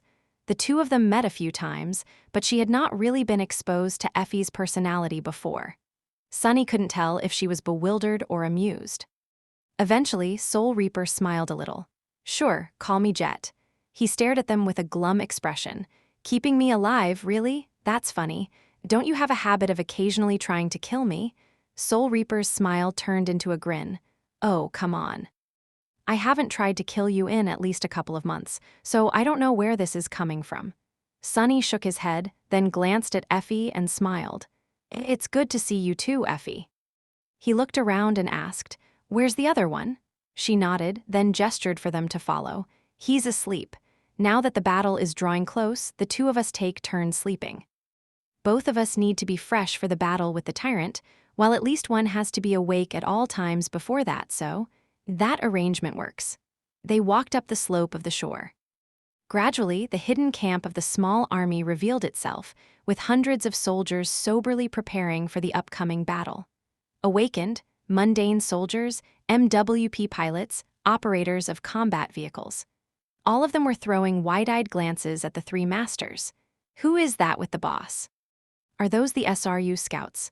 Is it me, or is our boss acting too friendly with that guy? Gee gods, isn't that Soul Reaper Jet? Holy hell, that's Soul Reaper and Devil. No way, let me see. I heard the two of them fought a corrupted Titan in the Antarctic Center. That can't be right, can it? They wouldn't be alive if they did. Soul Reaper might be tough, but our boss is definitely tougher.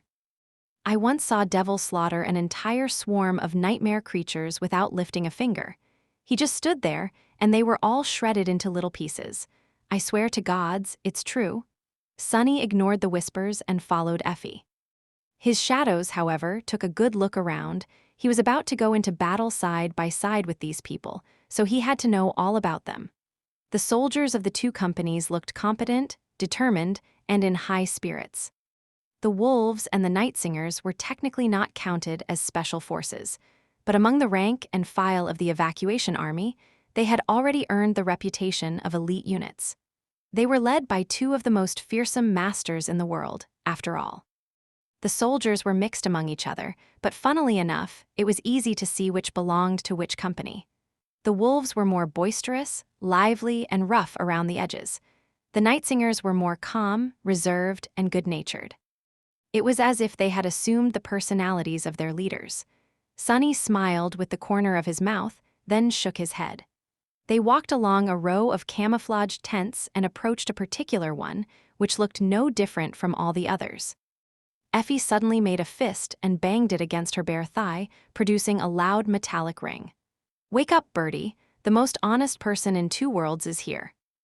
Uriel notes, "One more later maybe, depends on if I fall asleep or not before the author releases the last chapter for the day." Chapter 1086, Shared Pain. There was some rustling inside the tent, and then Kai emerged from it, looking as handsome and dazzling as ever. Even more so, Sunny's face became a little dull. His friend had reached borderline criminal levels of attractiveness after becoming a master, mesmerizing most mundane humans by simply appearing in front of them. But Sunny had thought that a couple of months in the mud and muck of Antarctica would rub some of that glamour off. However, he had been sorely mistaken. If anything, Kai only became more captivating.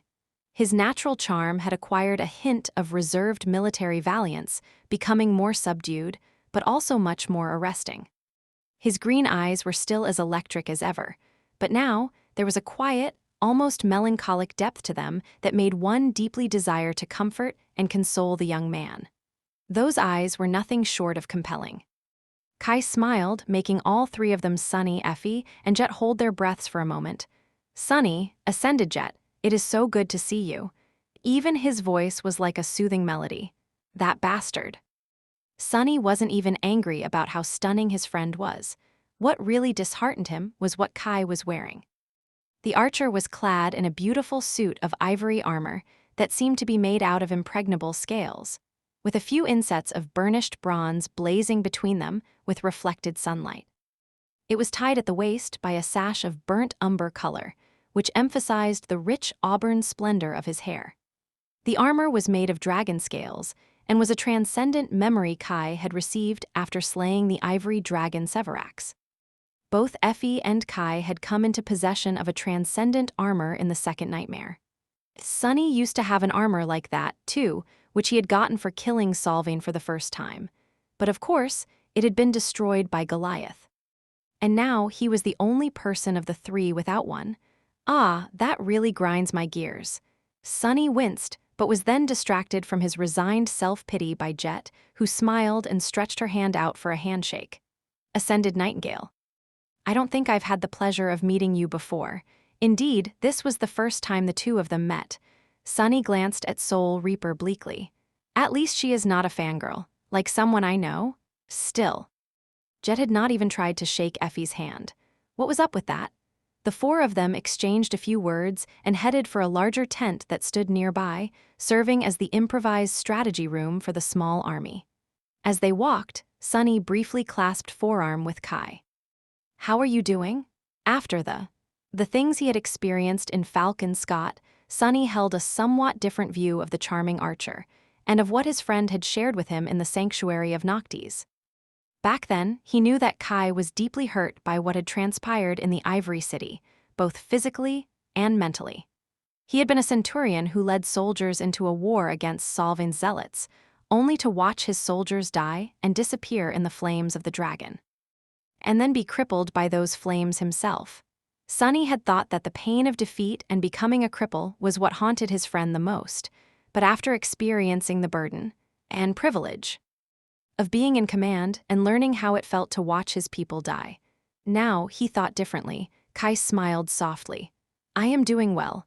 Thank you for asking, Sunny, but I really am. I feel like I'm in the right place." Sunny nodded, thinking that he understood. Kai had always had these naive notions of what was right and wrong, and what a good person was meant to do with the power all awakened possessed. For someone like him, coming to Antarctica was, perhaps, a very sincere endeavor. He glanced at Effie. Come to think of it, the merry huntress had lost people in the nightmare, too. She watched all the other girls perish under the ruthless training methods of the war maidens, powerless to save any of them. Even Cassie had experienced powerlessness and loss, with all the other priestesses and people of the Night Temple, including her cherished mentor, the one in the north, ending up slaughtered by Mordred. All of them had felt it. Did Nephis feel the same? Probably not. But then again, no one knew what she had lived through in the second nightmare. Changing Star was strangely reticent about that particular ordeal. They entered the tent, gathering around a fold-out table that had a small holographic projector placed on it. A topographical map of the area was projected into the air, with their location and the last known whereabouts of the skull centipede marked on it in red. Sunny, however, paid it no attention, still lost in his thoughts. After a while, he shook them off and honed in on the conversation. Kai was speaking. There is simply no other path. The creature will definitely try to cross the river near the ford, and so, that is where we will ambush it. Jet shook her head.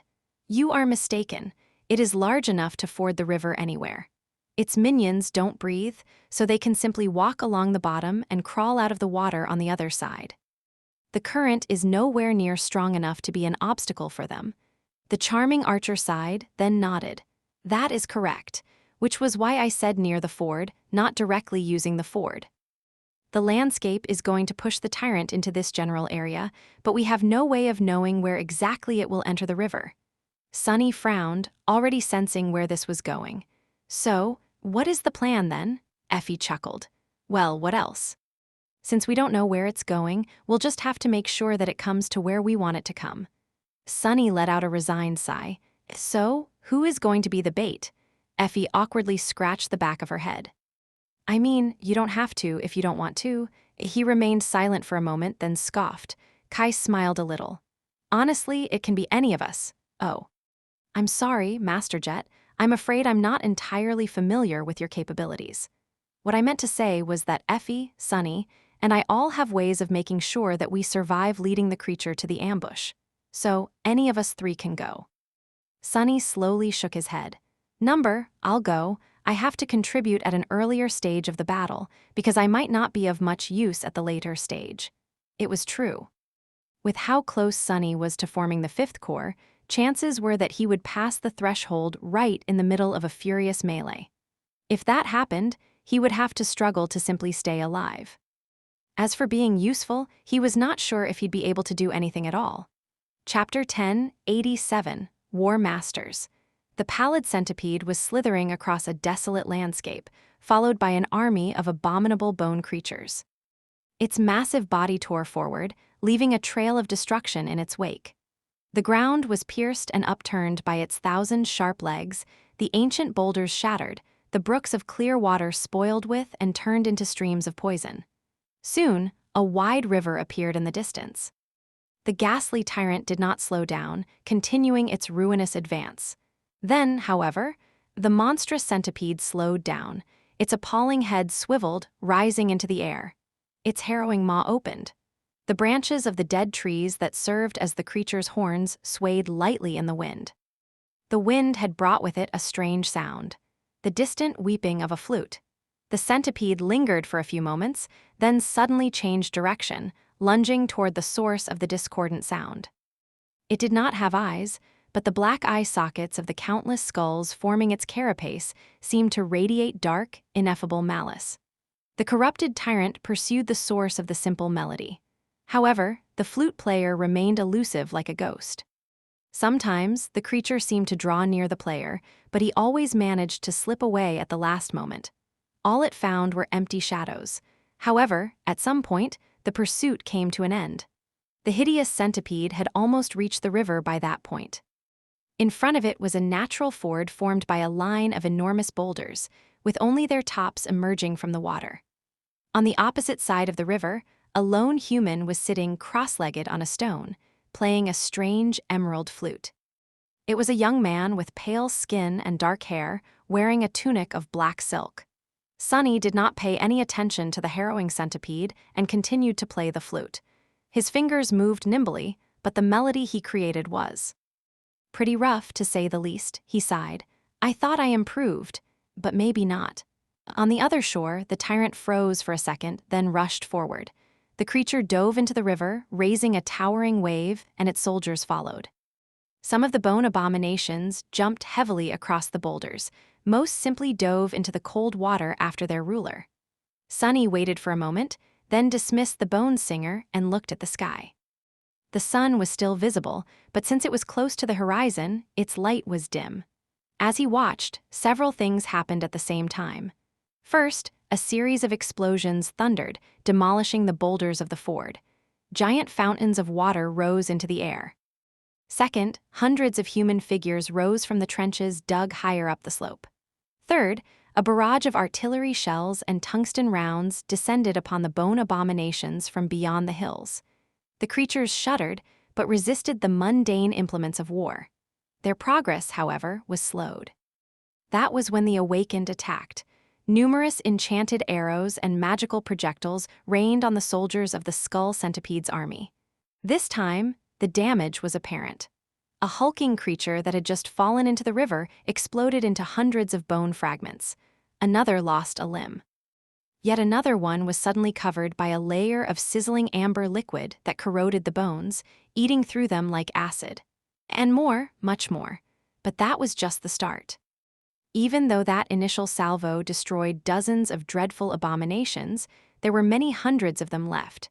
There was the tyrant itself, as well. A beautiful figure that seemed to be cast of steel appeared on the slope in front of the trenches, wielding a spear and a large round shield. Her voice boomed across the battlefield, filling the hearts of the soldiers with maddened fervor. "Wolves, prepare for war." Sonny turned his head and glanced at Effie, feeling his blood boil from her battle cry. As he did, a strange thing happened. He suddenly felt exhilarating power rush into his body. It was as though he was suddenly as mighty as a ferocious beast, as resilient as a granite wall, and as sharp as a steel sword. And that was not just a feeling. His strength, speed, endurance, and resilience did indeed undergo a striking improvement. It was as though his body had received a comprehensive overhaul, becoming so much more suited for battle. Incredible. Every time he was exposed to Effie's ascended ability, Sonny couldn't help but feel awed. For him, who had already enjoyed the augmentation of the shadows, the physical boost was not that pronounced. But for the awakened soldiers, and especially mundane humans, it must have been a true blessing. The most frightening part, however, was that this ability had no limit to how many people could be empowered by it.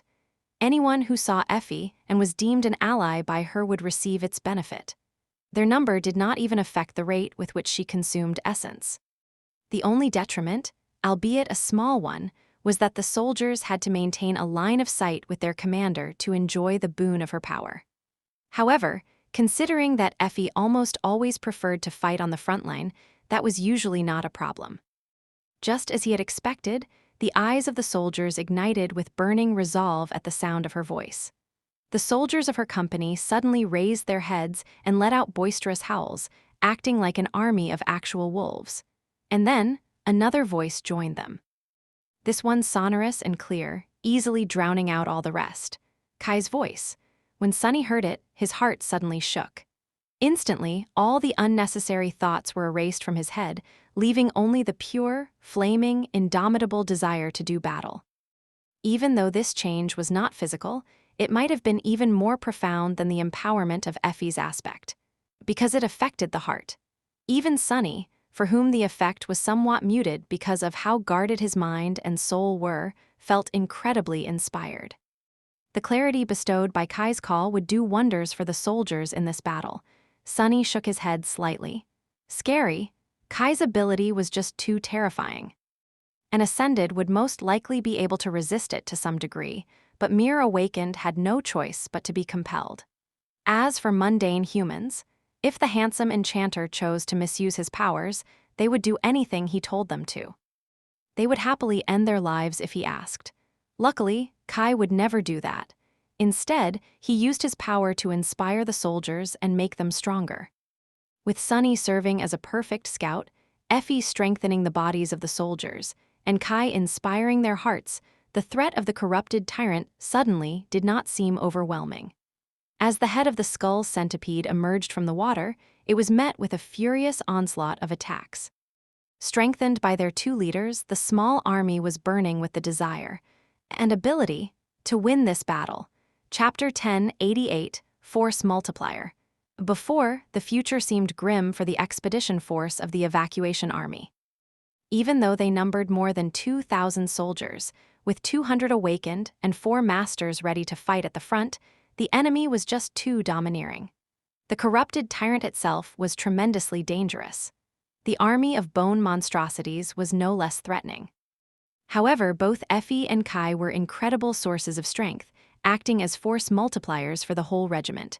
With their help, the power of the soldier's sword almost balancing the scale. Sunny's and Jet's efforts were no less important. Thanks to them, the two companies had been able to choose the battlefield and prepare an ambush. Terrain advantage was extremely valuable, and so was the foreknowledge of what the enemy was capable of. That last part was, perhaps, the most precious. The two scouts had not only gathered intelligence about the location of the enemy and the number of minions under its rule. They had also provided the analysts and diviners of the army with an opportunity to study the tyrant. Thanks to that, the human force did not have to go into the battle blind. Even though they did not know every detail of what the skull centipede was capable of, they did know the most important parts.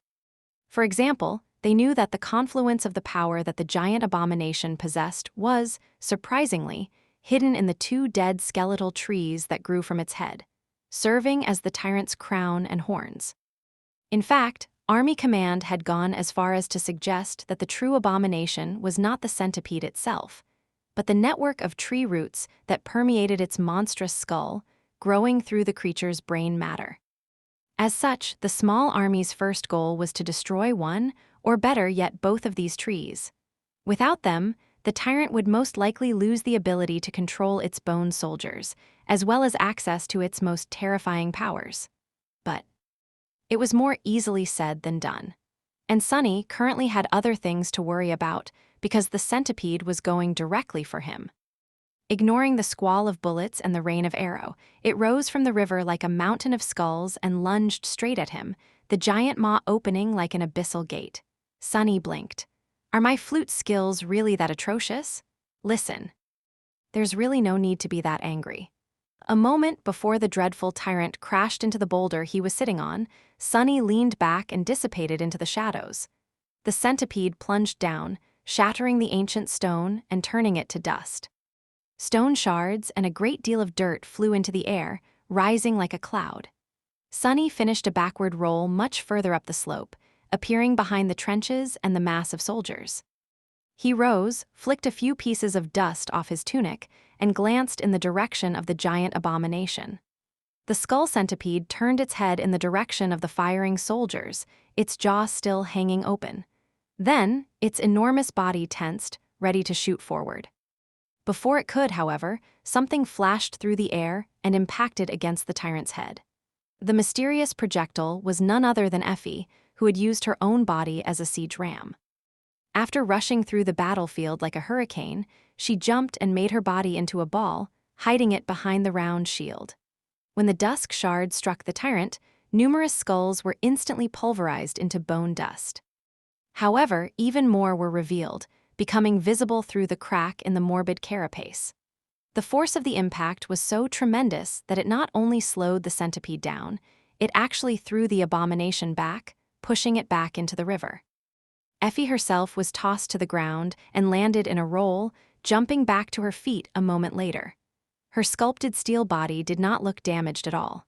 If anything, the huntress looked as exuberant and robust as ever. As her war cry resounded across the battlefield, the first wave of the hulking bone abominations clashed against the line of awakened. A ferocious melee exploded into a cacophony of ear-piercing noise. The tide of nightmare creatures seemed unstoppable, as if it would easily wash the human fighters away in a wave of desperation and blood. But it didn't.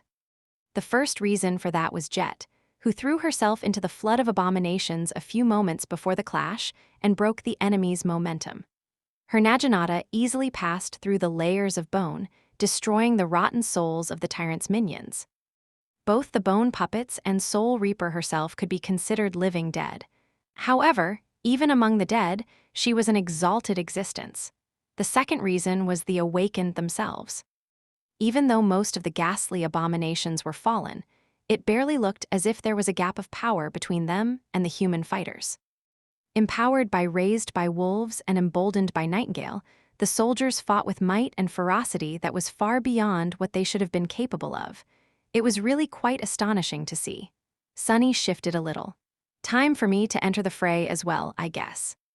He had to act restrained in this battle. However, that did not mean that he couldn't do anything. More and more bone fiends were crawling out of the river, and the skull centipede itself had already recovered from Effie's devastating blow. It was lunging forward once again, this time aiming for the ironclad huntress. Sunny opened a leather satchel that hung on the silk cord tied around his waist and took out a small, intricately engraved stone lantern.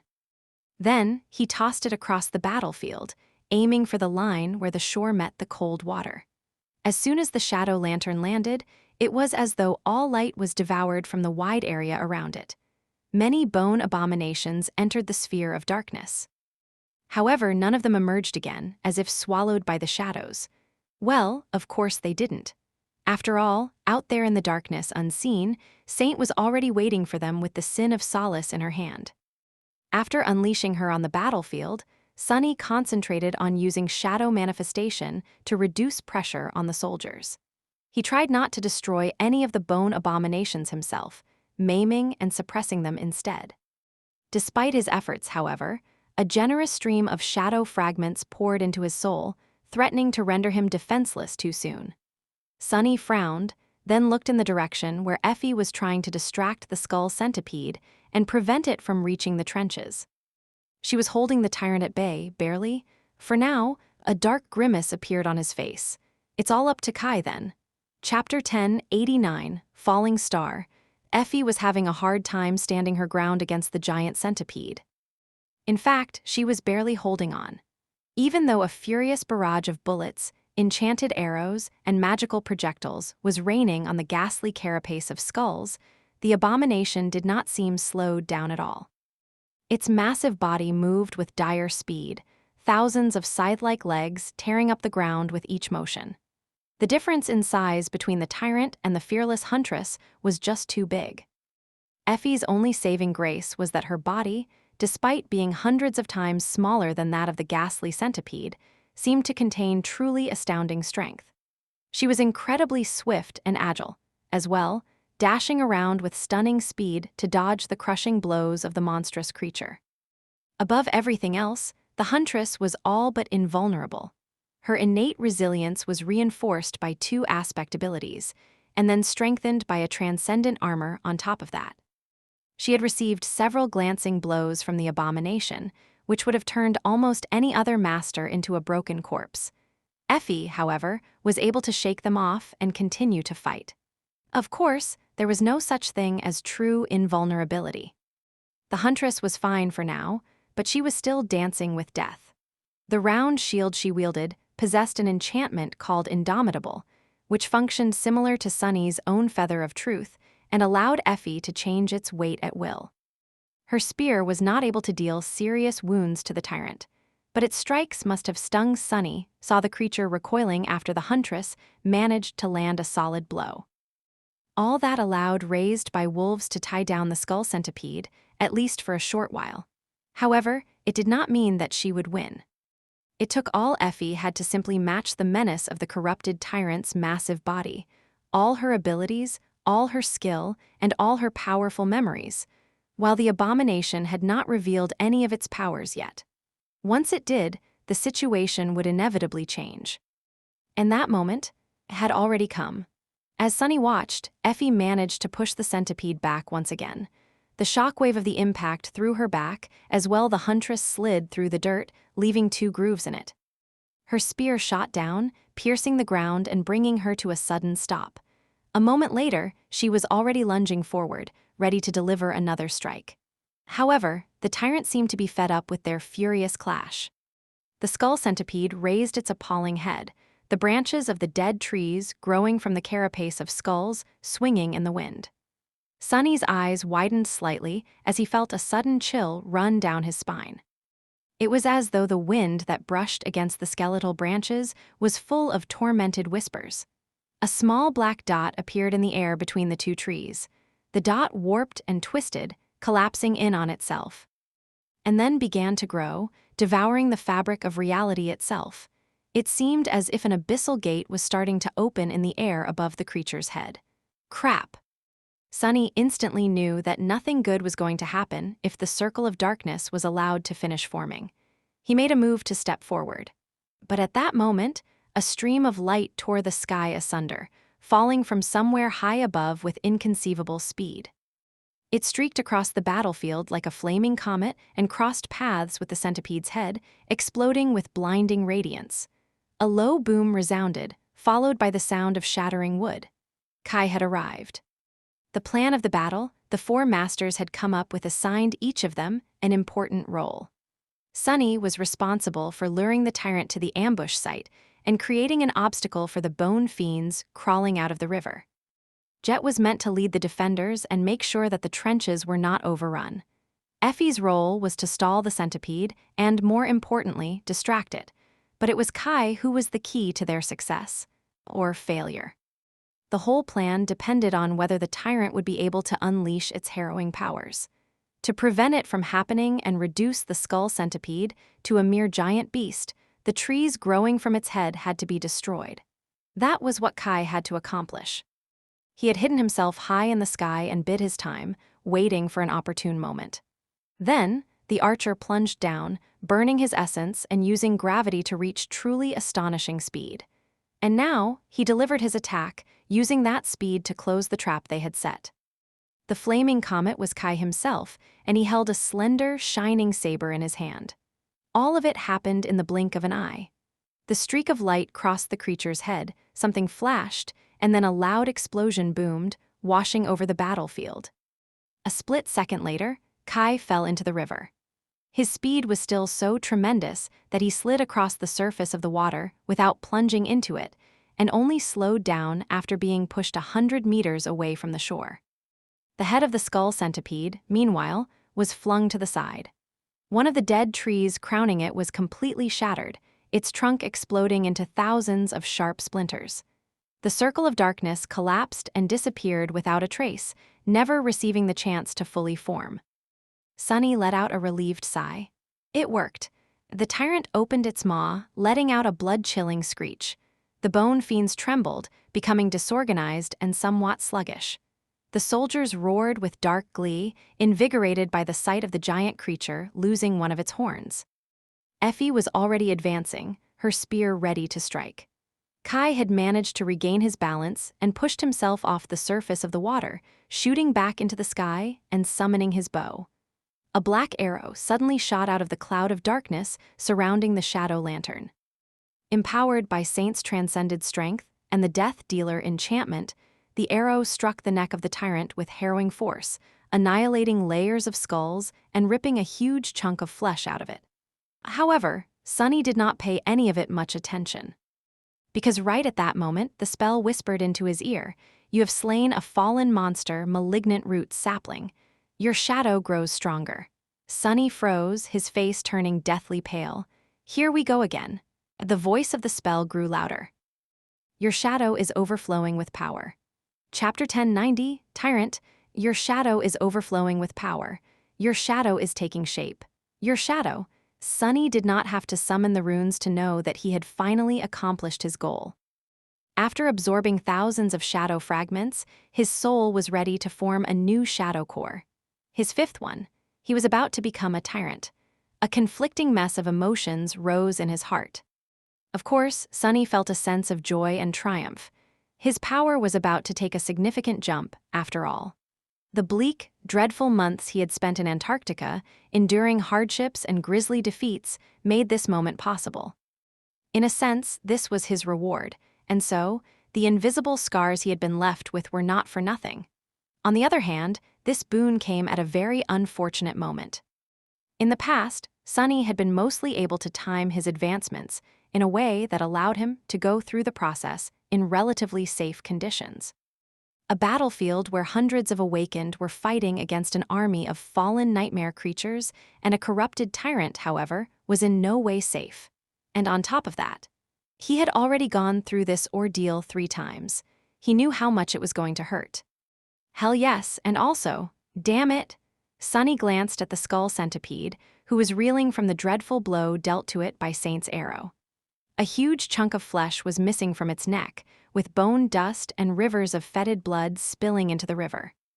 Effie was moments away from reaching the wounded abomination, her sculpted steel body glistening in the sunlight, and Kai was preparing to draw his bow. One of the dead trees had been destroyed, which was supposed to rob the tyrant of its most terrible powers. However, the outcome of the fight was still far away from being set in stone. A corrupted tyrant was still a corrupted tyrant. Sunny felt that Effie, Kai, and Saint had a good chance of emerging victorious from that fight, but he couldn't be sure. Jet and the awakened soldiers were struggling to hold back the tide of bone fiends. Sadly, for now, there was nothing much Sunny could do to help them. The rest of the battle was up to others to win. As a hint of terrible pain appeared in his soul, Sunny hurriedly jumped backwards, hiding between two mounds of dug-up dirt. Two figures emerged from his shadow. One was a fearsome black stallion, the other a scrawny little imp. He gritted his teeth and looked at his shadows. "Protect me." Then, Sunny lingered for a moment and threw a glance at Nightmare. A cold smile appeared on his lips. "Oh, and if the little bastard does something stupid, you have my permission to eat him, Nightmare." The dark destrier snorted in calm agreement while the imp stared at him with shocked outrage and fear. Sunny grinned, then turned white as a sheet and swayed. His hand rose, grabbing at his chest. "Arg, this is the worst." A familiar, but no less dreadful agony overwhelmed his entire being. Sunny was momentarily blinded and deafened, losing all sense of the world around him. Something was rising from the depths of his soul, tearing at it with sharp edges. The torment of it was nothing short of exquisite. He had experienced this pain several times before, but it grew more and more unbearable with each time. Human souls were not supposed to possess many cores, neither were they able to sustain them. It was only because of Sunny's divine aspect that his soul had become stronger, growing vast and powerful enough to endure the strain. Nevertheless, this was not in its nature.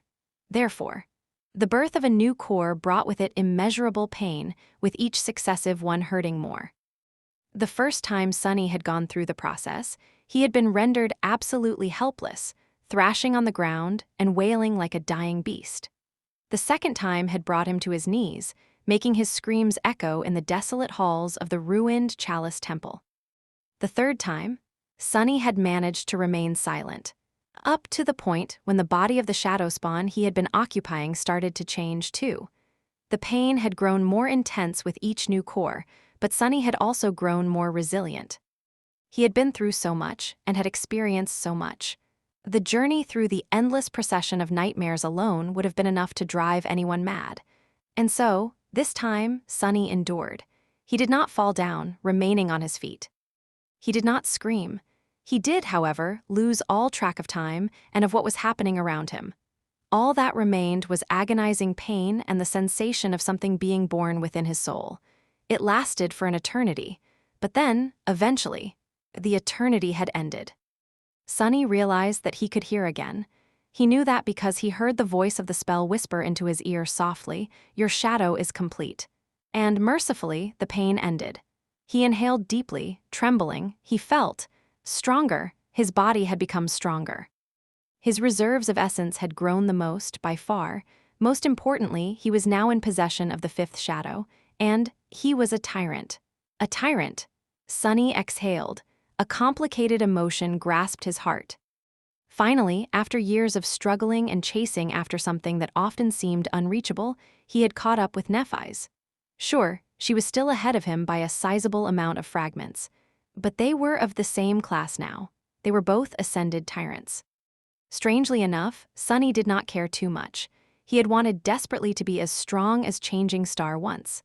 There had been a lot of reasons for him to harbor that desire, some better, some worse, and now that he had reached that goal, Sunny knew that his former understanding of what real strength was had been terribly misguided, and so he did not really care. Still, it felt nice to be equal to her on paper, even if what was written in shimmering runes was not that important. Now, for the important stuff. Sunny shifted, turning his head to observe the battlefield. There was another tyrant nearby, and that tyrant posed a threat to his friends and the soldiers. So, the creature had to be dealt with. Chapter 1091, Fifth Shadow. Sunny was still reeling from having his soul torn apart, then sewn back together.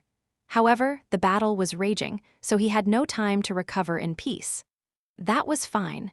He was long used to fighting in the most dire conditions anyway. It took him only a moment to assess the situation. It seemed that he had been out of it for quite some time. The battlefield was ravaged and upturned, with the river itself slightly changing course. Its water, which had been clear once, now seemed muddy and noxious. Effie and Kai were still fighting the ghastly centipede in the shallows, with Saint supporting them from the darkness. The three seemed to be doing fine. The soldiers, however, were straining to hold their ground. The slope of the river shore was littered with shattered bones, and hundreds of the tyrant's abominable minions had already been destroyed. But there were hundreds more, and now that Saint was busy turning the skull centipede into a pincushion and weighing it down with the help of the burden of peace, enchantment of Morgan's warbow, there was no one to serve as the wave breaker against their tide. There was only Jet. Soul Reaper moved like the beautiful visage of death among the bone fiends, erasing one after another from existence, but she was just one woman. No matter how fast and lethal, she couldn't be in several places at the same time. Sunny hesitated, trying to make a decision. His instinct was to go for the biggest threat, personally removing it from the equation. However, the tyrant was still strong and ferocious.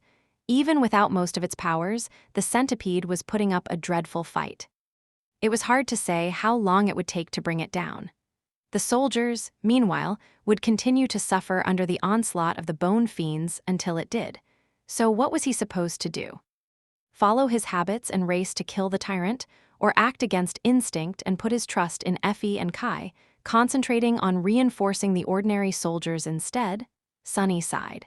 Instincts are great, but humans rose above beasts and thanks to reason. In the end, no matter how unnatural it felt, he could do no better than to follow the plan. The role he had been assigned was to lure the tyrant to the ambush, and then put obstacles in the path of the Bone Army to make it easier on the awakened and the mundane soldiers. So, Sunny was going to put himself between the abominations and the humans. Before lunging into the fray, he dismissed Nightmare and the little imp. They had already done their job by guarding him. Throwing the two into the mass of fallen enemies would do more harm than good. Then Sunny glanced down at the shadows gathered on the ground in front of him. The first four were his old companions, the gloomy, happy, creepy, and haughty fellows. The fifth one, however, was new. The fifth shadow seemed naive and good-natured. Even though it was not as boisterous, the guy resembled the happy shadow. A little bit too much. So much, in fact, that Sunny couldn't help but feel that its amicable disposition was just a front, and behind that front, he could sense a hint of boundless deviousness. The shadow was up to no good. It was clearly full of all kinds of mischief. He raised his eyebrow and sighed. "You're a naughty one, aren't you?" The naughty shadow stared at him, radiating nothing but innocent surprise. Eventually, the shadow shook its head with utter sincerity. It seemed a little hurt. It was as though the shadow was saying, "Who, me? Oh no, of course not, I would never." Sunny squinted his eyes. Yeah, right, well, let's go then. I don't know if you've noticed, but we're in the middle of a battle. The shadow looked at him, then scratched the back of its head and glanced at its siblings, as if unsure what to do. When the other four shadows moved forward to wrap themselves around his body, though, it quickly followed. A feeling of overflowing strength permeated Sunny's body. He inhaled deeply, getting used to his new limits, then caught sight of Effie breaking a dozen of the tyrant's legs with her round shield. Instantly, his limits were expanded even further. Sunny smiled, summoned the cruel sight, and dashed forward. At the same time, he used the blessing of dusk to establish a mental bond with Jet and coordinate their movements. She moved to her right. Soul Reaper was going to be responsible for the western half of the defensive line, while Devil was going to rampage in the eastern part. Shadows surged forward. In the next moment, the sound of breaking bones rolled over the battlefield. In the end, it was Kai who brought down the skull centipede. Saint had debilitated and slowed it down with her arrows, which gave Effie an opportunity to deliver a devastating blow to the creature's head, cracking its skull. Of course, that alone would have never killed a corrupted tyrant. However, it did give Kai a chance to deal a fatal strike to the ghastly abomination. Flying across the sky, he positioned himself above the centipede and drew his bow.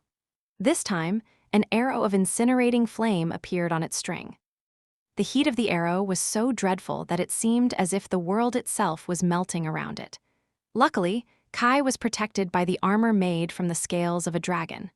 Unaffected by the immolating heat, he let the fiery arrow loose. It flew down like a streak of light, entering the creature's skull through the thin crack. Then, a dreadful explosion illuminated the tyrant's head from the inside. Tongues of flames and streams of smoke shot from its mouth, from the pit where the broken tree had been, and from the empty eyes of the countless skulls. The centipede's own indestructible, giant skull seemed as if it was going to burst open for a moment. But in the end, it didn't. Trailing smoke and fire from its head, the creature swayed and then heavily crashed to the ground. The skull centipede was dead. With the tyrant gone, its minions lost all remaining cohesion. Effie, Kai, and Saint were also freed to attack them from behind. Caught between them and the main body of the expedition force, the Bone Army swiftly dwindled. It wasn't long before it was completely annihilated. Looking at the battlefield, which was covered in broken bones, Sunny took a deep breath. I can't believe it. A plan actually worked. I think that's a first. Chapter 1092, Expeditious Retreat.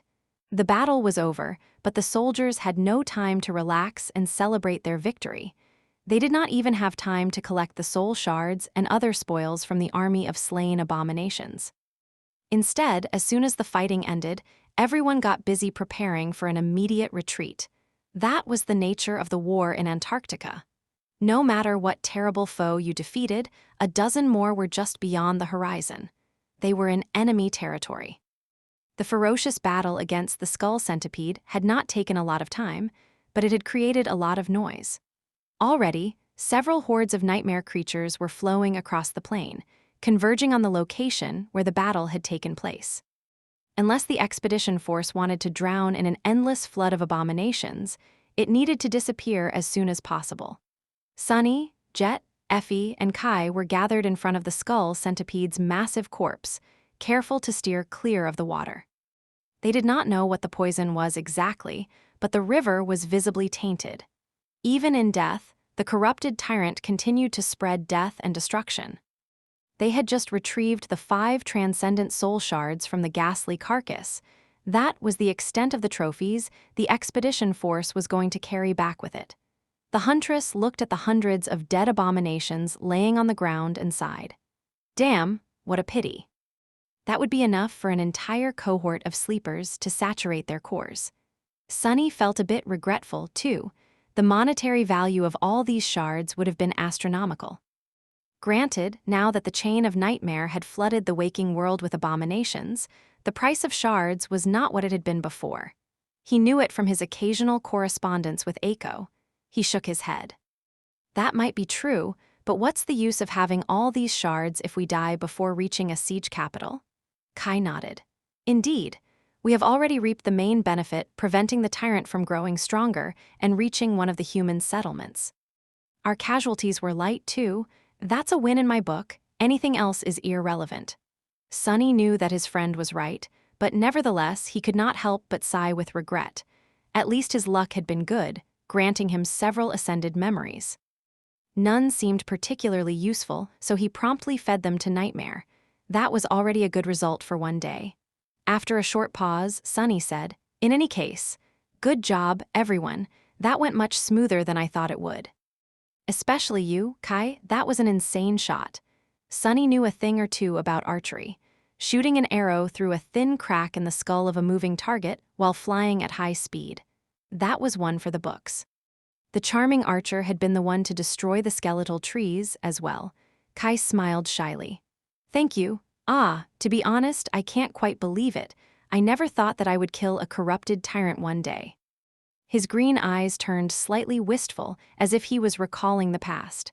Sunny blinked a couple of times. What on earth are you talking about? Can't believe it?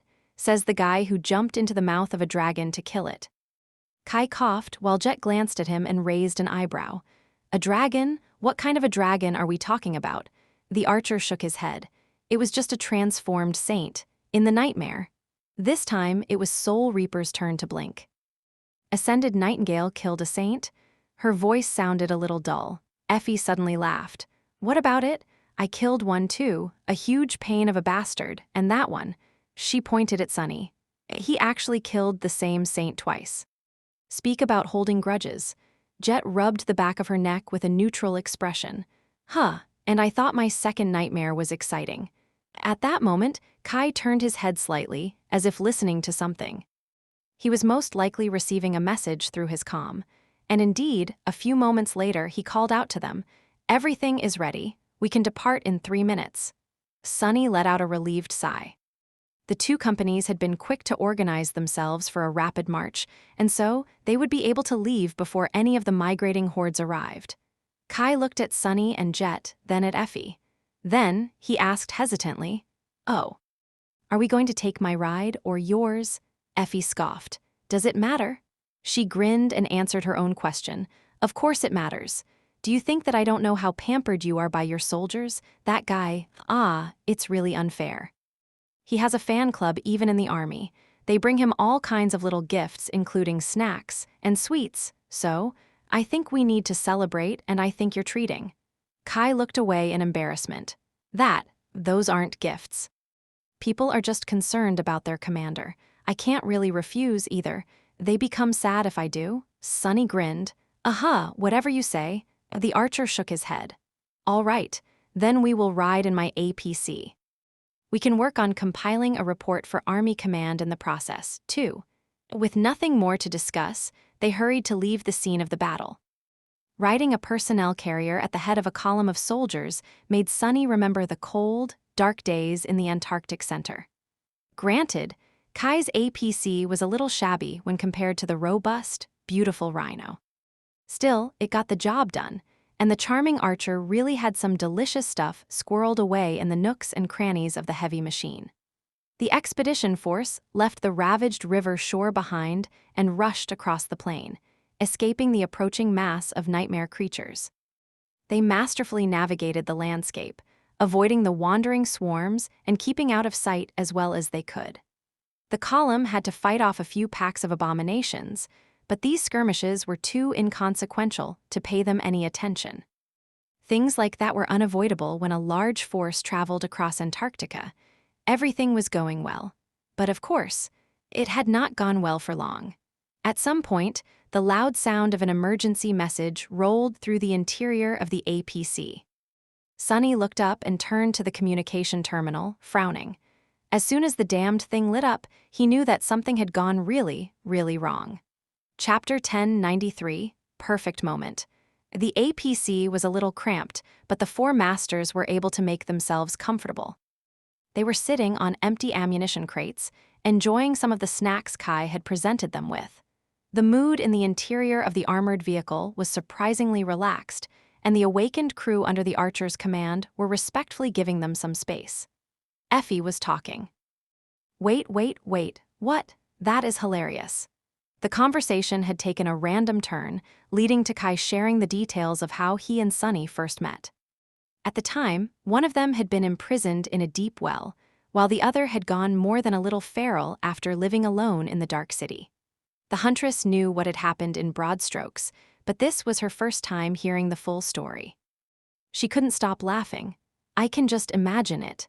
Effie wiped her eyes, then glanced at Jet and asked with curiosity, "What about you, Colonel? How did you become Sunny's fairy godmother?" Soul Reaper smiled, leaning back with a can of a refreshing beverage in her hand. "What's a fairy grandmother? Is it some kind of nightmare creature?" Effie stared at her for a few moments, then shook her head despondently. "What's a fairy go? Damn. They really are two peas in the same pod." Jet chuckled. "I guess not. Well, there's not much of a story. I've been assigned to hold vigil over an aspirant, and that aspirant turned out to be Sunny. It's rare for us kids from the outskirts to survive the first nightmare, so I kept in touch." Sunny let out a relieved sigh when he realized that she wasn't going to describe the exact moment he had woken up, and what transpired right after. There was no need to give Effie more ammunition. If Jet spilled the beans, he would never hear the end of it. He opened his mouth to change the topic, but at that moment, the sound of an urgent message resounded in the interior of the APC. Sunny did not like that sound at all. Looking up at the communication terminal, he frowned. Almost at the same time, his own comm vibrated, receiving a message as well. As Kai rose to access the terminal, the other three checked their comms. The messages Sunny and Jet had received were probably a little different, since the Special Reconnaissance Unit was privy to more information. But the gist of it was the same. Damnation. Sunny glanced at his friends, reading the same somber tension on their faces. The chain of nightmares had just gone into another period of rapid escalation. Dozens of gates had opened across East Antarctica at the same time, and the initial readings showed that most, if not all of them, were of the third category.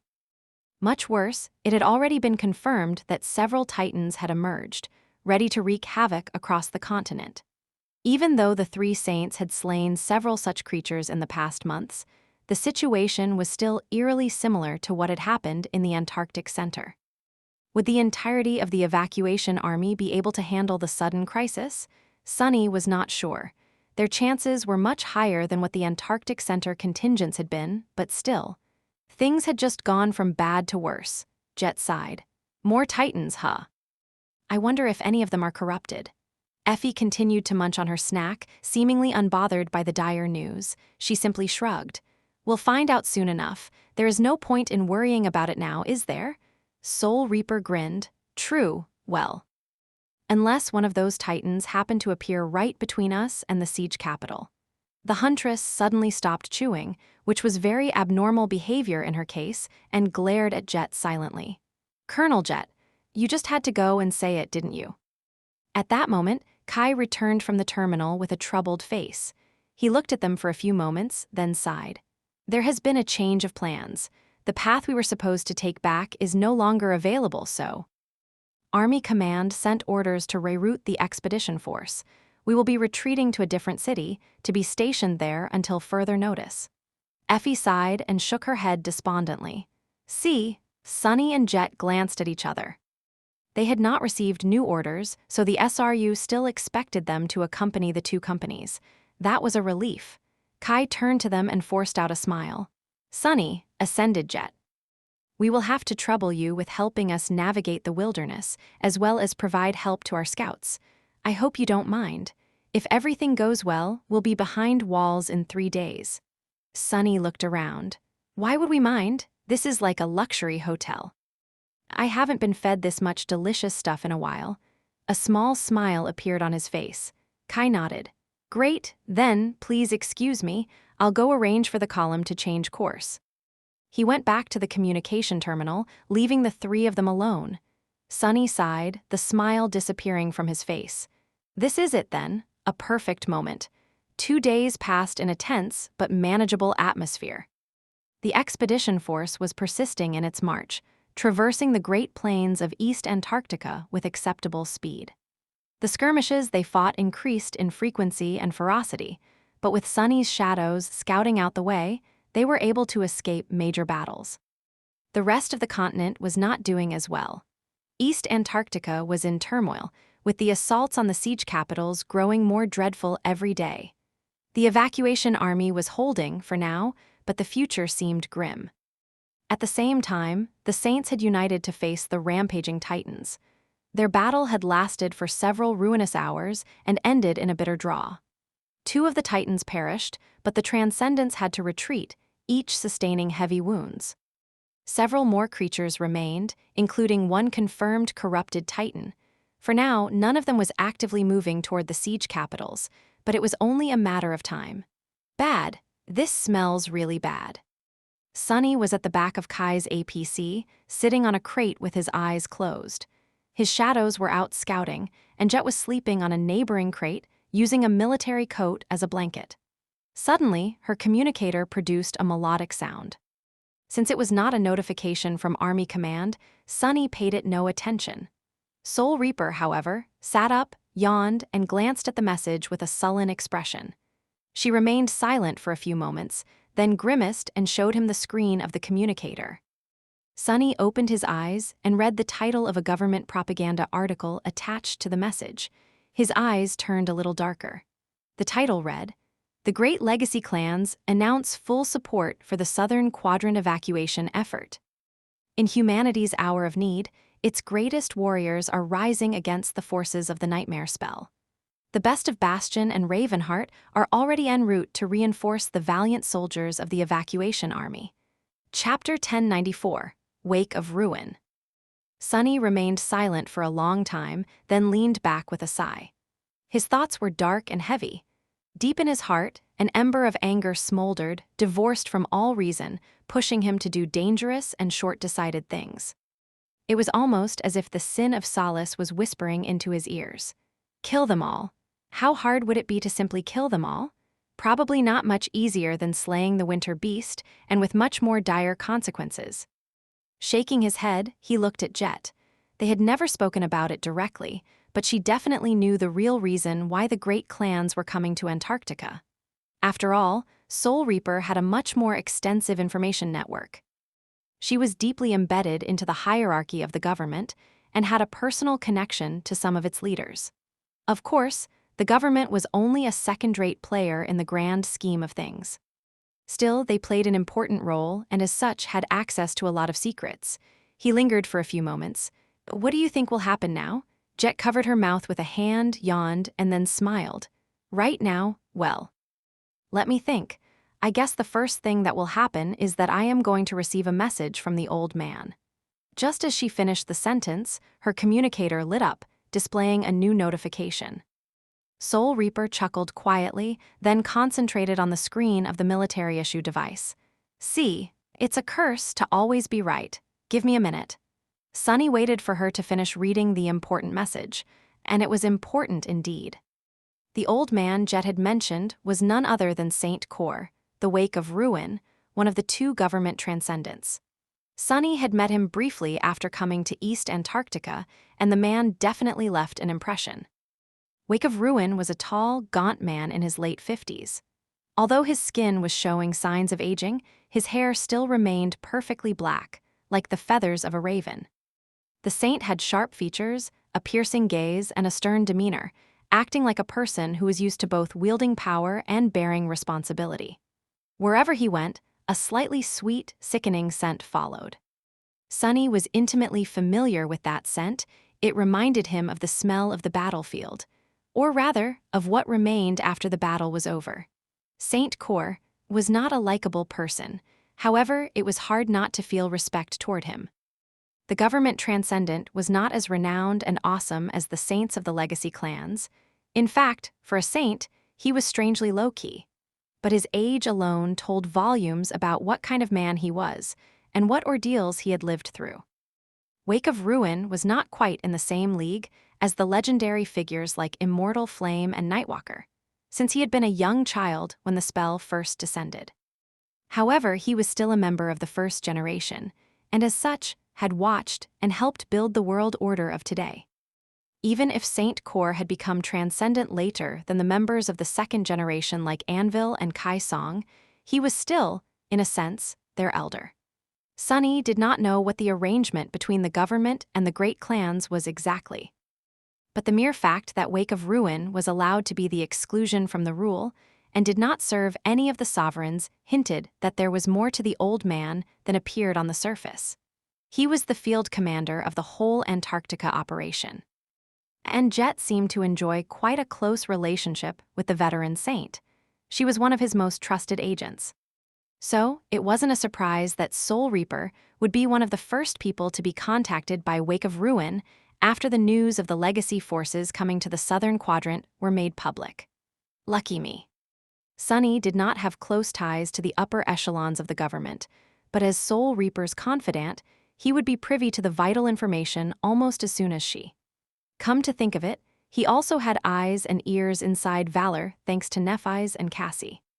And enjoyed the friendship of one of the heirs of the House of Night. He even had a bond with Saint Bloodwave and was friendly with the White Feather clan. I guess I am better connected than I thought I was. And that was without even considering his venerated status in the evacuation army.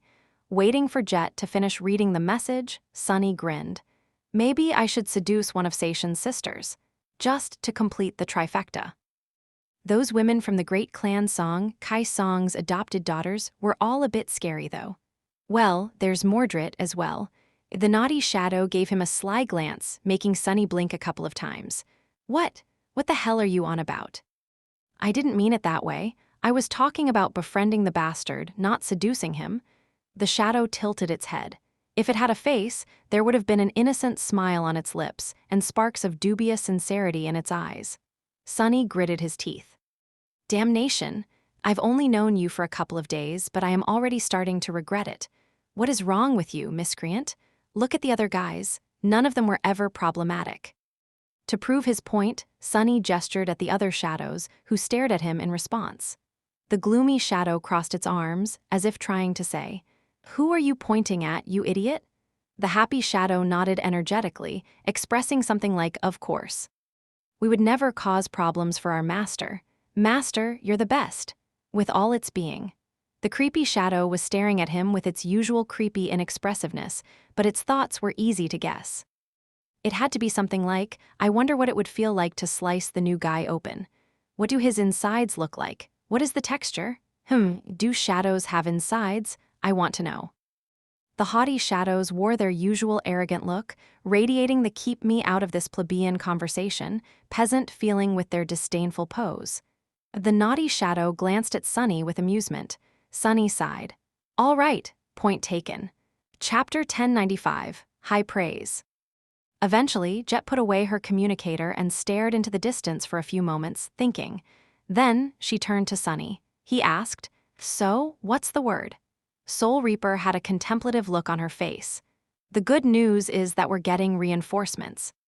Both Valor and Song are sending strong contingents. 2 saints each, a handful of masters, and a supporting retinue of hundreds of awakened. All of them the absolute elites of the legacy clans, of course some direct descendants, some loyal retainers. You can imagine how powerful of a force that is." Sunny nodded. Despite his animosity toward the great clans and those legacies that served them, even he had to admit that these people had not ended up in the position of highest power by accident. Legacies were born and bred to be perfect warriors, and in that pursuit, they were ruthless both to their enemies and to themselves. An awakened from a legacy clan was worth their weight in soul shards on the battlefield.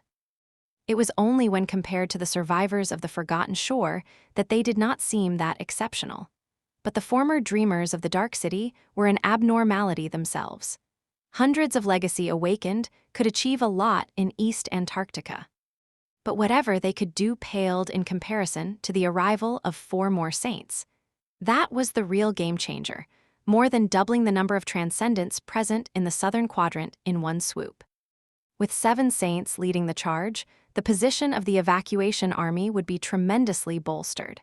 That was if the newcomers had any intention of helping the evacuation effort along and not just thwarting it.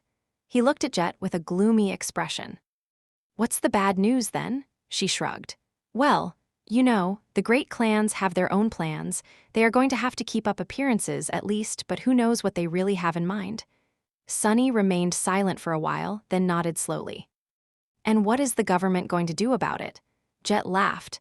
"You really think they would send such information in a message? I mean, the military network is supposed to be protected, but come on." He thought about it, then shook his head. Soul Reaper chuckled. "In any case, we'll know more soon.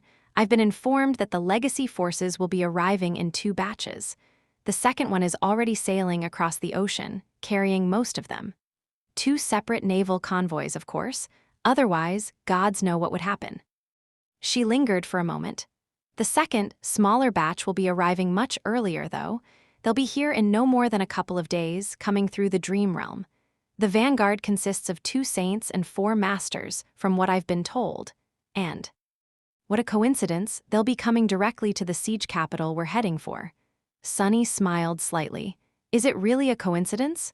Jet shook her head. "Of course not. Kor is actually already there, assembling a welcoming party. He kindly requested for me to participate." "Oh, and he asked me to bring you along." Sunny looked at her with surprise, a frown appearing on his face.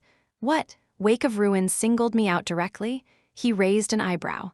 "Me? Why does he want me, of all people, to be there?" I don't even work for the government, really. There are certainly better candidates. Soul Reaper smiled and shook her head. Because you're one of the deadliest masters on the planet, Sunny, and more importantly, you are not affiliated to any of the legacy clans. At this point, Kor would have to be crazy not to try and use you as an asset. Sunny felt pleased to receive her praise, but not at all happy with the contents of that praise. He leaned back and crossed his arms. And what if I don't want to be used? Jet laughed. Well, you can always go away and live as a hermit in the dream realm. Other than that, my advice is to get comfortable being used. She thought for a bit and then added. But not too comfortable. Make sure to use the people using you in response, at least. Sunny blinked a couple of times.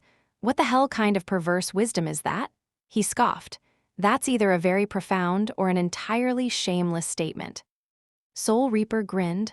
Ah, it's probably both. But anyway, that's for the future.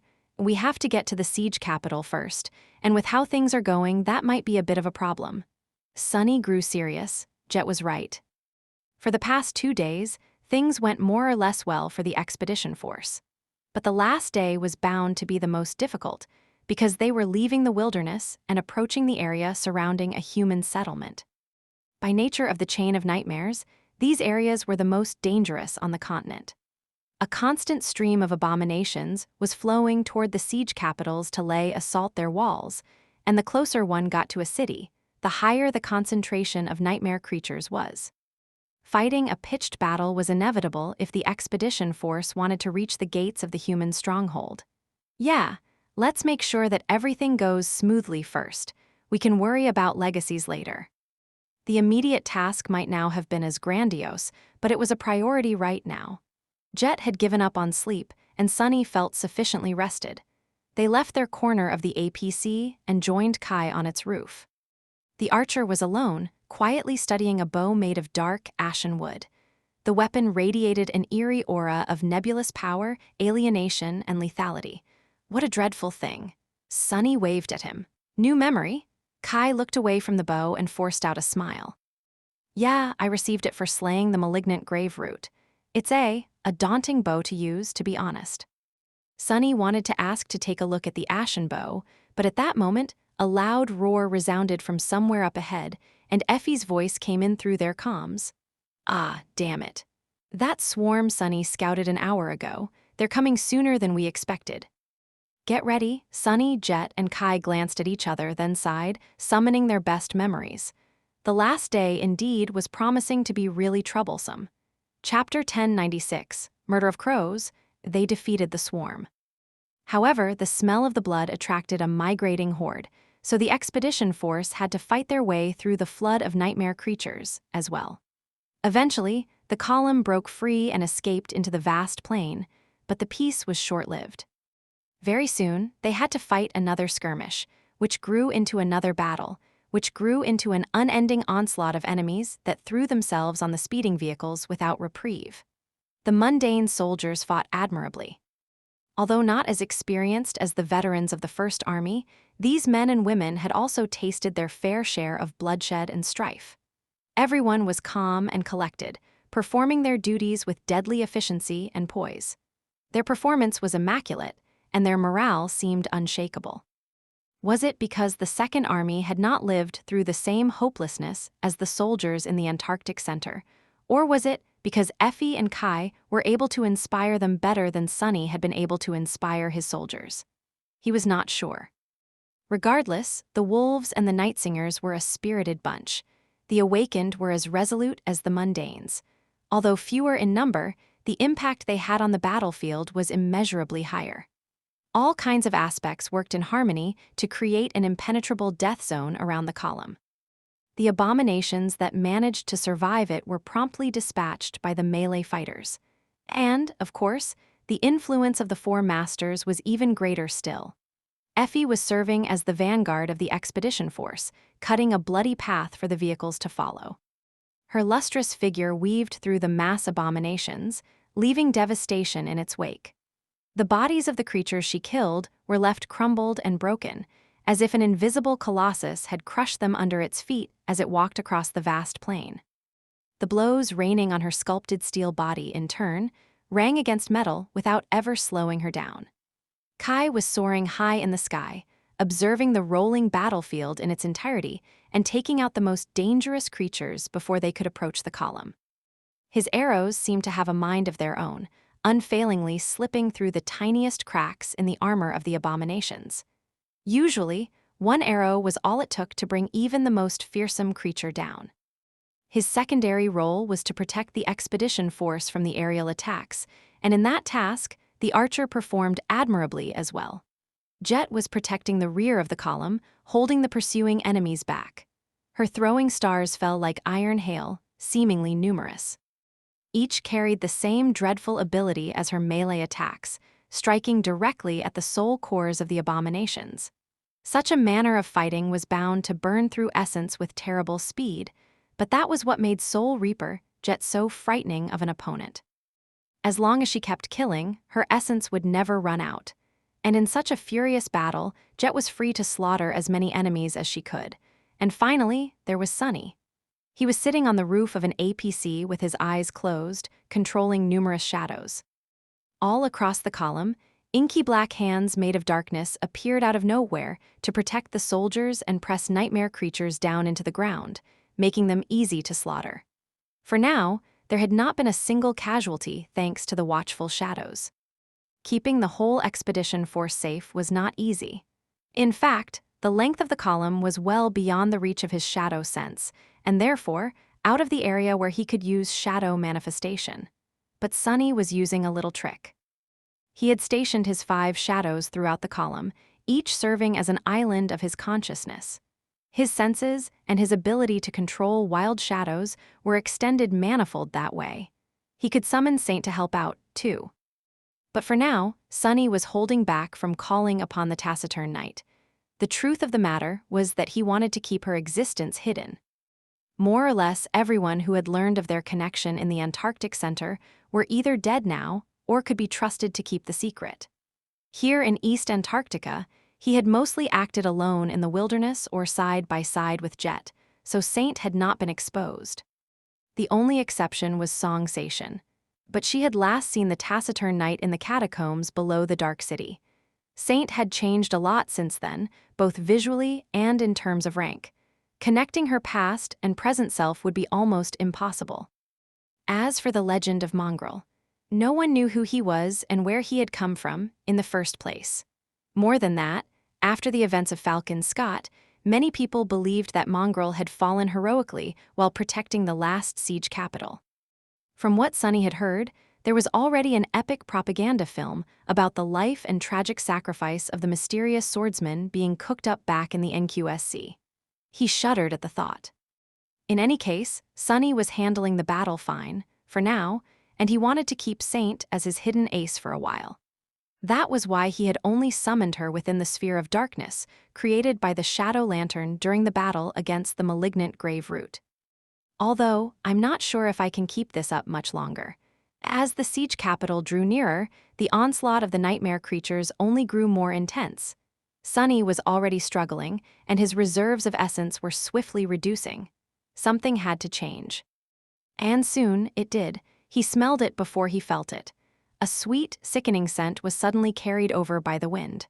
Then, the battlefield was suddenly shrouded in a vast shadow. Sunny opened his eyes and looked up at the thing that had blotted out the sun. Above them, a myriad of crows filled the sky. There were numerous thousands of them, all circling like a giant whirlwind of darkness. As he watched, the countless crows pivoted with eerie synchronicity and dove down. Their black beaks and vicious talons emanated a sense of deadly sharpness. The myriad of crows was wake of ruin. That was his transformation. What came in the wake of a bloody battle? A swarm of carrion birds. The saint had arrived to guide them into the city personally. Chapter 1097, Special Envoys. Ever since coming to Antarctica, Sunny had been to so many underground strongholds and attended so many meetings in windowless rooms that all of them started to blend together. They all looked the same and felt the same. Even the people inside the rooms started to seem the same after a while. This time, however, he found himself in a stately and luxurious hall, which was a nice change of pace. The interior was tasteful, but lavish. The tall windows let in natural sunlight. The filtered air was cool, crisp, and fresh. What was there not to like? He was relaxing in a comfortable chair, idly waiting for Wake of Ruin to arrive. Jet was nearby, in a similarly laid-back pose. The Transcendent had summoned them immediately after the expedition force had reached the siege capital. And yet, he was running late. Neither of them minded. They had barely had time to wash the dirt of the road off themselves before coming to the spacious hall. After weeks spent in the wilderness of East Antarctica, every moment of leisurely peace was like a precious gift. Sunny was lazily thinking about the outcome of the latest battle. After the swarm of crows had descended on the nightmare creatures, hundreds of them were torn apart in an instant.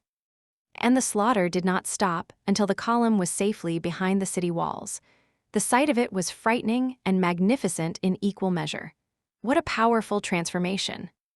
Of course, he wouldn't go so far as to say that Wake of Ruin's transcendent form was more powerful than that of, for example, Saint Tyrus. Rather, they were best suited for different tasks. The government saint excelled in battles against large numbers of nightmare creatures or potent adversaries that did not possess a lot of physical defense. He was also extremely hard to kill, since that would require exterminating every single one of the myriad of crows.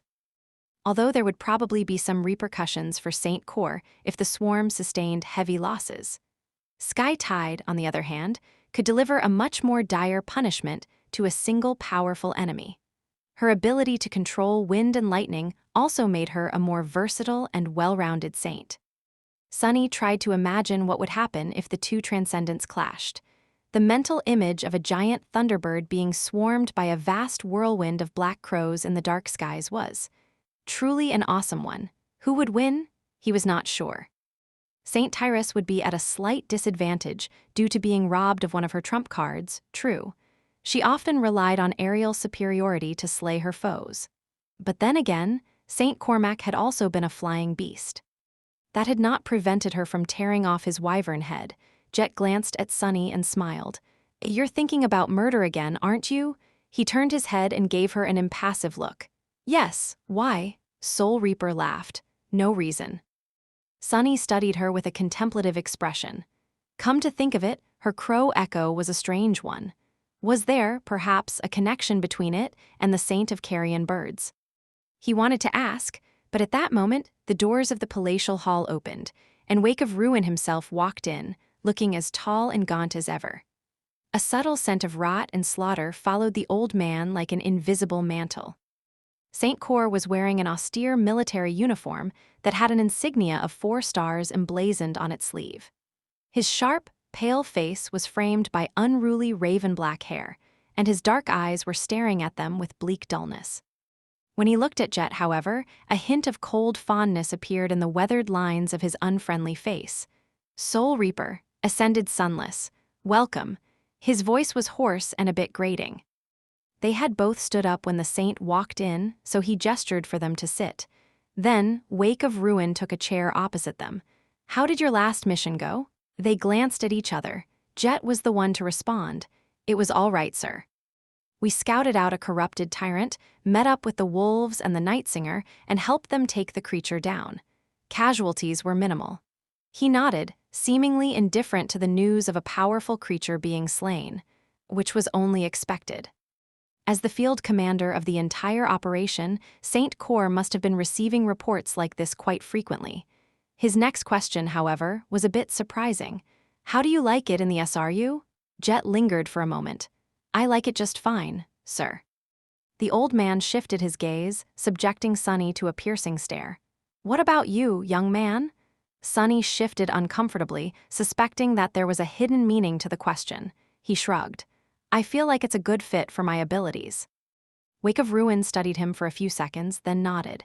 "Good, you've performed admirably as advanced scouts. However, it's a waste of your talents." Both Sunny and Jet straightened, looking at the saint with slightly startled expressions. Noticing their reaction, the old man remained impassive. "Consider yourself reassigned effective immediately. The proper paperwork is already being delivered to the SRU headquarters." "What?" Sunny stared. Just like that, they got a new job, without even being asked? Jet cleared her throat. There were many questions burning in Sunny's mind, but she asked the most important one. Sorry, sir, but reassigned to where? St. Cor stared at her for a moment, then pointed to himself. My personal retinue, that's officially. Unofficially, however, you'll be acting as special envoys assigned to the legacy forces. Each of you will be a contact person between the evacuation army and the great clans. Sunny suddenly hated how opulent and lavish the spacious hall was. He frowned. With all due respect, sir. I get it why Ascended, Jet might be considered a good candidate for such a position, but what do I have to do with any of it? Surely, you must know that my relationship with the great clans is a bit rocky. That is nor even mentioning whether I want the job or not. He had spent 6 months hiding in the waking world to avoid the wrath of Clan Valor, after all. Had the old saint gone senile, or what? Wake of Ruin turned his heavy gaze back to Sunny and calmly raised an eyebrow. On the contrary, I think that you are the best person for the job, Ascended Sunless. You are quite close to one of the leaders of the Valor delegation, no? Sunny tilted his head a little. That depends on who that leader is, I guess. Saint Cor smiled slightly. The smile made his gaunt, pale face look even more unnerving. The old man glanced at an antiquated wristwatch adorning his hand and then said, his voice sounding cold and aloof, Why, it's young Lady Nephi's of Valor, the changing star? Of course. He looked away from the watch and added matter-of-factly. She'll be arriving alongside Valor's other emissaries soon. Actually, I think they'll be there in a few minutes. Sunny's eyes widened. Chapter 1098, Appalling Curse. I certainly knew that Neph was coming to Antarctica, but why is Wake of Ruin calling her one of the Lee? What? In a few minutes? Sunny stared at the veteran saint, dumbfounded. He had been anticipating meeting Neph again for a long time, but now that it was mere minutes away, his thoughts were in disarray. Did she check out my runes recently? Does she know that I'm a tyrant now, too? Wait, no. Why do I care if she knows or not? I shouldn't. Jet seemed a little surprised, too. Weren't they supposed to arrive in a couple of days? St. Cor shrugged. They were. But with Tyrus receiving some free time due to the 3 of us being beaten black and blue in the last battle, the schedule has been moved up. Ascended Sunless, and you arrived just in time. Sunny tried to digest the information. He knew that the legacy reinforcements would be coming in 2 waves. The second one consisted of the bulk of their forces, traveling by sea, while the first one was supposed to be the vanguard and consisted of just a few people. They were going to travel to Antarctica through the Dream Realm. The process was both simple and complicated.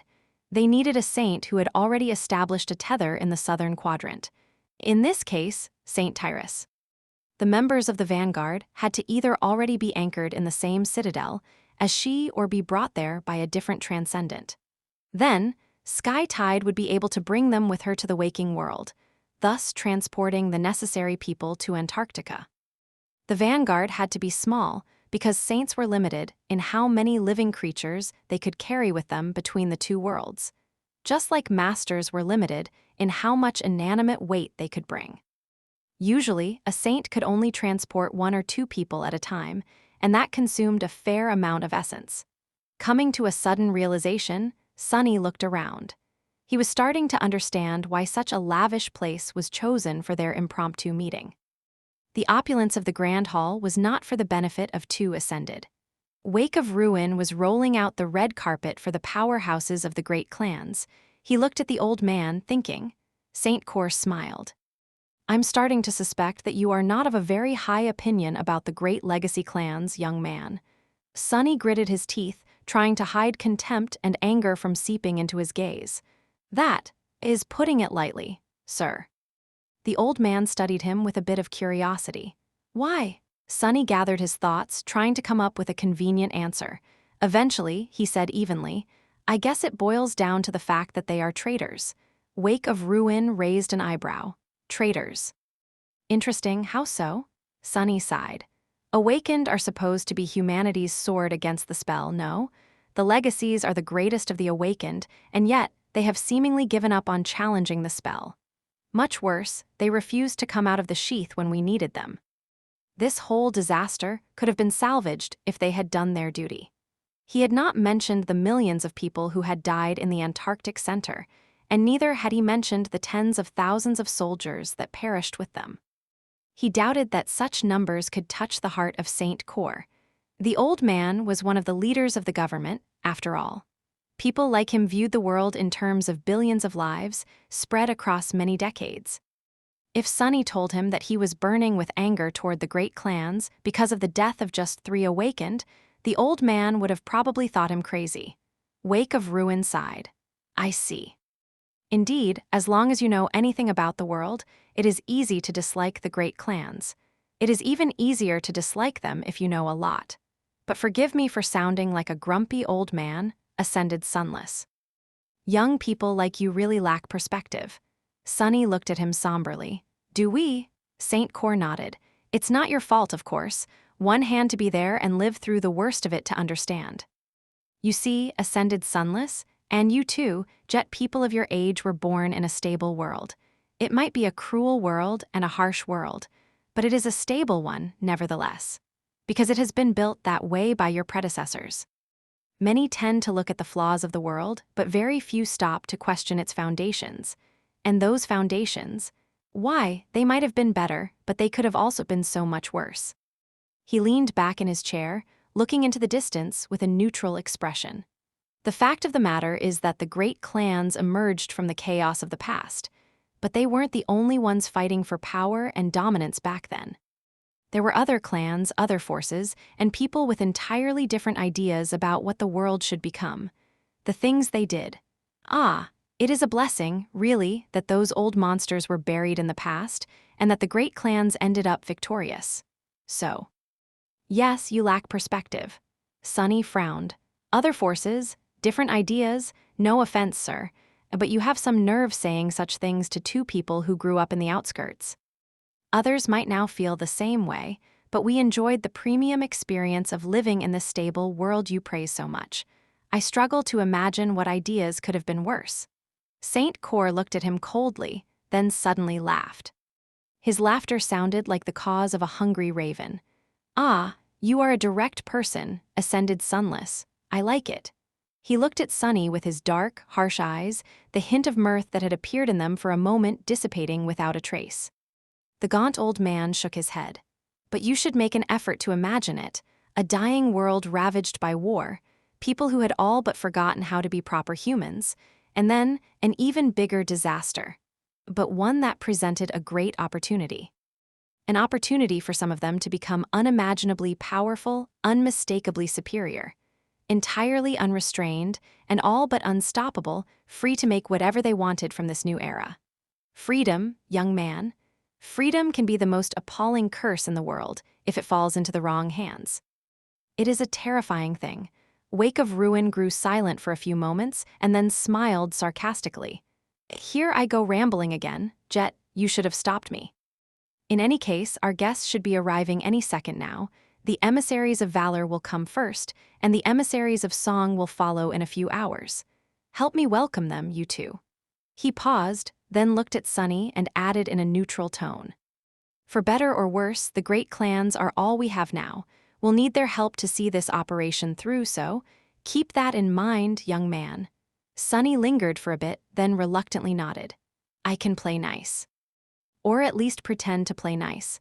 We'll see how it goes. Chapter 1099, Vanguard. Before Sonny could answer, the atmosphere in the lavish hall seemed to change slightly. It was as though a wave of invisible energy rolled through it, making the air feel colder and sharper. Wake of Ruin sighed and turned around, looking at the empty space in the middle of the spacious chamber. It had been empty before, but now 4 people were standing on the lacquered floor, surrounded by the scent of the dream realm. For a moment, it felt as though they were simply a memory of a forgotten nightmare. But then, the feeling disappeared, and they were simply there. It was not often that Sonny saw saints enter the waking world, and he had to admit that it was an eerie thing to witness. Were awakened and mundane people as startled when he suddenly appeared out of thin air in front of them? That idle thought streaked across his mind and disappeared without a trace when Sonny realized who exactly he was looking at. His eyes widened slightly. 4 people. And, by coincidence, he knew each of them. The first one was Sky Tide. The saint of the White Feather clan appeared as she always did, tall, slender, with a posture like that of an arrow. She wore a light armor of lustrous steel, and her hair fell like a cascade of pale gold. Tyrus looked austere and beautiful, but also slightly inhuman because of her strange amber eyes and vertical pupils. She stood apart from the other three, who all wore intricate suits of lusterless black armor. The first of the three immediately attracted Sunny's gaze. His heart moved slightly. Nephi's looked different in the colors of House Valor. The black armor created a striking contrast against her ivory skin, silver hair, and cool gray eyes. She looked like a beautiful dark spirit that took the form of a deadly knight to sow the seeds of discord and ruin in the mortal world. The second person was Morgan of Valor. Every time Sunny saw her, he was unnerved by how much she resembled her older brother. However, although Morgan and Mordred looked very much like reflections of each other, her demeanor was entirely different. Morgan had black, wavy hair and alabaster skin. Her suit of armor was adorned by a vermilion cape, which was the same vibrant color as her vivid scarlet eyes. Her entire being radiated the feeling of lethal sharpness, as if she was a living blade. However, it was the third person that made Sunny's eyes widen in guarded shock. He was a tall and severe man, with sharp facial features and even sharper eyes. His hair was black as Morgan's, in fact. There was a lot of familiar likeness between them, and touched by silver at the temples. His strong figure radiated an almost palpable feeling of authority and pressure, and his steely blue eyes were calm and piercing. The armor he wore was simpler than that of the other two, as though the man did not need its protection. A deep frown appeared on Sunny's face. Saint Madoc, what the hell is he doing here? Indeed, the man was none other than Saint Madoc, the Whispering Blade, brother of Anvil and the nominal leader of the great clan Valor. As Sunny watched, Sir Madoc turned his head and smiled calmly, somehow making his smile look both friendly and demanding submission. Wake of Ruin. The gaunt old man was standing in front of Sunny and Jet, staring at the newcomers with a neutral expression. He lingered for a moment before saying in his hoarse voice, "Whispering Blade, I have to admit, your appearance is a bit of a surprise." Madoc's pleasant smile widened slightly. "Isn't it only right for me to be here? My clan announced its full support for the brave men and women of the evacuation army. That, of course, includes my personal assistance." Sunny tried to read the silent conversation that was happening between the two transcendents. Surely, their words had other meanings. Saint Cor was probably trying to understand why the sovereign had gone as far as to send his own brother to Antarctica. Madoc, in turn, was letting him know that Anvil was putting a lot of importance into what was about to happen in the southern quadrant. Whispering Blade laughed slightly, then raised his hand. "However, you shouldn't be addressing me. I'm just here to offer support and make sure that nothing untoward happens. The true leader of this expedition is my niece, Morgan. She will be in charge of everything." She gestured toward Morgan and then threw an even gaze at Nephi's. "And, of course, my other niece will be supporting her in this endeavor. I trust you know Changing Star. The three of us are the vanguard of the Valor force." Wake of Ruin remained silent for a few moments, then nodded slowly toward Morgan. "In that case, welcome to Antarctica, Lady Morgan." "Lady Nephi's." He threw a heavy glance toward Whispering Blade and then said evenly, "How curious that there are two saints in your group, as well as the granddaughter of Immortal Flame. And yet all three of you seem to be subordinated to a young woman with no known achievements to her name. Some could see it as a sign that Valor is not taking this matter seriously." Morgan looked at the fearsome transcendent and then smiled. It seemed that his barely disguised provocation had no effect on her whatsoever. Her voice was calm and indifferent. "You are mistaken, Saint Cor. Clan Valor takes this matter extremely seriously, which is why I have been entrusted with considerable power and authority." Wake of Ruin sighed. "Forgive this old man for being frank, Lady Morgan, but what kind of authority can a mere ascended wield? I have half a dozen titans wandering the continent and 27 cities to protect. What can you actually do to alleviate my problems?" Morgan shrugged silently and then took a step back. Madoc, Tyrus, and Nephis remained motionless as a whirlwind of sparks suddenly filled the spacious hall. What the? As Sunny watched, an echo manifested from the hurricane of sparks, and then another, and then another. 3, 6, 12, 15. A few moments later, the large hall suddenly did not seem as large anymore. 15 harrowing nightmare creatures filled it, each giving off a sense of vast and dreadful power. Sunny stared, suddenly feeling cold. Transcendent. They are all transcended echoes. How many thousands of corrupted nightmare creature had to be slaughtered to produce these echoes? The weakest of them was a transcendent demon, while the most powerful was a transcendent tyrant. And that was only what Morgan had chosen to show. Who knew what she kept hidden? The Princess of War smiled politely as she looked at Wake of Ruin. These are my credentials. Are you satisfied, Transcendent Core? Urdial's notes, one more later, might be delayed cause I'm playing Path of Exile New League. Chapter 1100, Accumulation. 15 transcendent echoes, most of them devils. Sunny simply stared, mentally recalculating the threat level of the Valor Force, and of the great clans in general. I knew, of course, that the hidden power of the sovereigns is vast. But it seems that I've been concentrating on their personal might too much. Mostly because it is both mysterious and phenomenal. However, there is the mundane power of accumulation as well. I've been a fool to neglect it. To everyone else, a corrupted abomination was a dreadful nightmare. Even to saints. Transcendents fought against the corrupted and were more than capable of slaying them, but every such fight was a risk, especially against the creatures of higher classes. The Supremes, however, were equal to the great nightmare creatures. Sunny had been under the impression that the sovereigns mostly stayed within the confines of their domains, but maybe he was not entirely right. Someone like Anvil or Kaisong could slaughter corrupted abominations with the same ease he could butcher awakened creatures. It only made sense that they had accumulated a legion of powerful echoes over the decades, including scores of transcendent ones. Sunny suddenly broke out in a cold sweat. Hell, who says that transcendent echoes are the limit? Since the sovereigns could fight on equal footing with great nightmare creatures, then didn't it mean that they could possess supreme echoes as well? To this day, Sunny had only seen two great abominations. One was the unborn spawn of the vile thieving bird, and the other, most likely, was the dark sea of the forgotten shore. What would it look like if a creature like that was turned into an echo? Was Morgan in possession of a supreme echo? Did she have an echo of a titan slumbering in her soul sea? He lingered for a moment, then glanced at Nephis, who stood in front of the army of monsters with an impassive expression on her calm, beautiful face. You want to destroy this. He closed his eyes for a moment. Damn that lunatic, she must have infected me with her madness, because I really want to make these bastards pay too. At this point, it was hard to say whose madness was more virulent. Sunny shook his head, then looked at Wake of Ruin, who was staring at Morgan with an unreadable expression. Eventually, the old man said in an even voice, "Put those things away, they'll ruin the floors." What?